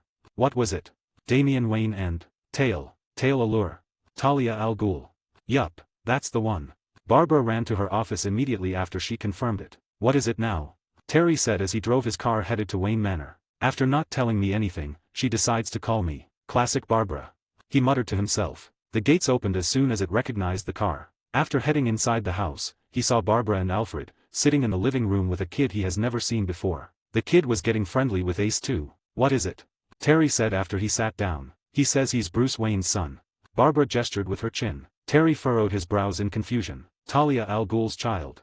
She continued. Terry widened his eyes at the sudden revelation and looked at the teenager who was busy playing with the dog. What's his name? Terry asked. My name is Damien Wayne. Please refrain from talking about me like I'm not here. He said, looking annoyed as he continued to play with the dog. I'm sorry, but it's dangerous for you to be here right now. Terry looked at the other two. It's dangerous for him to be here right now. It's a good thing that Diana is still at work in the museum. I already talked about it with him. He agreed to keep the fact that he is Talia's son from Diana. Alfred said. And that solves everything. Then, would you like to give him lodging instead? Why is giving him somewhere to crash the problem here? He's obviously sent here for unknown reasons. I can't be somewhere else. I'm a Wayne. I should be here, at the place where my ancestors built. I'm finding out how my father has lived, and so far. He looked around the place with an arrogant smile. It is to my liking. You know, Damien, Terry here is Bruce's son too. He's your half-brother. So, He hasn't even been living like a Wayne. He lives like he's ashamed of it. I will never be ashamed of the legacy that my father has left. The empire my grandfather created. Terry and Damien glared at each other. 75, Chapter 63. Hey, take it easy. Barbara said. Don't fight. The two broke eye contact at the same time. Damien, do you know why Wonder Woman wants to kill your mother? Something that she took? Barbara asked. Damien exhaled. She stole 2 relics from her. The gauntlet of Atlas that amplifies the wearer's strength and the sandals of Hermes that amplifies the wearer's speed along with the ability to fly. He replied nonchalantly. So that's why. Do you know something about this, Barbara? Terry asked. I saw Talia, one morning, here, visiting Bruce's and Jason's grave. She told me something about Bruce's seed. She looked at Damien. She flew away right after, which shocked me. So, now she has super strength and the ability to fly. Jason Todd, Big Brother really is dead. Were you really the one that defeated him? Damien asked Terry. I defeated him, but I didn't kill him, if that's what you mean. He killed himself. He committed seppuku, to preserve his honor. Is that still fashionable these days? Terry narrowed his eyes at Damien. Where did you grow up in? He asked as sarcasm. I grew up in the mountains, training to become my mother's successor as the leader of the league. But Damien still answered the question. Well, that explains why you act the way you do. He said. What is wrong with the way I act? Damien furrowed his brows. Let's just say that we can't tell what time period you came from. What do you mean? Barbara sighed. Have you watched television before? I only watch world news. I was forbidden to watch anything else. That explains it. Do I act that abnormally to you? Yes. All of them answered at the same time. Even Alfred, who was keeping quiet this whole time. Damien blinked in confusion. Terry and Barbara left Damien in the living room watching TV with Alfred and Ace while they talked privately in the kitchen. This is a big problem. I still can't believe you kept something like that from us. Terry was referring about Talia's appearance years ago. Now you call me here for this. What was it about not being our business? All of that changed when the issue walked into Alfred's doorstep. Plus, you kept the fact that you visited the place where Jason was killed, remember? Fine, point taken. What do you think her goal is by sending Damien here? I don't know. Maybe it really is just to discover his roots. What are we going to do with him? If he wants to learn more about Gotham, the modern world. Barbara peeked her head and watched Damien in the living room watching anime for the first time. His eyes were glued to the television screen with his jaws dropped. We should send him to school. It's the fastest way to make him adapt. Are you crazy? He'll cause so much problems. What about his background? He's not a registered citizen. I think he didn't even enter the country legally. Have a heart, Terry. He's still just a kid that hasn't been exposed to many things and hasn't yet experienced what normal is. Alfred and I will handle it. It's just to let him see what normal looks like. That kids his age aren't training to be killers.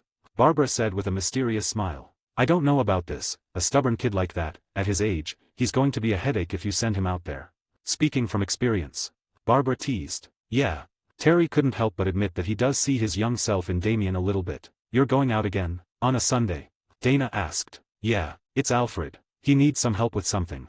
He was tasked to guide Damien about what Bruce stood for, why he created the Batman persona. Because it is now the title that he carries and no one understands the responsibility of carrying it better than him. Okay. Dana gave permission unwillingly. Terry looked at her with guilt written all over his face. I'm sorry, Dana. No, it's okay, as long as you come home safe. It's something that Dana says every time he leaves for that part of his life. He couldn't tell how, but he thinks Dana has formed a conclusion in her mind that he's doing something dangerous. Because of his past as a criminal, maybe. Terry just hugged her tightly and kissed her forehead before he left to assure her. I promise. He said. As he drove to the Wayne estate, he saw a bunch of criminals getting arrested. Where are these guys coming from? He muttered as he watched this scene while he was at a stoplight. The criminals didn't look like they were Gothamites. I'm gonna have to ask Barbara about this later. He said before driving off. Once he arrived in the mansion, he saw Diana having a conversation with Damien. They were smiling and laughing while having tea. To outsiders that don't know who they are, it looks like a peaceful conversation, but to Terry, it looked very weird, not to mention, dangerous. But it seems like Damien kept his word about keeping the identity of his mother a secret to Diana. Oh, Terry. Good morning. Diana happily greeted Terry as he walked in. Good morning. He replied as he glanced at Damien, who just smirked at him. I was just having a conversation with this brilliant boy. He reminds me a little bit of myself when I first went outside of Themyscira, entering a world full of mystery, Diana said. He's knowledgeable in Sun Tzu's The Art of War and other classic literature. Very insightful and a fast learner too. A feat that father has shown, as I've been told. Damien remarked. Yes, Bruce is a man of many talents. Diana said with a melancholic smile. Yeah, I'm going to show my little brother around, if you may excuse us, princess. Terry said as he gave a meaningful look at Damien. Damien stood up. Would you excuse us? He bowed his head. Sure. She replied with a warm smile. As Damien accompanied Terry, Diana watched them walk away with a meaningful look. Is this father's secret lair? Damien asked as they walked into the Batcave after walking down the stairs. This is the Batcave, yes. So many advanced technologies. Damien uttered as he scanned the place, and his eyes landed at the Batsuits being displayed, particularly the one that Bruce wore last before he died. The Hellbat suit. You'll get used to it, Terry said before taking a seat and offering Damien to sit across from him. We haven't talked properly yet. Damien took a seat and crossed his arms. There is no need. I know who you are. You're my father's child from another woman. The man that took over his mantle as the Batman. Do you know what is the purpose of being the Batman? What that title stands for? It's about being the greatest warrior in this lifetime. And frankly, I haven't given you my approval yet. Who the hell needs your approval? Terry thought. His brow twitched, but he held back from getting angry. It's not about being the greatest warrior. I don't know who told you that, but you are misguided. Batman doesn't fight to be the strongest or the greatest at anything. He fights to protect the weak and innocent from the tyranny of evil men. To be strong enough to protect everyone. Isn't that just the responsibility of being a lord? To protect his state from danger. State? No. A lord has an army. Batman is just a single knight, and he doesn't own Gotham. He's just taking the responsibility of protecting it on his own. You're wrong. He's a lord and a knight. He doesn't need an army because he is the greatest warrior that has ever lived. Terry sighed and massaged his temples. This kid, how do I get through to him? If you can't even understand that, I don't think you should be Batman. Maybe you'll understand it better once you get to school tomorrow. Why do I need to go there? I'm already learned. It's not the books. It's about understanding how society works, even in a small level. That will be easy.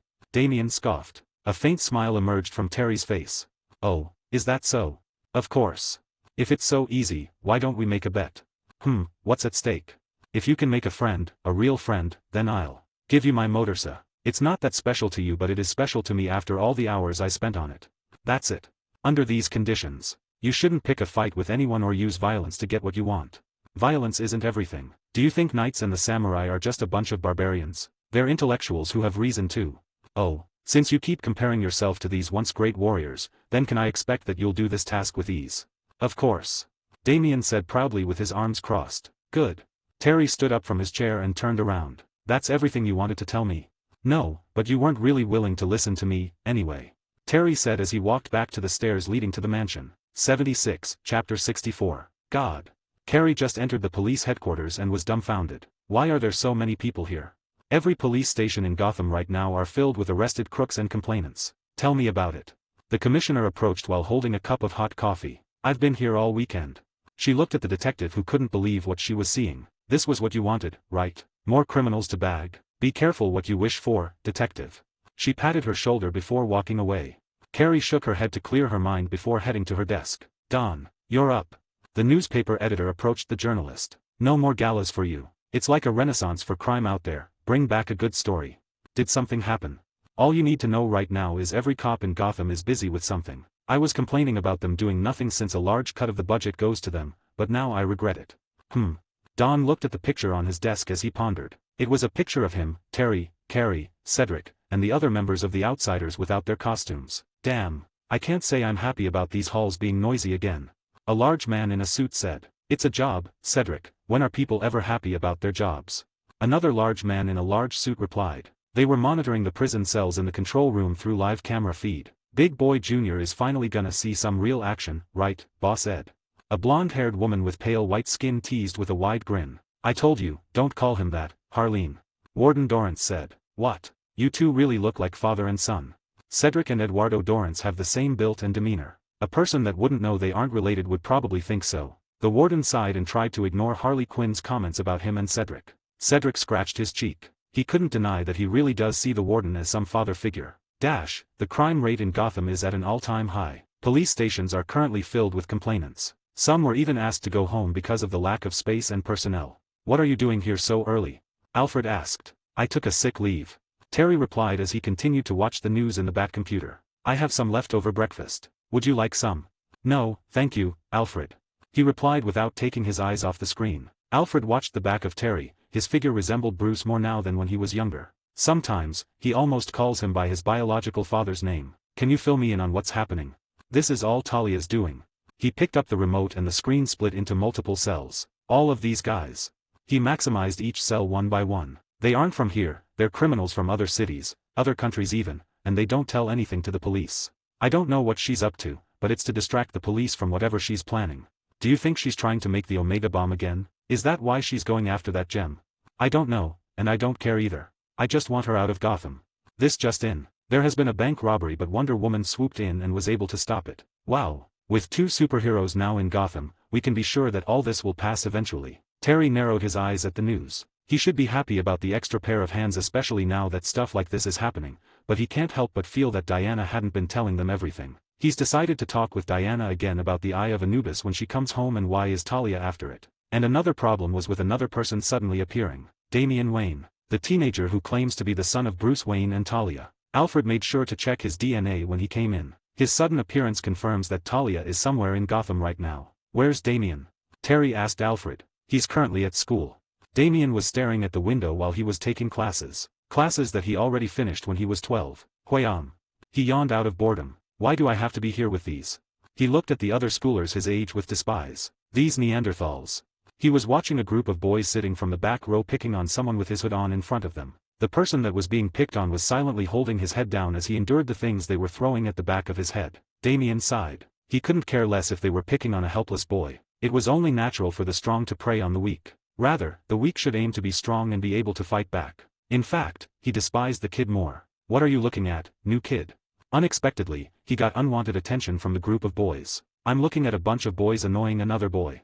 Not that Damian was worried about the attention. Are you gonna snitch? One of them leaned forward to Damian and slammed his fist on his desk. What's a snitch? Damian furrowed his brows. They all looked at him in confusion before looking at each other and snickered. They thought Damian was playing ignorant about what they were doing because he got scared of them when it was really an honest question. They left Damian alone, and it just made Damian confused about what happened. Damian just shook his head and went on to his own business again. I want to go home and watch the next episode of Assault on Giant. He was really more interested in the world of anime that he was just introduced to a couple of days ago. He's finished multiple series by watching it every time he can. He was even watching it during his self-training and other activities like eating. That world makes much more sense to me than this place. After school, he didn't have anything planned other than going home. Damian was really questioning why he is being required to go to school. His mind was preoccupied by anime since the time that he got introduced to it, that it made him forget what his goal was going to school in the first place. Right. He just remembered, but it was already too late. Classes were over and everybody was leaving. Tisk. He began to curse at himself. I haven't made a single friend. He contemplated about his error as he walked on home. On his way home, he found the kids from his class going into an alley. Damian figured that he might as well make friends with them. How hard could it be? He sneaked from behind them and didn't reveal himself yet. He wants to know what they were doing there to start a conversation. I'm so sick of how you look at us. Do you think you're better than us? The 5 boys were encircling the boy they were picking on in the classroom earlier. Is that why you don't hang out with us anymore? Huh, because you're suddenly above us. One of them started pushing the boy's elbow. Damian decided to watch the scene unfold from the fire exit that he climbed up to. Is this some kind of initiation? He muttered to himself. I don't hang around with you anymore because I have something better to do now. So, you do think you're better than us? No. I'm sick of you. The guys mumbled before cocking his fist and throwing it. The boy saw it from a mile away and dodged it. NGH. The boy threw another punch and he dodged it as well, along with a punch from another kid. He was bobbing and weaving through both of their punches. Oh, Damian was impressed. Not bad. What was his name again? Nate Murtaugh. He muttered as he looked at the boy that was skillfully dodging the attacks of his former friends. It was going well until another one came in to attack him with a kick to the stomach. Gug. He clutched his stomach and got punched on his face. That was when he fell down and the other kids beat him up until they were satisfied. Damian furrowed his brows in frustration as he watched. NGH. He groaned on the floor as the other kids left. That's when Damian decided to approach him. Nate and Damian locked eyes. Both of them, curious with each other's agenda. Why didn't you retaliate? I saw how you were dodging earlier. You've been trained. Boxing? You could have won if you took them down one by one. Why didn't you? Mert lifted his upper body from the floor to sit. You've been watching. The whole time. He heaved out a sigh. I can't fight back. My coach says I shouldn't use my fists outside the gym. Damian stroked his chin. What a coincidence. I was told something similar. He held out his hand to Nate. Nate accepted it and pulled himself up with Damian's help. You're boxing too? No. Damian raised his brow and thought of an excuse. Mixed martial arts. He said with a proud smile. Damian, right. Yup. And I believe, you are Nate. Why do you talk like that? What do you mean? Like that. Damian furrowed his brows. Never mind. Say, Nate. Damian felt like it was the right time to ask him to be his friend. Why don't we become friends? I'm new and you probably need a friend yourself. Nate looked at Damien from top to bottom before he said, no. Damien was dumbfounded. He surely thought that it would work. The motorcycle that Terry cherished was soon to be his. He had already planned riding it around Terry to gloat. Wawa dash. Those guys will come after you too if we hang out together. I can't. You must be mistaken, I can handle them very dash. No. Nate cut him off with a firm rejection and started walking away. Damien bit his lip as he tried to deny what just happened. 77, Chapter 65. Nate Murtaugh, 16 years old, lives with a single parent. These were the details projected on the screen of the Bat computer. Why are you using the computer for this? Terry freshly came out of the shower and was drying his hair with a towel. Well, you said I needed to make a friend. Terry furrowed his brows and approached the computer. He turned it off. Hey. Damien sounded out his complaint. Don't treat this like it's a mission. But isn't this the mission? To make a friend? And I already chose my target. Like I said, Terry couldn't believe that he really has to repeat himself. Don't treat this like a mission. That's not what being friends is all about. That's not how you form a relationship. You have to get to know them through conversing. If you want to know something about them, at least go through their social media. They'll post what they're willing to reveal about themselves. Don't go through government records. Damien crossed his arms and licked the inside of his cheek in annoyance. Terry looked at him and heaved out a sigh before turning around and activating his suit. You're going out. Can I come with you? Damien asked. No, Terry said firmly before flying out of the Batcave. Inside the museum, Diana, behind a magnifying glass, was meticulously brushing a metal shard that had markings on it. Terry, what are you doing here? Diana seemed to be talking to herself, until a man appeared out of nowhere. It was Batman. I came to ask a few questions. You didn't feel like asking me anything before. Diana turned around to face him and tilted her head. Because we were trying to stay out of your business, but now it's unavoidable and I might have to step in. You don't plan on stopping me, are you? Diana glared at Batman. Killing Talia? No. She'll come to kill you too, anyway, once she finds you standing between her and the Eye of Anubis. That was the part that we were trying to stay out of. Batman moved closer to Diana. My question, why is the Eye of Anubis required to making the Omega bomb? Diana smirked. Anubis, the Egyptian god of death, was also a user of the Omega effect. Batman furrowed his brows and narrowed his eyes as he prepared to hear her tale. After the war between the Egyptian gods, they collected his eyes and buried them into two separate locations. One was unearthed by you, humans, and the other one was discovered by Gorilla Grodd deep beneath Gorilla City. Diana took out the Eye of Anubis from her bag and held it. It looked nothing more like a precious gem. Who knew that it held something powerful and that it had a deep history? My guess is, he studied it and discovered that it gave off readings of the Omega effect. Batman pondered for a while. Jason Todd. He was resurrected by Talia al Ghul. It's highly likely that Talia has a copy of the plans for the Omega bomb and Jason just stole it. But why is she after the Eye of Anubis 8 years later? Who knows? She just probably found the proper use for it now. But how did you find out that she was after it now? Diana frowned. She recently got the Helmet of Fate. What's that? It belonged to the most powerful sorcerer in the universe. Whoever wears it gets possessed by Dr. Fate, whose spirit resides in the helmet. Doesn't seem so powerful if he lost it. His only weakness is the wearer himself. A normal human, Kent Nelson. I rushed to where he was as soon as I heard of Talia's appearance, but their fight was over. He didn't survive the injuries he sustained when he fought Talia. He managed to say with his dying breath that Talia was after the Eye of Anubis next. Diana clenched her fists. Did he say why? No. So. Batman crossed his arms and pondered. We can only assume that she found a way to utilize Fate's powers without getting possessed and losing her free will. Correct. When your fight with Talia happens, hand over the eye to me. Sure. I only needed it as bait, anyway. Diana shrugged before turning around and going back to her work. Batman decided to leave right after their conversation. He leaped out of the window and put his arms behind his back like a captive. It looked like he was taking the leap of faith until his wings activated and stopped his fall. Then, the jets from his soles shot him upwards to the sky. As he was flying through the sky, he took his mind off of what his previous conversation with Diana so he could focus on why he was out. To know what these criminals are doing in Gotham. Their intentions. Batman has already picked a target and was heading there. An organization that was supposed to be based in Starling City. The Triads. They had a base in Gotham before, but Batman was able to chase their operations out of the city. He got intel that they have occupied a Chinese restaurant in Chinatown. He had already activated the camouflage function of the suit and went inside the restaurant nonchalantly. The waiter didn't even take notice of how the door opened and just passed it off as a gush of wind as he proceeded to slack playing on his tablet. Batman walked past security and entered the back door where they were doing their secret operations. An underground casino. He passed through the casino, undetected, and entered the office he suspects where the leader was.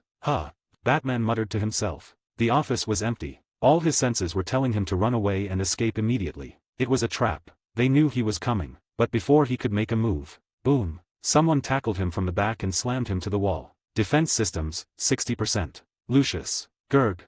Batman grunted as his whole body was being pushed against the wall. People entered the room from a secret door. An elderly lady wearing traditional Chinese clothing walked towards him. I was worried if you can really handle him yourself, she said, talking to the person that was immobilizing Batman. I apologize for doubting you.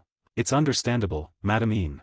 A feminine voice replied to the elderly lady known as Madam Ian that could very possibly be the leader of the triads that entered the city. He is, after all, that formidable. It was a voice that Terry wasn't familiar with, but he already has a hunch of who she was. Even though you say that, you're handling him very well. Madam Ian sniggered. Grr.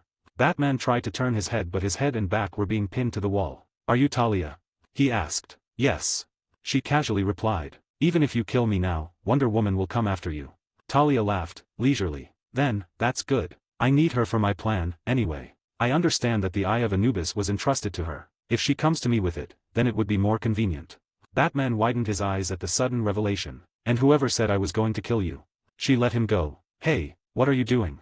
Alarmed, Madam Ian yelled. Batman, finally free, threw a punch immediately. Talia caught his fist with her hand and pushed him back, slamming him onto the wall. TSK TSK TSK. She waved her finger. After I graciously set you free, you immediately threw a punch at me? Rude. She grinned. You should properly hear what I have to say first. Left with no choice, Batman just glared at her and gritted his teeth, waiting for her to continue talking. Good. Talia smiled in satisfaction. This wasn't part of the deal Madam Ian said but was cut off by Talia raising her hand. I would have gone with your predecessor's wishes. Anything at all. I would have gone along with him. Do you know why it didn't end well for us? The one thing we didn't agree on. Talia asked Terry. Because you're a crazy bitch. Talia laughed. You're funny. She covered her mouth, only revealing her fierce eyes, and continued talking. It was because he refused to kill. What's the point of telling this to me? Because I don't want you to make the same mistake as him. If you really want to create your ideal world, you should erase those hindrances. Ha! Batman scoffed. Are you telling me to kill these people? He looked around the room. Madam Ian and her guards were very alarmed, slowly pointing their guns at the two of them. Exactly. Talia nonchalantly replied. I refuse. Talia sighed. I expected as much. She lifted her eyes again and looked at Batman. But I'm not giving up. What would it take for you to kill? That's what I want to find out. Then you'd be wasting your time. Talia, delighted by the challenge, grinned. Is that so? She immediately slammed him into the wall again with a front kick. Gug. Batman bounced off the wall and used that momentum to attack Talia. Talia smirked at him and caught his arm. She manipulated his joints and made him face backwards, pinning him to the wall again. He was no match for Talia, whose strength and agility was multiplied by the equipment she stole from Diana. Gurg. Batman grunted. Talia drew her mouth close to his ear. What if your loved ones get threatened? Would you kill for that reason? Batman widened his eyes. Gray. He pushed the wall with his other arm with all his might. Gray. Yes. That's it. Focus all that anger. Give in to your instincts. Slowly, the wall he was pushing started to form cracks. Talia was visibly very delighted at this scene. But, Terry suddenly gave up pushing and started to pace his breath, calming himself down. I'll never give in to your wishes. He declared. Talia looked very disappointed. Without any warning, he grabbed his head and started banging it onto the wall. Bang, bang, bang, bang. She was furious. Bang, bang, bang. She kept slamming him until the wall crumbled. Warning. Defense systems are down. Lucius. Terry, at this point, was barely conscious. Talia grabbed his head again and ripped off his cowl and turned him around to reveal his face to everyone in the room. Who is that? Madam Ian, very frightened at the scene she just saw, asked. His name is Terrence McGinnis. His information will be easier to find now that you know his name. Talia smirked. Now, McGinnis. She looked at Terry's eyes. What will you do now that everyone close to you could be endangered because they know who you are? He glared at Talia first before glaring at Madam Ian and the others at the room. With all his energy left, he wiped his bleeding mouth before opening it. I'll remember everyone here. If you don't kill me now, your lives will be a living hell. You'd wish that I should have just finished the job and killed you. More so if you go near everyone close to me. His words were calm, but the intent behind it were delivered properly. Everyone unconsciously stepped back just by him looking at them. Ha! Talia scoffed. So, in the end, you'll choose to be stubborn, just like your father. Terry just replied with a devilish grin. If that's how you're gonna be. At that moment, she immediately moved to the nearest triad minion and pierced his chest with her hand. Irk. The man groaned. If you can't finish the job, then I personally will. 78 Chapter 66. Coog. The man spat out blood. Talia. Terry struggled to lift his body. Before anyone could make a move, she was already in front of her next target. Madam Ian couldn't react properly and just stood there with her mouth agape. Not a single word could be uttered as she watched her men get killed one by one. Blood was sprayed everywhere. Soon, only Terry and Madame Ian were left alive. Talia, with arms soaked in blood, slowly walked towards Madame Ian. "But, we had a deal." Confused, terrified, hopeless, she managed to utter. "The deal was that I'd get him for you." "Well." She gestured towards Terry who was laying down, biting on his lip. "I did get him." Those were the last thing Madame Ian heard before her head got ripped away from her body. "You evil bitch!" Terry shouted. "You better be kill me now or I'll dash." "You'll what? Kill me? For killing these criminals that you were after in the first place? If you have the guts to do that, then you would have killed them yourself and I wouldn't have had to do it for you." Terry clenched his teeth. "You won't get away with this, Talia. Since you're not gonna be cooperating with me until the end." She started walking towards him. "I'll have to temporarily remove you from the equation until I've achieved what I came here for." Talia slowly lifted her leg up high with her foot aimed at Terry's arm. Crack. Uriak. Terry screamed from immense pain as his left arm was shattered. Now, she lifted her leg again and aimed her foot on his right arm. "Your other arm." Crack. Greyark. He bellowed out a haunting wail. His breathing was haggard and showed how tired and exhausted he was from the beating he got. But unfortunately, the torture didn't stop there. Crack. Crack. Crack. Talia stomped on both of his legs and also his rib cage. The brutal and haunting sounds of bones being crushed intermixed with the wails of a man echoed throughout the room. Terry's bones that has gone remodeling through training to make them as strong as possible and prevent injury was crushed effortlessly by Talia's immense godlike strength. A normal human would have fainted and died by now, but Terry's will was so strong that his eyes never lost strength. In fact, it was more fierce than ever. "That's it." Talia gave him a faint smile and crouched down. "You'll survive this if you keep your will alive." She looked behind her for a moment and locked eyes with Terry once more. "Your allies are probably already on their way here. I'd better go now. Let's meet again when this is all over." Terry stayed quiet and conserved all his strength to stay conscious and glare at Talia. He knows that if he loses consciousness here, he would probably never wake up again. That's how critical his condition was. "Oh my God," Barbara said as she saw Terry being hooked onto life support inside the Batcave. Terry immediately let go of his consciousness once he reached the Batcave with the help of Wonder Woman. They contacted her because she was the only one strong enough to handle Talia in case there's a confrontation. But she didn't reach their location fast enough. When Diana got there, Talia had already left Terry in a critical state. "He'll survive. He has his father's strong will," Wonder Woman said in a sober mood as she remembered Terry's look as she carried him towards the Batcave where Luke Fox was already waiting. Terry's eyes were filled with so much rage that it looked like they were about to pop out of his sockets. "Beep, beep, beep. How long will it take for him to recover?" Barbara asked Luke, who just finished washing his hands after he applied the equipment to rearrange Terry's bones and hold it in place. It was an equipment produced by Wayne Tech to prevent the need for amputation. Even with the miracle drug being administered through his veins, Luke Fox looked at the unconscious Terry lying on the bed. "I'd say it would take about 2 months for him to recover." Barbara put her hand under her chin and pondered. That would probably be enough time for Talia to accomplish whatever it is she's planned. "Don't worry." Diana clenched her fists. "I'll stop her." "No," Barbara sternly said. "You're part of her plan. You watched the tape on Terry's body cam, right? That would only help her out. Then, what do you suggest? We should just let her get away with this. Isn't Terry your colleague? Whatever it is, she won't get away with this. You'll have to stand back for now," she said while locking eyes with Diana. Anyone would have been scared of staring a furious god directly in their eyes, but not Barbara. She's experienced too much to be scared by something like this. "Fine." Fortunately, Diana submitted. "But I'll immediately go after her if I ever deem that it is needed," she said to conclude their conversation. "I'm okay with that," Barbara said. With that, Princess Diana turned around and left the Batcave. "I should leave too." Luke Fox fixed his jacket and started walking after patting Barbara's shoulders. As he walked towards the stairs that led to the mansion, Alfred and Damien appeared. They just nodded at Luke before continuing to walk towards where Barbara and Terry was. Damien just stared at Terry with complicated feelings. Despite knowing Terry for a small amount of time, he does still recognize that he's blood-related through their father, and that brother was gravely injured by his mother. Irritated by seeing Damien, Barbara couldn't hold back from saying what she was thinking. "You're not gonna say anything?" Damien, annoyed, gave back an irritated expression. "Do you expect me to apologize? I did not do this. But your bitch of a mother did. You should at least offer your help convincing your mother to stop."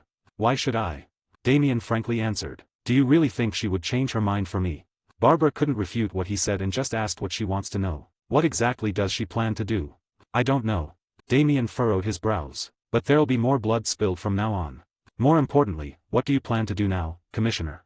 Alfred said. "Well," Barbara rubbed the back of her neck. "Seeing how Talia mercilessly massacred a whole group of criminals that entered Gotham recently, we can safely assume that they're not important to her plan. Just like what Red Hood did last time, just to distract us from the big picture." "Most likely." But you still can't just let them do whatever they want here. Yeah. Barbara ruffled her hair in frustration and fixed it again. I have to request assistance from the outsiders. Outsiders? Damien raised his brow. They're a bunch of people that worked with Terry before in Gotham. Barbara laughed bitterly. They also have a better relationship working with each other than us with Bruce before. Do you think they'll answer the call? I know 3 of them will. The others, I'm not so sure. The 3 members of the outsiders that Barbara mentioned were Carrie, Don, and Cedric. The other outsiders formed from the members of the mutant gang that didn't side with Red Hood all have different lives now, and most of them have even left Gotham. But 3 of them will be enough. Barbara said with a confident smile. They won't be a match for Talia. That's right. No matter how skilled they are, they won't be a match for Mother in the state she's in right now. That's why I'll have to request help from the Justice League. Barbara said with a daring smile. Gotham, where that new kid is? A wild-looking man with long blonde locks asked. It was Aquaman. Yes. Commissioner Barbara Gordon called for us personally. She needs at least one of us that can go face with a god-level threat. The new Batman is currently in critical condition. The green-skinned alien replied. It was the Martian Manhunter. We understand that this needs to be addressed, but who will go? None of us are really available. The man with an emblem of a lightning bolt on his chest said regrettably. The Flash. These 3 were co-founders of the Justice League and have authority in the decision-making within the League since their numbers have grown exponentially. They are currently in the Watchtower. With the threats Earth receives daily from inside and outside the atmosphere, it wasn't easy to send someone. Do they need the backup now? A man wearing a blue suit and a red cape was in the meeting using a hologram. Superman. She said that they can manage on their own for at least 2 weeks. The Martian Manhunter said. I'll go. Aren't you busy too over there? Aquaman asked. I just need to take care of a few more things and then I'm done. Superman said with a wry smile. He was currently in another planet building an interplanetary relationship representing Earth to prevent any wars from happening. You all know we owe Bruce our lives. We try to help out in the past any time we can, but there's a limit to what we can do there. Fortunately, years later, someone inherited his mantle, someone who knows Gotham and loves the city as well as he did, and it turned out to be his son. The 3 acknowledged what he said and nodded. I'll go and help them, for Bruce. He said as he stood up from his seat and his red cape fluttering in the wind. 79, Chapter 67. Terry. Don muttered as he couldn't believe the sight in front of him. His friend, Terry, the strongest person he knows, is in a coma. Sometimes I forget that he's still just human. Carrie added. The feats that Terry has shown them were sometimes too impossible for a normal human to do. That's how much Terry has worked so hard to attain his level of strength. I can't blame him. The opponent he faced this time was just too much to fight head-on. It's already amazing that he's still alive after what he went through. Cedric said. These 3, along with Maxine Gibson who couldn't be present at this time, were the ones Terry trusts enough to have brought them in the Batcave. My mother went too far. A teenager suddenly joined in the conversation. It would have been more merciful if she had just killed him and not leave him in this pitiful state. And who are you again? Annoyed, Don asked. Damian Wayne. I'm his brother related by blood. My mother was the one who did this to him. You say that casually like it's not your problem. Carrie said in irritation. Because it isn't. Damian shrugged. It's between my brother and my mother. You little shit. Just when Don was about to burst. You're all here. Good. The hologram of Commissioner Barbara Gordon appeared before them. You 3 probably already know why you're here. The 3 of them had troubled expressions. As you all know, the recent rise in the crime rate in Gotham was caused by Talia attracting them. There'll be rumors about Batman not being here at the moment. It will attract more criminals to come into the city. That's why we need you 3 to step up in place of him. So, just like before. Cedric made a wry smile. Yes. Barbara smiled back at him. Grab your gears. The city needs you 3. They nodded and instantly turned around to get what they need from the Batcave. Barbara furrowed her eyes because she saw Damian also headed towards the weapons room. Exclamation point. Damian widened his eyes because Barbara's hologram suddenly appeared in front of him. That doesn't include you. I can help. I'm probably more qualified to help than these 3. The 3 overheard it and just gave glance over their shoulder but decided to not pay it any mind. No, we don't even know if we can trust you. I came here of my own volition. I'm not on some secret mission for my mother. He argued. Barbara stared at him. Okay, I'll ask you a question first. What do you think of what happened in the Triad's hideout? What exactly did your mother do wrong? That she attracted those criminals to come here. That's a given, but no. That she, gravely injured Terry.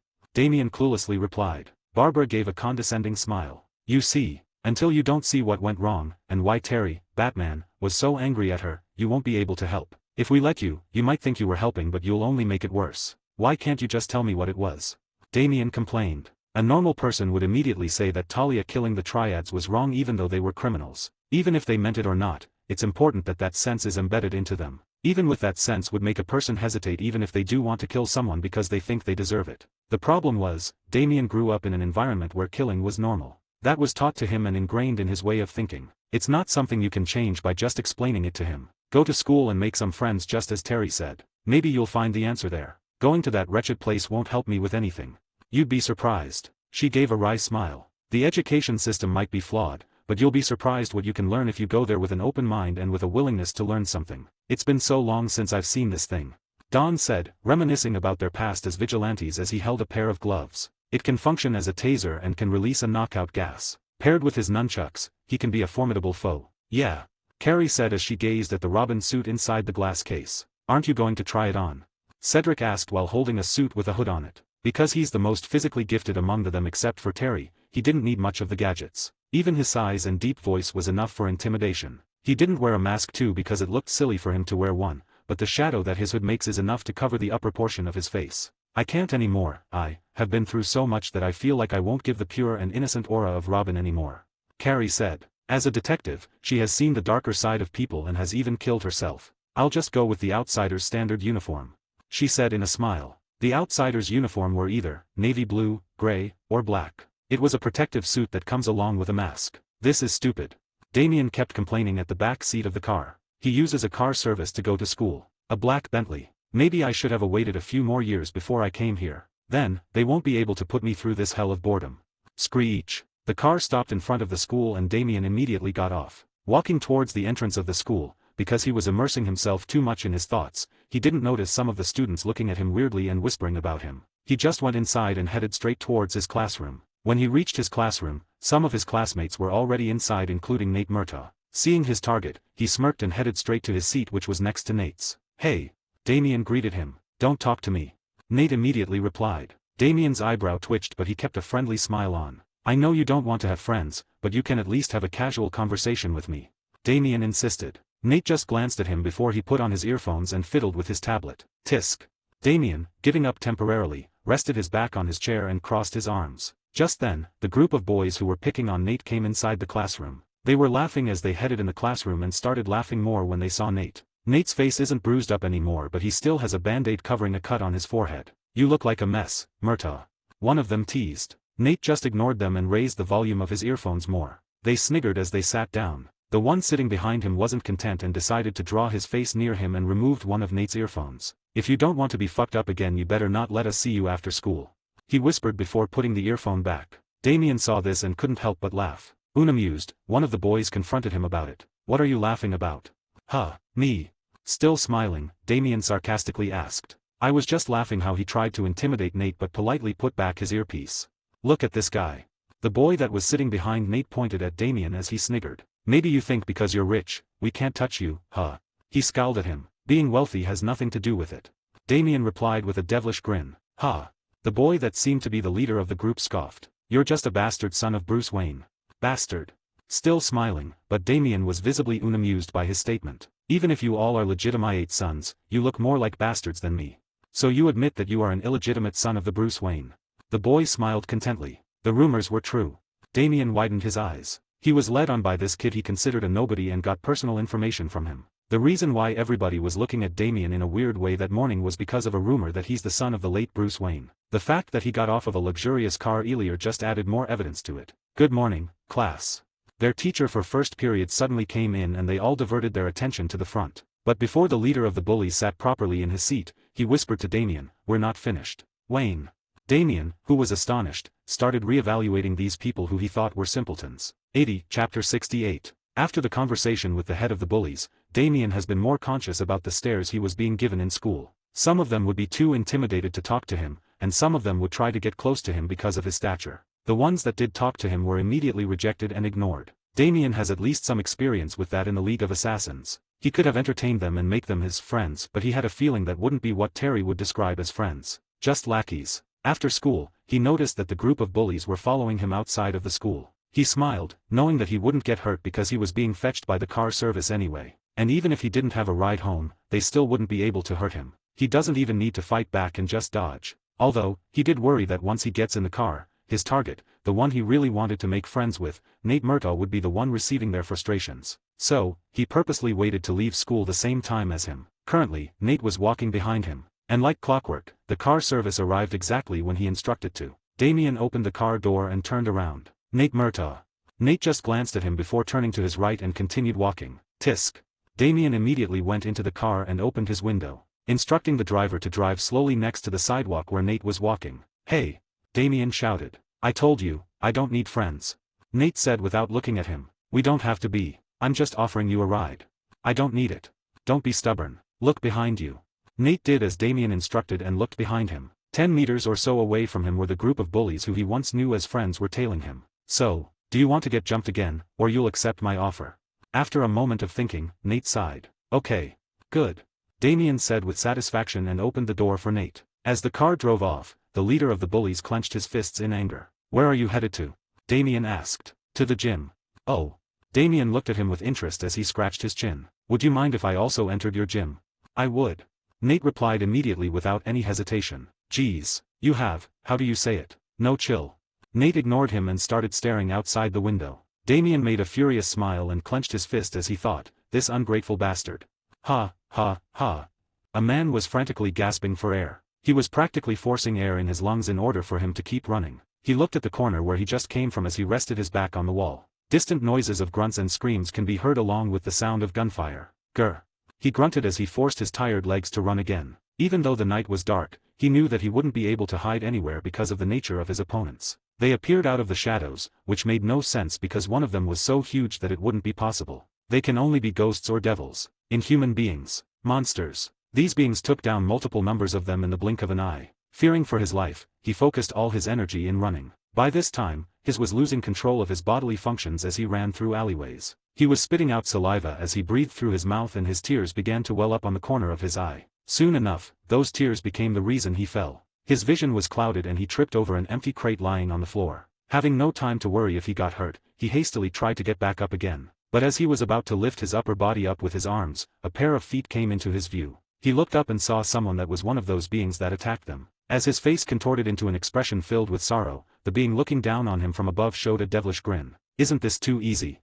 Carrie said as she took off her mask. She was talking to Don and Cedric who were also taking off their gear inside the Batcave. It's been a week since they've begun doing vigilante activities again. Of course, this would be easy. We've grown since we first started this 7 years ago. No. Don joined in the conversation as he was taking off his boots. I have a bad feeling about this. I got that feeling too. Carrie said. Well, you two have always been better at thinking than me. Cedric shrugged. It's like Talia wants us to catch these criminals.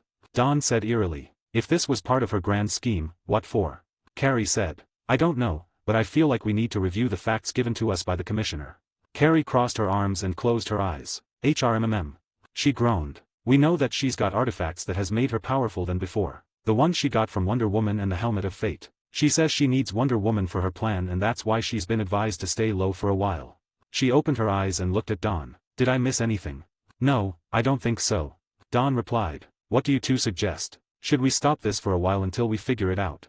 Cedric asked. No, even though we aren't sure if this were playing on the palm of Talia's hand, we still can't let these criminals roam our streets. God. Carrie sighed. Terry would probably solve all this by now. She directed her gaze towards the room in the Batcave where Terry was being kept. Maybe. Don said as he stood up and put on his bag. Maybe not. What matters is who is here in this room right now trying to do what's right. Cedric just closed his eyes and nodded. Anyways, Blade will kill me if I go home any later. Let's talk about this next time. I need to see him. It was in the middle of the day and Alfred was confronting Terry's partner, Dana Tan, who came personally to Wayne Manor to look for Terry. Dana, I think you're mistaken. If you're looking for him, shouldn't you be at his company? I'm sure his superior will tell you about his whereabouts.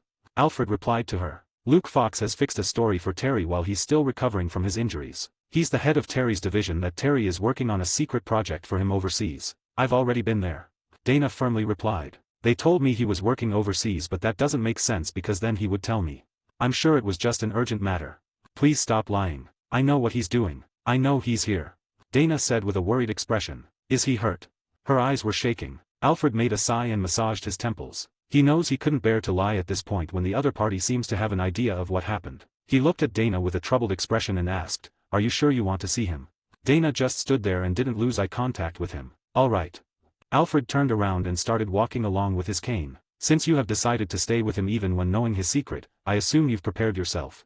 Dana followed Alfred until they reached a grand piano near the bookshelves of the mansion. Ding ding ding. Alfred played some odd chords and then the bookshelves opened up a pathway. Alfred glanced at Dana, who didn't seem to be surprised. Or maybe she was so worried that she didn't have the time to process what was happening. All she wants is to see Terry. Past the winding stairs, downwards to the cave filled with the secrets of her fiancé. All the things that were kept from her, things that in a normal situation would fill her with awe, but she was too worried to be. So, she kept following Alfred towards an isolated room in the Batcave where a man was hooked on many devices keeping him alive. Dana finally gasped. She covered her mouth as her strength was lost in her legs and fell down. Tears rolled from her eyes as she kept looking at Terry. Beep beep beep. This is what you'll have to live with, Dana.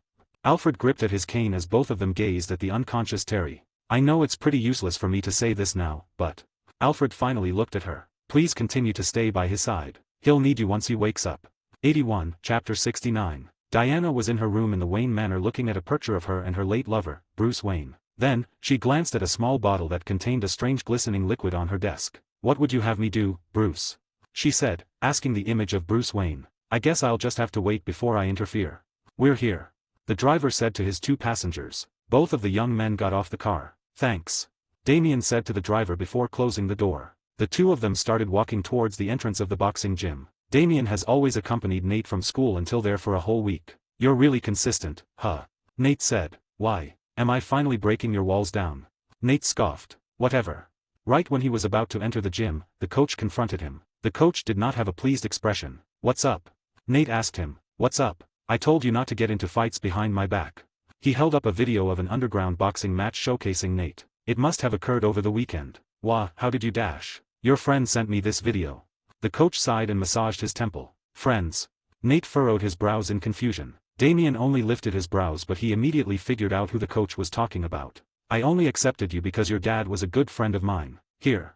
He handed a bag over to Nate. These are all your things. Don't come back here again. Wait, coach. We just really needed the money. Then you should have come to me about it. The coach rebutted. Leave. You don't trust me enough, and now you've broken my trust in you.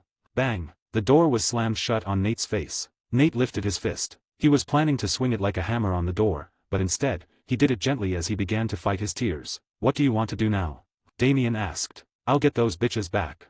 Nate replied before turning around and started walking. Damien stared at Nate's back and made a wry smile. He fiddled with his smartwatch as he started following Nate. He called the driver. Go ahead without me. I'll be walking from here.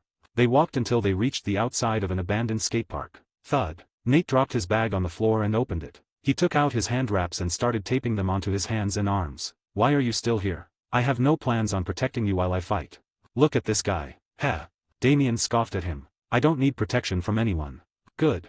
As he said that, he just finished up prepping himself and punched his palm multiple times. He jumped up and down as he stretched his neck to limber up before he started walking into the skate park. How do you know they were here, anyway? I used to hang out with them. I want to follow up another question, but knowing you in the past couple of days, I feel like you'd refuse to answer anyway. Ha. He sniggered with a mischievous grin. Oh, so you can smile. As they entered the skate park, the group of bullies from their school came into view. They were lounging on the couches in the middle. Hey! Nate shouted. All of them looked at him and the leader stood up. Well, look who it is. I guess you got kicked out from your gym. You assholes will regret what you did. Nate replied with a scowl. Ooh, acting tough just because you can box a little bit. Shut up and come at me. Beat them up. The leader ordered his lackeys. Damien, who was smiling earlier and was treating the events happening in front of him as entertainment, furrowed his brows. What do you mean by them? I just came to watch. Ha, how oblivious can you be, rich kid? God damn it. Damien clicked his tongue. It wasn't like he was gonna get hurt even if he doesn't fight back, but he just found it as troublesome. Are you sure you'll be alright? Nate glanced back at Damien. What are you talking about? Just go. I can handle myself. Nate faced forward again and started dashing towards the two guys that also charged at him. Right when they were about to clash, Nate slipped through their punches that seemed so slow in Nate's eyes and he maneuvered in between them to position himself behind them. With no hesitation, he punched one of them on the back of the head and was instantly knocked out. But it wasn't finished, the other one threw an elbow. Nate just leaned backwards a little bit and dodged it. He countered the elbow with an uppercut to the guy's chin. The guy that received the blow got dizzy and took multiple steps backwards as if he was going to fall, but the boy stood his ground. There were 6 of them and now there are only 4. What are you guys doing? Gang up on him. The other 3 started walking towards Nate and it was now a 1 versus 4 match. I'll handle the new kid. The leader of the bullies said with a devilish grin. An amused Damien started laughing. Ha ha ha, oh my, I haven't heard anything funnier than that. He said as he wiped his tears of laughter. laugh all you want," the boy said as he started to approach Damien. He took out a piece of stick from his pocket and flicked it to reveal its true form. It was a collapsible baton. Damien just watched him come with a leisurely smile. Nate had no leeway to worry about Damien anymore because now he was surrounded on all four sides. He has no choice but to trust Damien's words about not needing any help and focus all his training and combine it with his experience in street fighting to overcome these four. "You guys had no right to do what you did. I went easy on you all long enough." Seeing what Nate showcased earlier, the four are now aware that they wouldn't be able to beat Nate in skill and so they will have to try and beat him with their numbers. On the other side, the leader of the bully group is now within an arm's reach from Damien. "Scared?" he taunted. "No, are you? I really hate people like you, growing up in powerful families and acting like they're the shit." He scowled at Damien. "You shouldn't have ruined Nate's reputation with his teacher. You just eliminated his only weakness. Now that he doesn't have to follow his teacher's rule of no fighting outside the sport, he's become free to do anything he seems fit. You've unleashed a beast upon yourselves. You should probably worry about yourself more right now." "Worry about myself from what? You? Even if you replaced that stick in your hand with an edged steel, that man over there would still be stronger," Damien said, pointing at Nate who was currently fighting multiple people at the same time. He took some hits, normally, but he already downed another one of them and his opponents are now just three. He was weaving and bobbing skillfully around the three of them and was even attacking parts of the body that would normally be illegal in a boxing match. The leader of the bullies that was in front of Damien started sweating on his forehead. "Do you understand what I'm saying now?" "Tisk." He clenched his baton and glared at Damien. "Even if he somehow defeats us, I'd still be satisfied if I get you before he gets to me." Once again, Damien laughed. "HAAA. He sighed. "This conversation is pointless. Just go ahead and try attacking me." "Ray-AA." He charged at Damien with his weapon and slashed at him with an exaggerated manner. In Damien's eyes, it was too slow and full of openings. He dodged the baton and carefully patted his opponent's thighs, stomach, then his hand ended up landing on his neck. It happened in a matter of a second while he was swinging his weapon. He felt Damien touch the parts of his body. No, he was made to feel them to get him to understand that if Damien wanted to hurt him, he would have done so already. "Do you understand now, how pointless this is?" Damien said with his hands still on the leader's neck. "Coog." He reached for Damien's hand that was on his neck with his empty hand. His plan was to catch him so he wouldn't be able to dodge his baton. But Damien saw through him and just pushed him from the back, creating some distance in between them once again. The leader's complacent expression started to crumble in contrast with Damien's who still had a faint amused smile on. "I'll play with you until he's finished over there," Damien said with a peaceful expression. In the end, the little gang of delinquents got defeated by Nate Murtaugh. He didn't even have any problem with dealing with the leader because he was already exhausted trying to hit Damien. Both Damien and Nate looked down at the unconscious young man on the floor in front of them. "He kept attacking me even when he was already exhausted. I don't understand why he didn't give up until the end." Damien furrowed his brows. Nate just smirked. "He's like that. He's probably doing this because he couldn't accept that our friendship was over ever since I started a new path to walk on. He was pressuring me to join back in with the gang. This was all bound to happen sooner or later anyway even if they didn't send Coach that clip. You guys were real comrades, huh?" "Yeah." Nate frowned. "What do we do now?" Nate turned to him with his brows furrowed. "I'm going home. Then, I'll accompany you there." "I don't need that. You're bruised and exhausted." Damien crossed his arms and made a smug smile. "At this time when it's getting dark when the crime rate is going up, you need somebody with you. Nate has a bruise on his face and probably a few more on his body. TSK, do what you want." Nate wiped the blood from his mouth and started walking. "You can just say yes, you bastard." Damien sniggered. 82 Chapter 70. "I heard from your coach." Nate was greeted by these words from his mother as soon as the door opened. "What happened to your face?" She furrowed her brows angrily as she grabbed her son's face and turned it. "You got in a ring again?" "No, Mom." "Who's this with you?" The lady gestured at the young man with dark hair standing behind Nate. "Good evening, ma'am. I'm just Nate's schoolmate. I accompanied him here because he wasn't fit to fend himself alone in these streets." He smiled widely. Nate's face just twitched. Let's go inside and talk, Mom." He was pushing his mom inside the house before he faced Damien to shoo him away. "Thanks. You can go home now." "Hey, wait a minute." The mom pushed away her son's hands. "Why aren't you inviting your friend in?" "He's not my friend." "Well, he was acting friendly towards you, wasn't he?" Nate sighed. "Would you like to have dinner with us?" The mother asked, popping her head into Damien's view because she was behind Nate. "It's Damien, ma'am. And sure, I would love to." He smiled. Damien followed Nate and Mrs. Murtaugh inside their apartment. "You can sit down while I prepare dinner," Mrs. Murtaugh said as he headed to the kitchen. "Where do you live, Damien?" Nate's mother asked as she proceeded to the kitchen which is visible from their living room through a window. Damien glanced at Nate who was acting uninterested. "I live upstate, Mrs. Murtaugh. Please, Ms. Maria or Maria is just fine," she said as she grabbed her ladle. Upstate, huh? Nate said as he plopped on their couch. He already knows where he lives, but couldn't help but react at Damien trying to hide the fact that he was living in the Wayne estate. Your parents live with you? Maria asked. Once again, Damien was asked a difficult question. My father is already deceased. My mother is, always working, so I rarely see her at home. You hear that, Nate? You're pretty lucky to have a mother like me that's always present you get. She chastised her son for no reason. Yeah, he must be so unlucky to live in a mansion with no parents around, then. Irritated, Nate blurted out the fact that Damien was rich. What are you talking about? His mom furrowed his brows at him. He's a Wayne, Mom. A Wayne. On top of her furrowing her brows, she narrowed her eyes too. Quit joking around, Nathan. All of Gotham knows Bruce Wayne didn't have a kid. Who's this kid, then, going to school in a luxury brand car? He pointed at Damien with his open palm. I am sorry. I didn't mean to hide that fact. Damien awkwardly laughed. It's just a difficult subject to talk about with anyone. Cling clang clang. The spatula that Maria was holding dropped on the floor along with her jaw. It's a bit of a long story. My mother and father weren't married. They separated just before my mother knew she was pregnant with me. Damien added. Did she ask for child support afterwards? No, my mother is very independent. He chuckled. Where did you leave before you moved here? Somewhere in Asia. Your mother was Asian. From what country? Damien scratched his cheek. She was also mixed. Middle Eastern, Asian, Caucasian, a little bit of African. It's because of our family's history that loved to travel. Like a circus. Something like that.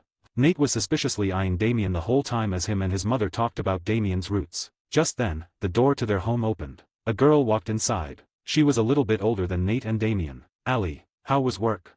Maria asked the girl that just entered their home with familiarity. It was okay. Nothing interesting. She looked at Damien who was looking at her curiously. Who's this? She asked. He's Dash. He's Nate's friend from school.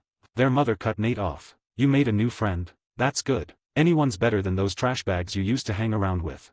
She said as she plopped down on the sofa next to Damien. So, what's your name? Damien. Damien Wayne. Wayne, like the Waynes. How's it feel to have the same surname as them? Allison. Nate looked at his sister in the eyes. He is them. She blinked multiple times. For real.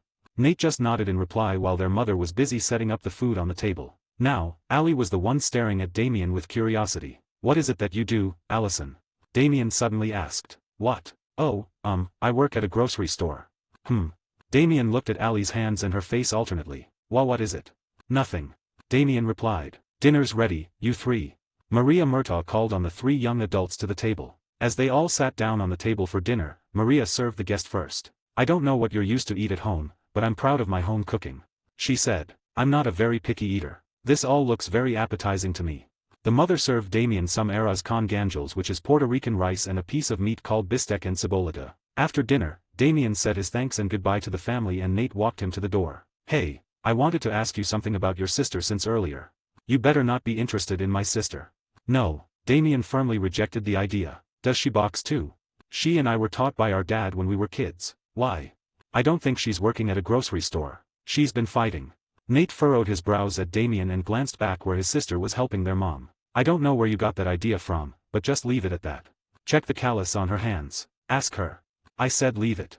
Damien sighed and waved as he turned his heel towards the stairs. Nate made sure he left before closing the door and glancing at his sister again before heading into his room. Terry carefully opened his eyes as light entered his sight. He moved his head like he was about to get up but couldn't. His body was attached to a machine. Laying his head back on his pillow once again, he recalled what had happened before he got knocked out. Talia. He muttered the name of the woman who put him in this state. Terry.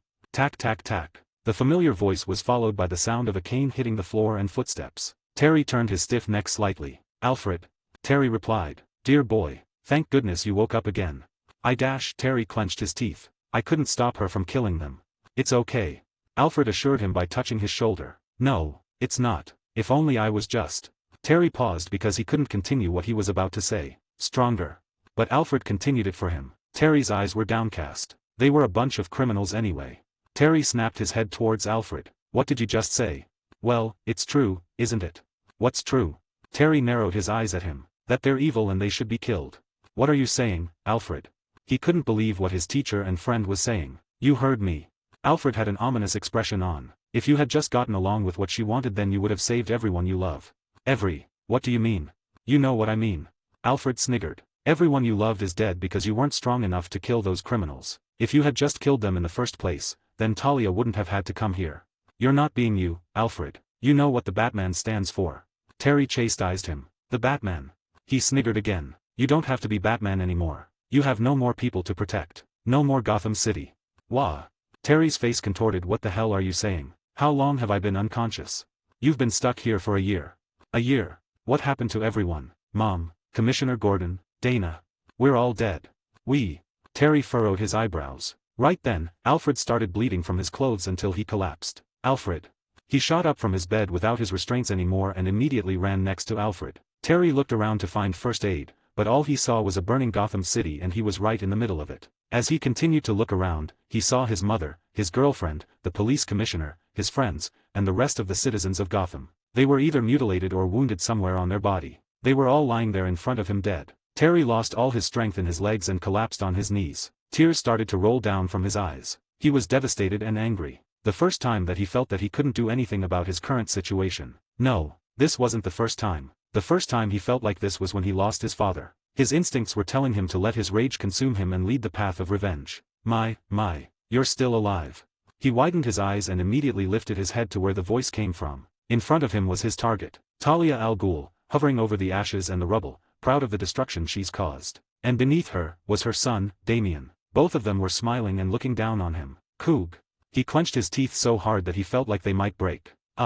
Terry. Dana, who was sitting beside an unconscious Terry, was alerted by his sudden groan. She smiled and called for Alfred immediately. Alfred. I think he's waking up.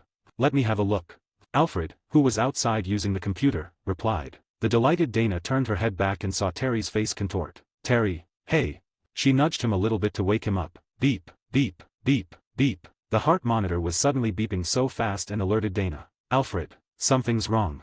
Alfred, who just entered the room, looked at the monitor. He's going into shock. Take the syringe in the drawer next to you and inject it into his foreline. Alfred said, maintaining his calm, but there was still a sense of urgency. Dana frantically opened the drawer next to her and searched for a syringe. Is this it? Dana said, shaking. Yes. Now, slowly inject it. She immediately removed the cap of the needle and started aiming the point of it into the foreline. Slowly, because she was shaking out of nervousness from losing her significant other. As Dana was about to inject the syringe, her hand was grabbed by Alfred. Wait. He said. He's stabilizing. Beep, beep, beep, beep. Both of them sighed out of relief. 83, Chapter 71. Hey. Scrolling through social media as he was using the leg press machine, Damian Wayne controlled his breathing. A normal teenager shouldn't be able to lift the weight he put into the machine. He found something interesting. It was an advertisement for catching criminals in exchange for prize money. A non-government organization was funding it. Tap. Just in case, Damian saved it on his phone and bookmarked the ad. The next morning at school. As he entered class, the room's atmosphere suddenly became tense. Damian already got used to this setup, but what he was wondering about was the usual stares coming from Nathan's former clique-turned-enemies was non-existent. In fact, their bodies might still be able to feel the pain they received last Friday from Nathan, proven by the somewhat visible bruises on their faces still. Damian didn't know if he should be happy about it or not, but he couldn't care less anyway and proceeded to sit on his seat next to Nathan, who was already there. Hey. He greeted Nate, and for the first time ever, he nodded. Damian's eyes widened. Sit down and don't act too surprised. Nathan arrogantly said. He shrugged and proceeded to sit. Did your mom do anything about your problem with your coach? Yeah, she talked with him and got a deal out of it. What was it? Coach said that I should stop doing underground fights. That's it. Well, he said if I ever get in trouble again. He glanced at the back where the bullies were and they avoided his stare. I can freely defend myself. Just defend. That's great. Damian patted Nate's shoulder. But what about the money you need for your family? Mom said she'll figure it out because that's her responsibility. Plus my older sister is working now too. He cast his eyes down. But I don't think that's enough. I got a proposition for you then. Damian said to him. If you're thinking about giving us money like some charity case, then I refuse. Damian sighed. Too much pride in you. But I guess that's just how us warriors are. Anyway, I wasn't going to give you any money. He shoved his phone near Nate's face and grinned. What is it? You're gonna make money through this. Okay, let me get this straight. I walk up to those guys, I let them make the first move, and then I retaliate. Nate said as he put on a pair of gloves. He was wearing a red leather jacket and a gray hoodie under it. Him and Damian had gone to an alley near a gang hangout after school. Simple, right? I was going to make you wear this. Damian took out a mask from his pocket. But it was a good thing your coach told you it was okay if it was self-defense. So, I'm the only one doing this. Not you, because you are still not allowed to fight. Yes. Maybe I'll help if you need a diversion. Can I ask why? You're interested now, huh? I'll tell you if you can finally accept that we're friends. Forget it. Nate waved his hand off and started stretching. Let's do this. He punched his palm and started walking to where the gang was. That wasn't too hard, was it? Damien said with a smug smile as him and Nate walked out of a building. Speak for yourself. I did all the work. Nate replied as he massaged his shoulders. At least we don't get to split the money now. Yeah. Nate said as he grasped his bag where he put the reward for the captured criminals. I can definitely help out Mom for at least this month's bills now with this. He thought to himself. We need another way to transport them next time. It's too conspicuous dragging around multiple men in bondage. It felt like we were slave traders or something of the like. Damien said as he made a thinking pose. Nate chuckled. Thanks, Damien. He thanked Damien genuinely. Damien just looked at him and sniggered to himself without replying anything. I gotta go home. Nate said. It is a little late in the evening I suppose. Damien replied as he looked at the dark sky. They then started walking towards the nearest train station. Alison Murtaugh, 18 years old, running towards the train station where there could be other people. She was being chased by a rival gang that claimed the place she accidentally passed by on as their territory. Glancing at the back, she found the smiling faces of the rival gang as they chased her with their weapons. God damn it, what was I thinking? She cursed at herself for being distracted when she decided to follow her former friend from high school. She was glad to see her doing okay but was also jealous of the life she was living which was very far from hers. Allie could feel her tired lungs as if they were about to fall out of her chest any moment. But she kept pressing on. The word warrior engraved in her heart and mind by her family kept pushing her in every situation in her life. From her father who was a boxer, and her mother who was an immigrant. She gathered every last bit of her strength that she has left to running on the stairs of the elevated train station. After reaching the top, she jumped over the gate and found herself inside the station, hoping for other people to be there, but she only found two. She didn't know if it was a fortunate situation or not because the two people she found at the station were her brother and his classmate. HAAA. She put her hands on her knees and forced herself to breathe in as much air as she could to prepare herself in case she needed to protect her brother from the hoodlums that were coming. Allie. Nate Murtaugh tilted his head at her and narrowed his eyes. What are you doing? Nate, HAAA. You gotta get out of here. I screwed up and they're coming. I'll hold them off so you two can escape. What are you talking about? Who's coming? Damien, sharp as ever, could feel the slightest tremor coming from the stairs where Allie came from. He just stood there and furrowed his brows. Be ready, Nate. They're after your sister. Nate glanced at Damien before looking at Allie again. This time, behind her was a group of people multiplying in numbers. How many are they? Nate said with a serious tone. What? Allie asked. 10, 12, 15. It's more dangerous this time. These people brought weapons with them. Damien said. Will you help me or not? Nate shouted at Damien. TCH. I guess I have to say goodbye to that motorcycle. Damien muttered and got ready. No, don't. They're after me. Allie shouted at them. I know they're after you. That's why I'm going to help Dash. A black blur suddenly flashed before their eyes. All of a sudden, Damien who was just next to Nate a second ago was now in front of them and charging at the group of people that was after Allie. Nate widened his eyes and panicked. He hasn't seen Damien fight without holding back yet, and charging into that many opponents with blunt weapons was idiotic. But soon, he changed his judgment. Damien dodged a bat that was swung at him by bending his body backwards and sliding with his knees. Without losing any momentum with his charge, he punched a guy's stomach and immediately got up from his kneeling pose. A pipe suddenly entered his peripheral view, but he dodged that as well and grabbed a hold of the arms that was holding it, twisting the arm, dislocating the youth's shoulders. Allie looked at Nate with disbelief from what she's seeing. But Nate was in shock as well. Both of them snapped out of it when few of their opponents charged at them. They began fighting as well. Nate weaved and bobbed like a normal boxer, but he also does grabs to incapacitate his foe, which should be illegal in the ring, but this was a street fight. Allie was also holding her own, fighting a guy with brass knuckles. She used to train with her brother when their father was still alive, but when she was growing up, she realized that punching wasn't enough. She secretly learned a bit of Muay Thai as well, closing in on her opponent while bobbing and weaving, to a distance where a punch can't be thrown, but she can throw her elbows and knees. They both had a hard time facing three opponents at once, but they were able to manage with just a few bruises at most. Both of them winded out, they readied themselves for more opponents, but none charged at them. All they saw was Damien, lifting a guy with his collar, grinning as he did it, with 6 other unconscious gang members laying down on the floor surrounding him. Damien.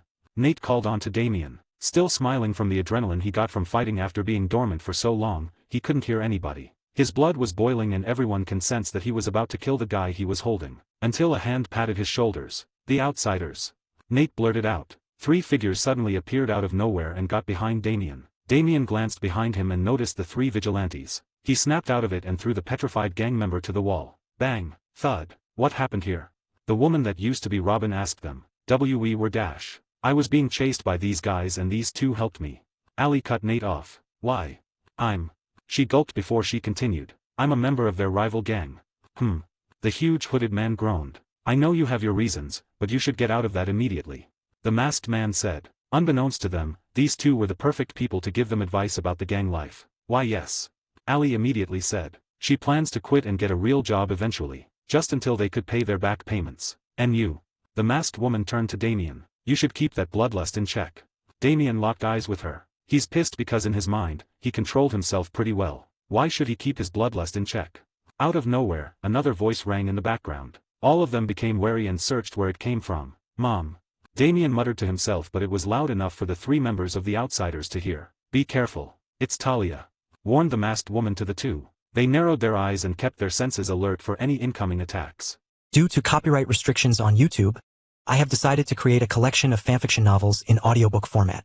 If you would like to access the collection, you can purchase it through one of the following platforms. Patreon or Ko-Fi. You will find both links in the description. After completing your payment, you will automatically receive a link to a private Telegram channel that has a great collection of fanfiction audiobooks in audio format. This is a one-time payment that grants lifetime access to the existing collection. Please note that the collection is continuously expanding. I regularly add new audiobooks over time, so the library keeps growing. If you would like to update a novel or add a new one, you must subscribe to my Patreon.